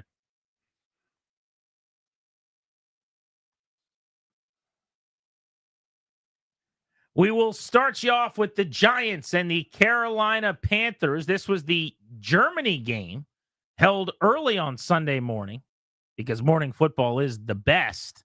I was up watching like the rest of you were. Bryce Young looks a lot better. I got to give him credit for that. A'Shaun Robinson made the play of the game for Carolina, a huge fumble in overtime that set the Panthers up for a second win in as many weeks. He hands this one off. And it's a fumble. Ball is loose on the opening possession of overtime. And it is recovered by Josie Jewell. Oh, you feel so bad. He's played such a great game. Rich Eisen, Kurt Warner on the call, NFL Network. Chuba Hubbard ran for $150 and a touchdown. They were talking about was Tyrone Tracy, ran for 100 yards and a score. Did have that fumble and also had a ball bounce up off of his chest that went for an interception, one of 2 Daniel Jones picks. Bryce Young, no interceptions, a touchdown, $126 on 15 of 25 passing. 2 starts in 2 victories for Carolina the last 2 weeks. That's the story to me. It's not that, the 2 teams that are terrible that in a game that should not have been played in that location at that time, but the fact that Bryce Young doesn't look completely overwhelmed and overmatched. He doesn't look good. I'm not telling you I've now seen the things that I saw at Alabama and I'm so excited about him, But before he was unrosterable. Now, of course, you're not going to take him off the roster, but you could not play him in an NFL game. It was that much of a disaster. It doesn't look that way now. So good for him. Good for him for sticking with it. We've talked too much about the Bears already today, but Patriots 19, Bears 3. Drake May outplaying Caleb Williams. Touchdown and a $184 through the air for May. Ramondre Stevenson ran for 74 yards for New England. Leading receiver Austin Hooper, 3 for 64 out of the tight end position. Caleb Williams sacked 9 times by New England in a 16-point win. Patriots are 3-7. Bears are 4-5. After the game, Caleb Williams being asked if he still thinks his head coach is the guy for the job. Am I confident in my head coach? Yes, I'm confident in my head coach. They brought me here for a reason. They brought all of us here for a reason. As players, when we're in the locker room, we know how good we are. We know how good we can be. And right now we're not executing. We're not hitting on cylinders. And we have all the confidence in each other, to be honest with you. When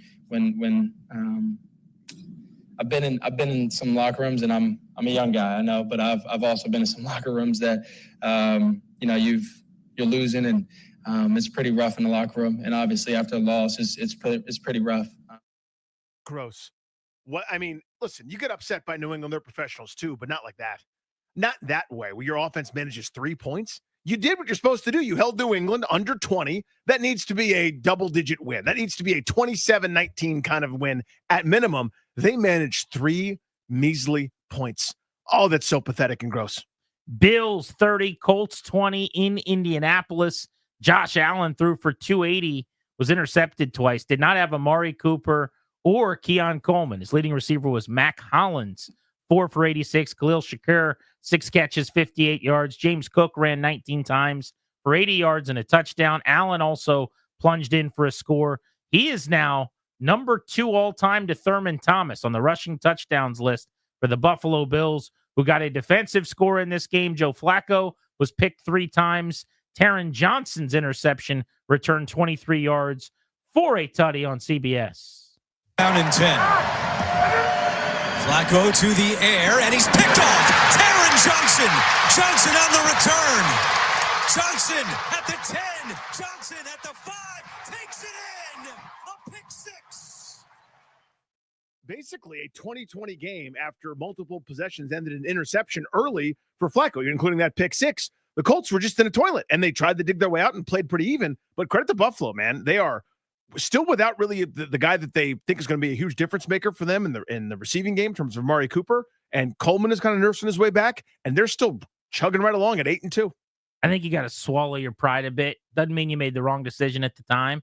Just going to look terrible. If you're Shane Steichen, I think you got to go back to Anthony Richardson, though, after the way Flacco's played the last 2 weeks. Yeah. And if someone's going to throw 3 picks, I'm going to let my young guy who can also run for touchdowns and break people's ankles throw for 3 picks. That's how I would do it too. I mean, this by the way makes the Flacco of last year that much more miraculous. This is the Flacco I know. It's this guy. It's Sam the Eagle, just incapable of good forward passes. Vikings beat the Jags in Jacksonville 12-7. Minnesota survived a Sam Darnold stinker. He threw 3 interceptions a couple of times when they were knocking on the door of points. They got 88 rushing yards from Aaron Jones in this game. TJ Hawkinson back big for the Vikings, 8 catches for 72 yards. For the Jags, Mac Jones started, was picked off twice, threw for just 111 yards on 14 of 22 passing with Trevor Lawrence out. Doug Peterson was asked about a Mac Jones pick, and he was not feeling like explaining what went on. Yeah, I'm not going to go through the details of the play because you guys wouldn't figure it out, but we'll go look at the tape tomorrow and we'll make those corrections. Seat's getting warmer. Yeah. See, here's the thing. You get to do that when you're 8-2, and you probably shouldn't do that anyway because it's a jerk way of speaking to people. Yeah, it's hard to hear from your high horse up there. What's that, 2-8? It's hard to hear you all the way down there in last place. I wouldn't be looking down on people right now when you're at the bottom of the toilet bowl, sir. Stunner in Kansas City. The Chiefs survive and beat the Denver Broncos 16-14. Denver outplayed them. Denver should have won the football game, but it was the Chiefs in the end with a blocked field goal who get a win. Bo Nix threw 2 touchdowns, turnover free ball, 22 of 30. He was outstanding.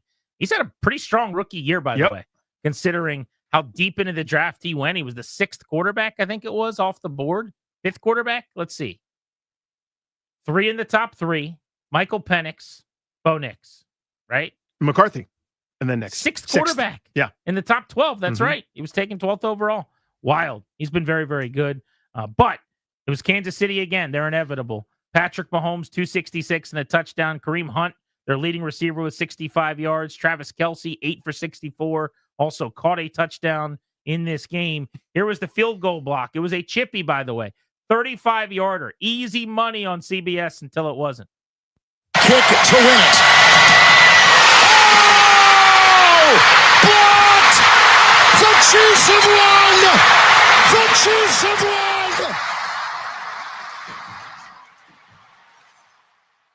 Take a bow, Kevin Harlan. Museum, please, for Kevin Harlan. Right away. Just send it. Al Michaels, you see how it's done? And that's how it's done. Not going to go through. All right. So next week we'll be back. Perfect. Sorry about it. Sorry about the excitement of the play. Someone got their hand on that one. So I guess it won't be going in. Anyway. I'm sure I'm the problem, though. People get so upset when I get upset about the Al Michaels calls. That's what it should sound like. Kevin Harlan out here doing work. Sorry, it's exciting. Sorry to bother you. I know it's been a long career and it's been a great one. But it's a big moment. It's a big moment. Rise. We called our shot here. Dead cat bounce for the Saints. Yep. They fired Dennis Allen. They hire their special teams coach. He tells everyone he clogged the toilet in the morning. They beat the Falcons in the division 20-17. You got to give the assist on this loss to Younghoe Koo. He missed 3 field goals. Atlanta moved the ball throughout the game. They had 470 yards, 6.5 yards per play.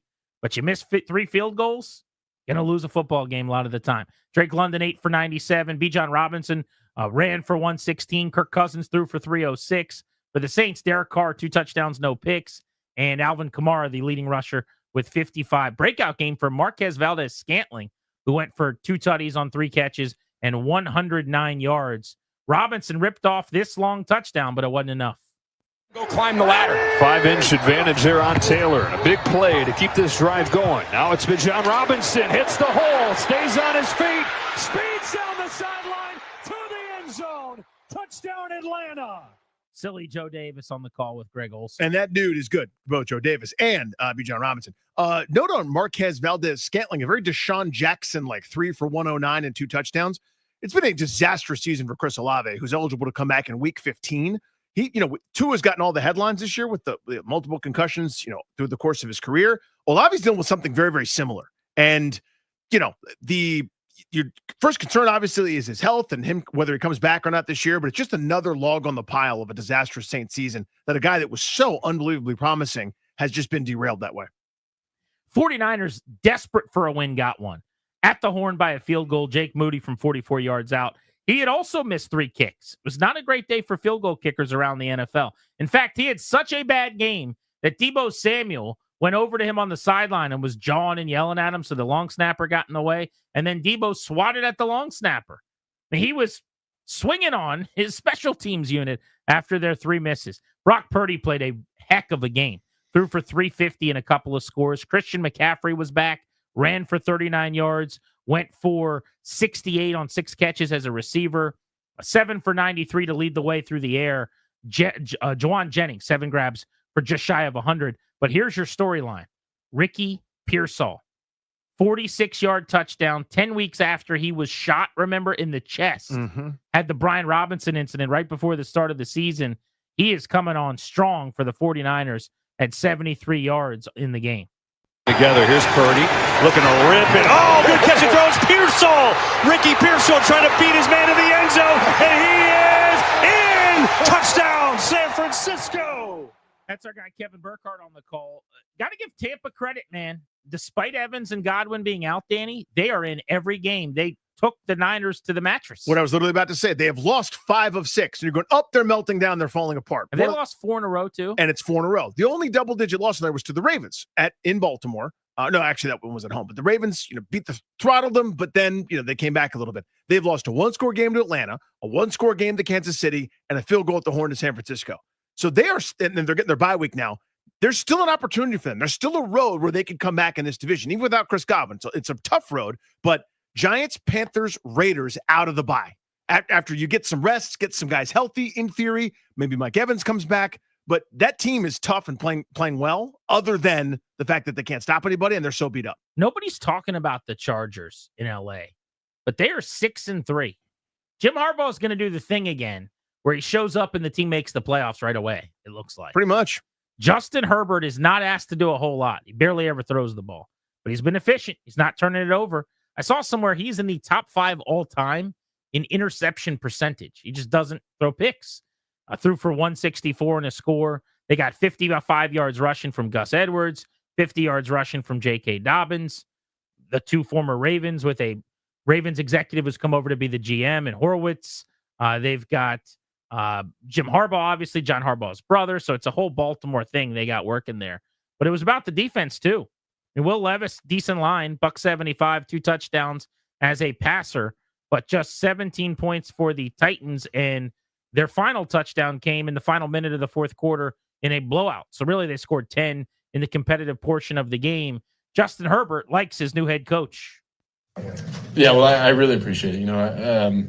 He's the best, and to have a guy like that leading the team, it shows out there. You turn on the tape, and everyone wants to play for him, wants to fight for him, and the guys are playing, energetic. They're excited to be out there, and they're having fun. I think that's the most important thing. And he's done such a great job of preparing us and letting us go play free and fast out there. So to have a guy like that leading the charge, it's been awesome. Leading the charge, you get it? They are 6-3, talking about the Chargers. All they're doing is beating bad teams. That's it. That is the beginning, middle, and end of their season. You do that, you're in the playoffs. Now, they've got Cincinnati, Baltimore coming up, at Atlanta, Kansas City. So they may not be where they are throughout, but their wins are Raiders, Panthers, early Broncos before they started turning the corner, Saints when they were a disaster, Browns, and then Titans. Who impresses you in that group? But that you harvest your nuts, Eddie Jordan style, you end up in the postseason. They're just taking care of business, playing this ground and pound Rex Ryan style. How about the Cardinals dominating the Jets? The Jets are so bad, Danny. Yep. They're so bad. Mm-hmm. Aaron Rodgers, 151 yards passing. Chris. He has the longest streak without having a 300-yard game of any quarterback in the NFL at this point. They stink. Which is the wildest thing ever, by the way. It's hilarious to watch. They got outgained 406 to 207 in this game. Absolutely destroyed. This was Rodgers after the Jets fell to 3-7. Arizona's 6-4. We just got to focus on what's in front of us and beat the Colts and then get to the bye and sort some things out. And we got a couple West Coast opponents coming out for 1 o'clock games. And we got 1, 2, 3 division games. So a lot still in front of us. That rubs people the wrong way. And that kind of plays a little thin when you're that bad. Like that relaxed thing is awesome when you're like 2-4 and then you have a chance to turn around and you do and all the signs are there. The signs are not there. They got their one dead cat bounce in that game against Houston on Thursday Night Football. Other than that, it has been a tire fire. They are gross, kind of to your point. Offensively, I can't believe it's this bad. They have pieces that I covet. There are players there that everyone in the league would want. Breece Hall, Devontae Adams, maybe not the same dude as he was a couple years ago. That guy can still play. Garrett Wilson is a ballerina catching footballs, an acrobat all over the place. They have pieces that everybody would like to have, and their offense stinks on ice. Stinks. Speaking of stinking, the Cowboys got beat 34-6. Hey, come on. It's just mean kicking a team when they're down like that, Grant. Philadelphia all over Dallas. This was their tune-up, though, for Washington, unfortunately. Yeah, they got loose. They won by 28 points. Jalen Hurts ran for 2 touchdowns. It's hard to win in the NFL, and they're winning. He deserves credit. He still has it, and Hurts is going to plunge across for another Eagles touchdown. That is why Philly's first in the division. Washington is chasing the Eagles in the East.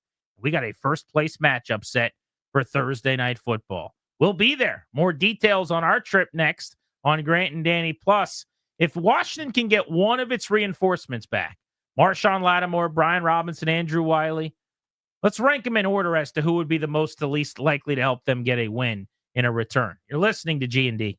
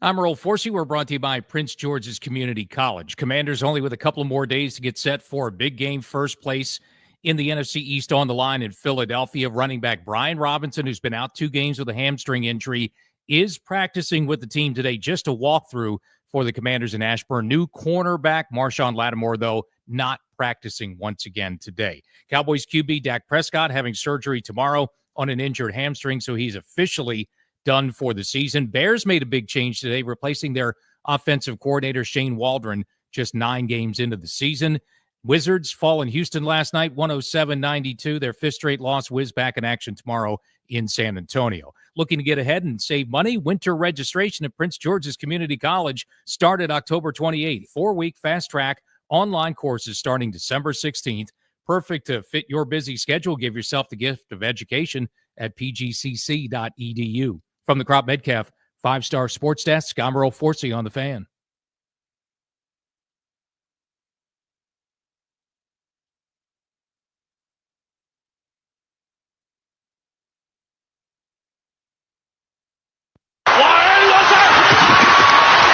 Pitch it.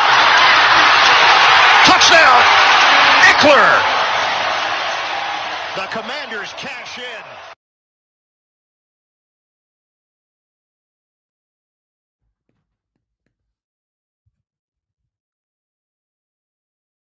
With Danny Rouillet, I'm Grant Paulson. This is the Fan. Commanders Eagles on Thursday. We got ourselves a massive NFC East football game. Who saw this one coming at the beginning of the season? 7-2 Philadelphia, 7-3 Washington. Bad news is Commanders do go in second in the division. First time since week 2. Good news is it's a first-place game in Philadelphia in prime time. Not going to be easy, by the way. No. But if Washington can win this game, not only do you have the head-to-head tiebreaker with Philadelphia momentarily, not only do you have a half-game division at that point lead, but the tiebreakers all lean in their favor. You realize right now both teams are 2-0 in the East. That's like the first tie-breaking metric after head-to-head if they were to split, let's say, this season. Washington's also better in the conference because they've lost to the Ravens and the Steelers. Those are the good losses, if there's such a thing. You know what I mean? Those are the games like you can afford to do that. If you have to pick losses, you'd go, let's lose to Baltimore, let's lose to Pittsburgh. The Commanders are 5-1 in the NFC. Philadelphia is 4-2. So they are tiebreaker friendly if they could find a way to split these 2 games with the Eagles. It is, again, you've set yourself up really well. The start to the season, the Hail Mary against Chicago wasn't just, oh, you beat Chicago. That's nice. Again, that's a NFC victory snatched from the jaws of a loss, which would change that tiebreaker thing. It's that much more important, right? You obviously want to win as many games as possible, but in a league that doesn't have 162 games to separate you, doesn't have 82 games to separate you, it's only a matter of a bounce here or there, and each game is so magnified in importance. The fact that their NFC record is so good, talking about Washington's, and the divisional record, not to mention, 2-0 already. Thank you very much, Giants. They're in a pretty good position here. There's a bunch of injuries that the Commanders are dealing with. Some of them are more serious than others. Some of them are just painful things guys are playing through. But of the 3 key players who have missed time recently, so I'm going to put on that list corner Marshawn Latimore, running back Brian Robinson, and right tackle Andrew Wiley. Who would be the most important of the 3 to have available and ready to go play and play well against the Eagles? Latimore is critically important. That is a pretty easy and obvious answer, but let me make the case for Andrew Wiley. I think you got away with it on Sunday. I think you got away with having backups, not having Cornelius Lucas, having Trent Scott in there. I think you got away for a short amount of time. If a team has time to game plan, a time to make some adjustments, you're going to see a flood and the best possible pressure coming on that side. To me, their run game suffered a little bit because not having Wiley. I think in terms of, some of the screens haven't really clicked here of late as guys have been banged up on the offensive line. I think Wiley is underrated at this point, which again is so night and day from where we started last year. He and Quan Martin, both left over from the Rivera era, have actually turned into pretty integral players for this offense and defense, respectively. But I think Wiley is critically important to protecting Jaden Daniels and kind of keeping this going of him not being in harm's way an awful lot, which you haven't had those QB sack return fumbles, those passes knocked down or tipped up in the air for interceptions. You saw that a couple times against Pittsburgh. You are due for some bad luck there, and I think Wiley can help prevent that.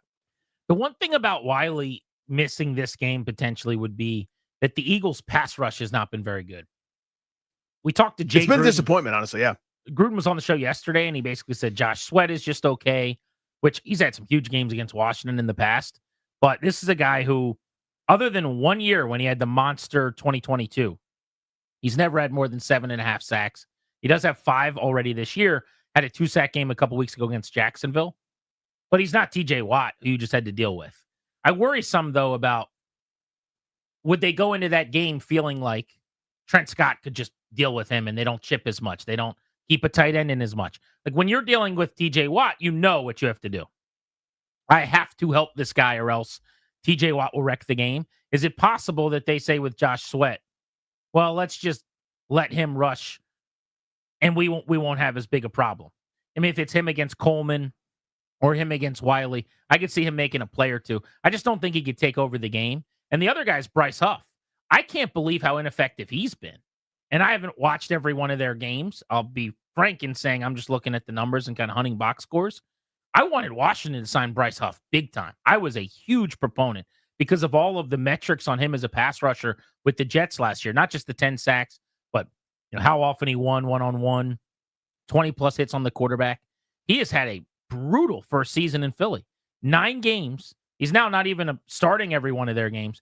2.5 sacks and just 4 hits on the quarterback. Crazy. He's done basically nothing. Remember, they're a year removed from setting a modern NFL record for sacks. Like they were the greatest pass rush team in league history The year just they 2 got seasons the Super ago. Bowl 2 years ago. Yeah, and then they That's fell like off 3 coordinators ago. I know, isn't that nuts? And they fell off a little bit to a degree last year, back to the pack with everyone else. And now this year they're relatively anemic in that regard. I mean, a lot of guys have 1.5 or 2 here and there. It's a product of blitzing and mixing and matching and some health related things, but there's not a consistent great pass rush there. I'm with you. So my answer is Marshawn Latimore. We talked about Latimore the day he got acquired, if you remember, needing to be ready for the Philly game. That was really the hope. I don't know how much you take out of the Dallas performance because they basically called off the Dogs pretty early on. That game was 28-6 in the third quarter. But A.J. Brown went 5 for 109. Devontae Smith had just 2 for 14. But there have been games recently where they've gotten both of those guys involved pretty extensively. We saw St. Juste have his struggles again against Pittsburgh in man coverage. He's not alone, by the way, that they got beat. Otherwise, other corners were getting beat by lesser receivers than just George Pickens. This is a bad matchup on paper. A bad matchup for Washington if they don't have Marshawn Latimore.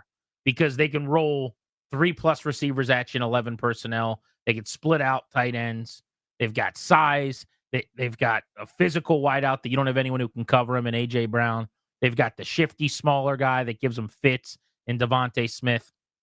It's just not a good look personnel-wise if Latimore doesn't go. So I'm going to say he's my most important guy. It makes a lot of sense. And that, to me, is probably the obvious answer, right? Where now they haven't had him, and you don't know what it looks like with him. We're just hoping and anticipating. It's the only reason I'm giving the nod to Wiley here. But on paper, yeah, you can't cover. A.J. Brown has had feasts against Washington in recent years, and he loves the idea of them. Yep, go ahead, travel with me, Benjamin St. Juste. You can watch my tuchus as I cross the goal line for the millionth time while I burn you 6 ways from Sunday. So on paper, that makes the most sense, and it's obvious. Philadelphia's offense is humming right now. They've got answers. Any counter you have, they've got a counter to your counter, whether it's Jalen Hurts running, Saquon Barkley out of the backfield. Goddard, when he's healthy, is obviously still a factor. Then we know the bookend receivers. So Latimore makes a lot of sense. It in theory is going to expand things on defense. Just make it easy to roll coverages, to play different ways, to be more aggressive in the box, to stop the run, presumably. Him being there and playing is going to unlock a lot of things in theory. We just haven't seen it yet. The only guy we haven't mentioned then, if you're going Wiley and I'm going Latimore, is Brian Robinson. B-Rob, who did practice today. We don't have a lot of access and information, but we were told he was going to be back on the practice field. That's a good sign. I actually thought he was going to play as of Sunday, when after the game, Dan Quinn on Andrew Wiley was extremely non-committal, didn't have a lot to add or say. Same, frankly, on Marshawn Latimore. But on Brian Robinson, he said at one point, we think or hope he turned a corner. That's what he said. Mm-hmm. I thought, okay, that's a telling. That's pretty good. So part of him not playing against the Steelers may have been to make sure he's ready for this Eagles game. And right now I would think he would play, although I would have thought that this past week too. Yeah, same here. Because of who they have, though, at the position, I'm less desperate to get him back. I know that you miss him. I think they missed him against Baltimore. They almost won the game. They missed him against Pittsburgh. They almost won the game. Maybe you win that Steelers game if you have him. Maybe you have a better chance against the Ravens if you have him. Having your good players is helpful, sure. But Austin Eckler had 2 touchdowns in this game. Jeremy McNichols had a touchdown. We've seen 2 weeks ago Chris Rodriguez play very well. I just don't feel like they're ever weak at that position. They could do things better, and having B-Rob would help them. But I never really feel like when they take the field with this running back group that they don't have enough personnel there to win a game. Yeah, the advantage to having Brian Robinson is it lets Eckler go back to the Eckler role, right? Instead of Eckler on first down, where somebody's got to thump. It's I love early passings to running backs early down, little pitches wide or arrow routes or choice routes or keeping them in pass pro. But sometimes you're going to run the football on early downs when everybody's stacked up because you either got to do it or to set something up or, it's just part of the game, right? So when Eckler has to do that, you're almost negating third down back Austin Eckler, right? So I want him to be able to return to that role. So maybe you have early down McNichols or early down Chris Rodriguez or something like that to kind of mix and match, and you got to go against type sometimes, but it's all that live chess match. But in theory, when you have Brian Robinson as he is here to barrel your butt over, period, end of story, and Eckler can do a little bit of everything, then everybody's in their allotted role. Eckler doesn't get enough credit for how good he is in terms of short yardage, in terms of wiggling forward, in terms of taking on contact. He's not getting trucked and blown back. I mean, he's always finishing forward too. I mean, you look at the nose for the goal line. He's one of the best touchdown scoring backs in recent league history, simply because of how good he is at that. The body control, the lean, low center of gravity, etc. But you take him out of his pass catching, pass pro dynamic role and put him in the thumper role, everyone gets a little bit worse. I just now got a notification from Twitter that my poll from yesterday just hit 24 hours, so I guess it closes, and that the results are now back in, so we have our definitive answer. Results are in. Remember yesterday we polled, did you find Washington's loss to the Steelers to be encouraging or discouraging? 57% of people were encouraged, and 43% were discouraged, which is actually pretty close. Yeah. Tells you that a lot of people have already recalibrated to the present to say, this is a good team. We need to start thinking about them trying to win something meaningful this year. And then a lot of people are still in the house money season where they go, I'm not so sure. They played hard. They almost beat the Steelers. They're 7-3. They're surpassing all expectations. They've got their quarterback of the future. Everybody seems to want to play for this head coach who's going to be around and might be the answer here for a long time. I can't get that upset about the loss. That's something worth talking about in the 5 o'clock hour. Like, how should we be viewing the rest of this season now? Through what lens should we look at their progress? Next, our double play. What's going on in our lives? Nothing to do with sports. I've got news on one of my favorite actors that I'm going to pass along. A must-see show. A must-see show. For me or for you? Everybody. Really? Everybody. I'll like it? I don't know. Oh, boy. This is the Fan.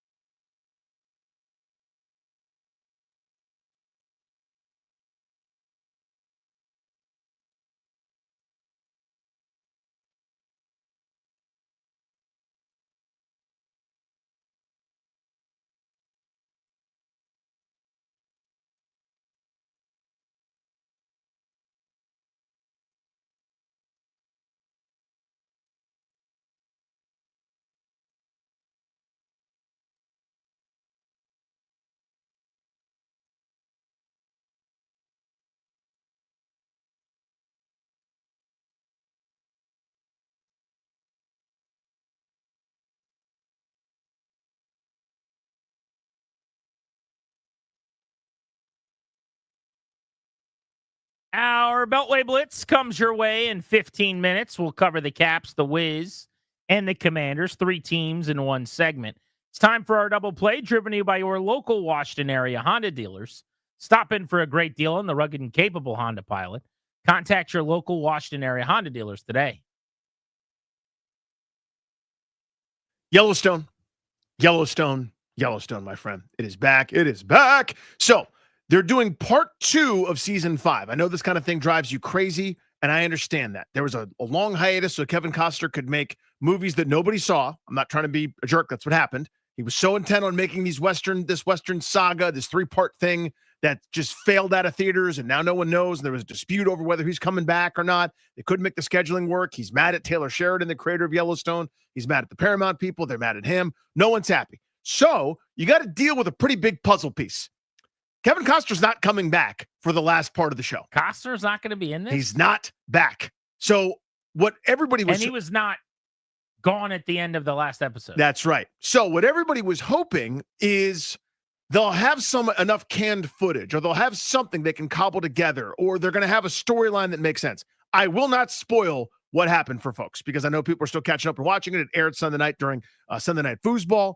It's the Yellowstone universe. It's still Yellowstone. It still rules, but people are not thrilled, is what I'm going to say. Oh, people are down. People are mad. I thought everyone is really jacked up that it's back and is giddy and thinks it's the greatest show ever. So it is, and it's the best show on television right now, and it's not close. Now, part of that is the landscape of television ain't as awesome as it was. The other part is, all the subscription services are just coming out with unbelievable content every day. So in terms of television, it was AMC for a long time with Mad Men and shows like that, or Breaking Bad, etc. It's now Yellowstone's turn to take the mantle. The show is incredible. I say again, it is incredible. Everybody should be watching it. Everybody should rip through the episodes of previous seasons. It's unlike anything else that's ever been done on television. It's fantastic. It's amazing. It's incredible. It's a little bit over the top at times, because it's like not every time there's a death-defying thing. You know what I mean? Like sometimes it's just you have a day. Sometimes like you get up and go to work and come home and everything's okay. But it's a show, so you understand that they always have to have some kind of critical danger. But this is one of the toughest things to navigate I can remember, and nobody seems to be happy with how they handled episode 1. So I did watch a few episodes of this. You told me it was really good, and I knew all along this is something I would love. I can tell you haven't watched a few episodes. It's made for me. It's wheelhouse, This dude. is my kind of show. I would love it. I watched, I think, 3, maybe 4. This has been several months. Mm-hmm. Fell off the wagon, haven't gotten back on. I am way too far behind, I feel. Classic Paulson, by the way. How many seasons in are we? 5? There's 5 seasons. How many eps? How many EpiPens? Season 1, I want to say they had 9 episodes. So we're looking at 45 eps-ish. Total, yeah, somewhere in and there. they're 1 hour, I think. Yes. It's a lot. I mean, I don't think I could catch up. I mean, you definitely could. I mean, you can't, because you won't do it. But one could do that pretty easily. You'll watch it and you'll go, I just now, like you're thinking about, should I buy cowboy gear? Like, should I get a horse?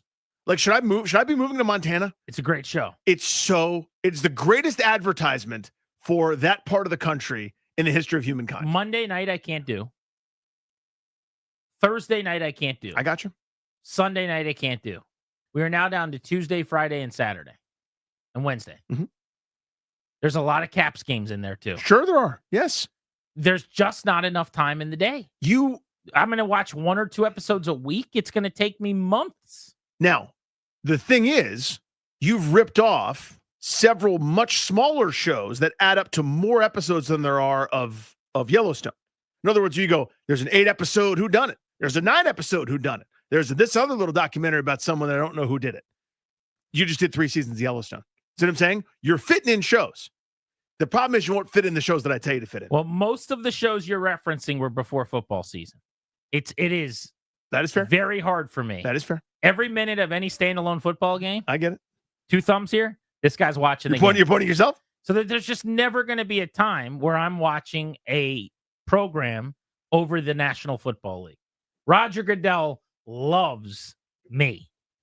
There's just never going to be a time where I'm doing that. I get that. So I think it's going to have to wait till after the football season, and I'll give you a solid maybe on this. That is nothing short of a commitment from you. I'm sure. I'm the most sure about that. I want to watch it. I'm telling you don't need to hear It's from me got anymore. everything that I want. If you're out there and you're going, I'm on the fence about Yellowstone, get off the fence immediately. Yeah. And just sit back and consume it. It's perfect. It's so unbelievably good. I don't even, like, I've run out of words. Like, everything just runs. It just is the waves crashing on the shore of hyperbole about how it may be the best this or the best that.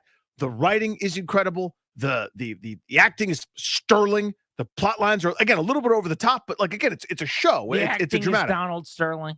100%. No, I'm kidding. It is. It's so good. It is. No, Sterling Draper Kramer. I don't think you're hearing me.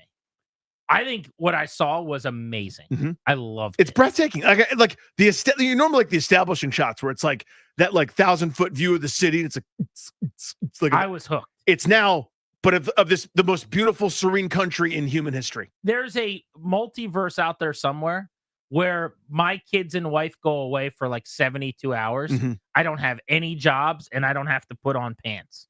And I would just And it's just 40 hours of Yellowstone. just knock it all out and I would love it. It's so good. They made prequel shows, and I was like, yep, I better understand them. I better watch them every second. Like, it's so good that Harrison Ford, one of the biggest movie stars ever, is like, yeah, I probably should do the prequel show. Like, it's so awesome that they got Han Solo / Indiana Jones to go, yeah, I should probably just do an 8-episode one-off about how awesome I am. It's time for my double play. I got terrible news, everybody. Denzel Washington announced today that he will be retiring from acting after his final 6 projects. I believe he's got 5 films and 1 other project that he has either in the can, he's working on, or he has already signed on for. Spike Lee's High and Low. Antoine Fuqua's Hannibal. That's the guy he did all of the what's the show Queen Latifah's in that is an Equalizer. Equalizer, which is so good, by the way. I've actually tweeted the director, Antoine Fuqua, about that. Like, every time I come out of the movie theater, I just tweet him about how awesome those are and how awesome he is, and come on my radio show, and he's never responded. He hasn't responded? No, That's weirdly. Black Panther 3, Othello adaptation. Those are the things he signed on for. But Denzel is saying when he's done with the projects he's currently already put pen to paper with, he will be retiring, which I'm crestfallen. You know, who's my onesie? Who's my guy? I think it's Denzel Washington. Denzel Washington. Not only my favorite actor, but if I could have dinner with any celebrity, any person on the planet outside of, like, family members or something, I think I would choose Denzel Washington as my answer as to who I would want to spend a great American restaurant meal with, breaking bread, just talking shop. Love Denzel. I thought he would be like a Morgan Freeman or a Michael Caine or something, where you're just acting until you're like 87. But then like gradually change with the roles too, like take on older mentorship roles instead of like the action star role, or instead of the fast talking cop that has a heart of gold, but is rough around the edges. You thought he would sort of move to that. That's actually kind of nuts to me. 1954 he was born. He's 3 years younger than my father. So it's not like he can't keep acting if he doesn't want to. He can do whatever he wants. But that's a bummer. Once he hit his stride of stop trying to pretend in certain ways, and like he's crossed over, like when I'm trying to be clear about this. Like when Ben Affleck's in a role, usually I'm going, yeah, that's Ben Affleck acting. Whereas like when Christian Bale takes on a role, he transforms completely into the person. Or Daniel Day-Lewis is like, you don't think about him.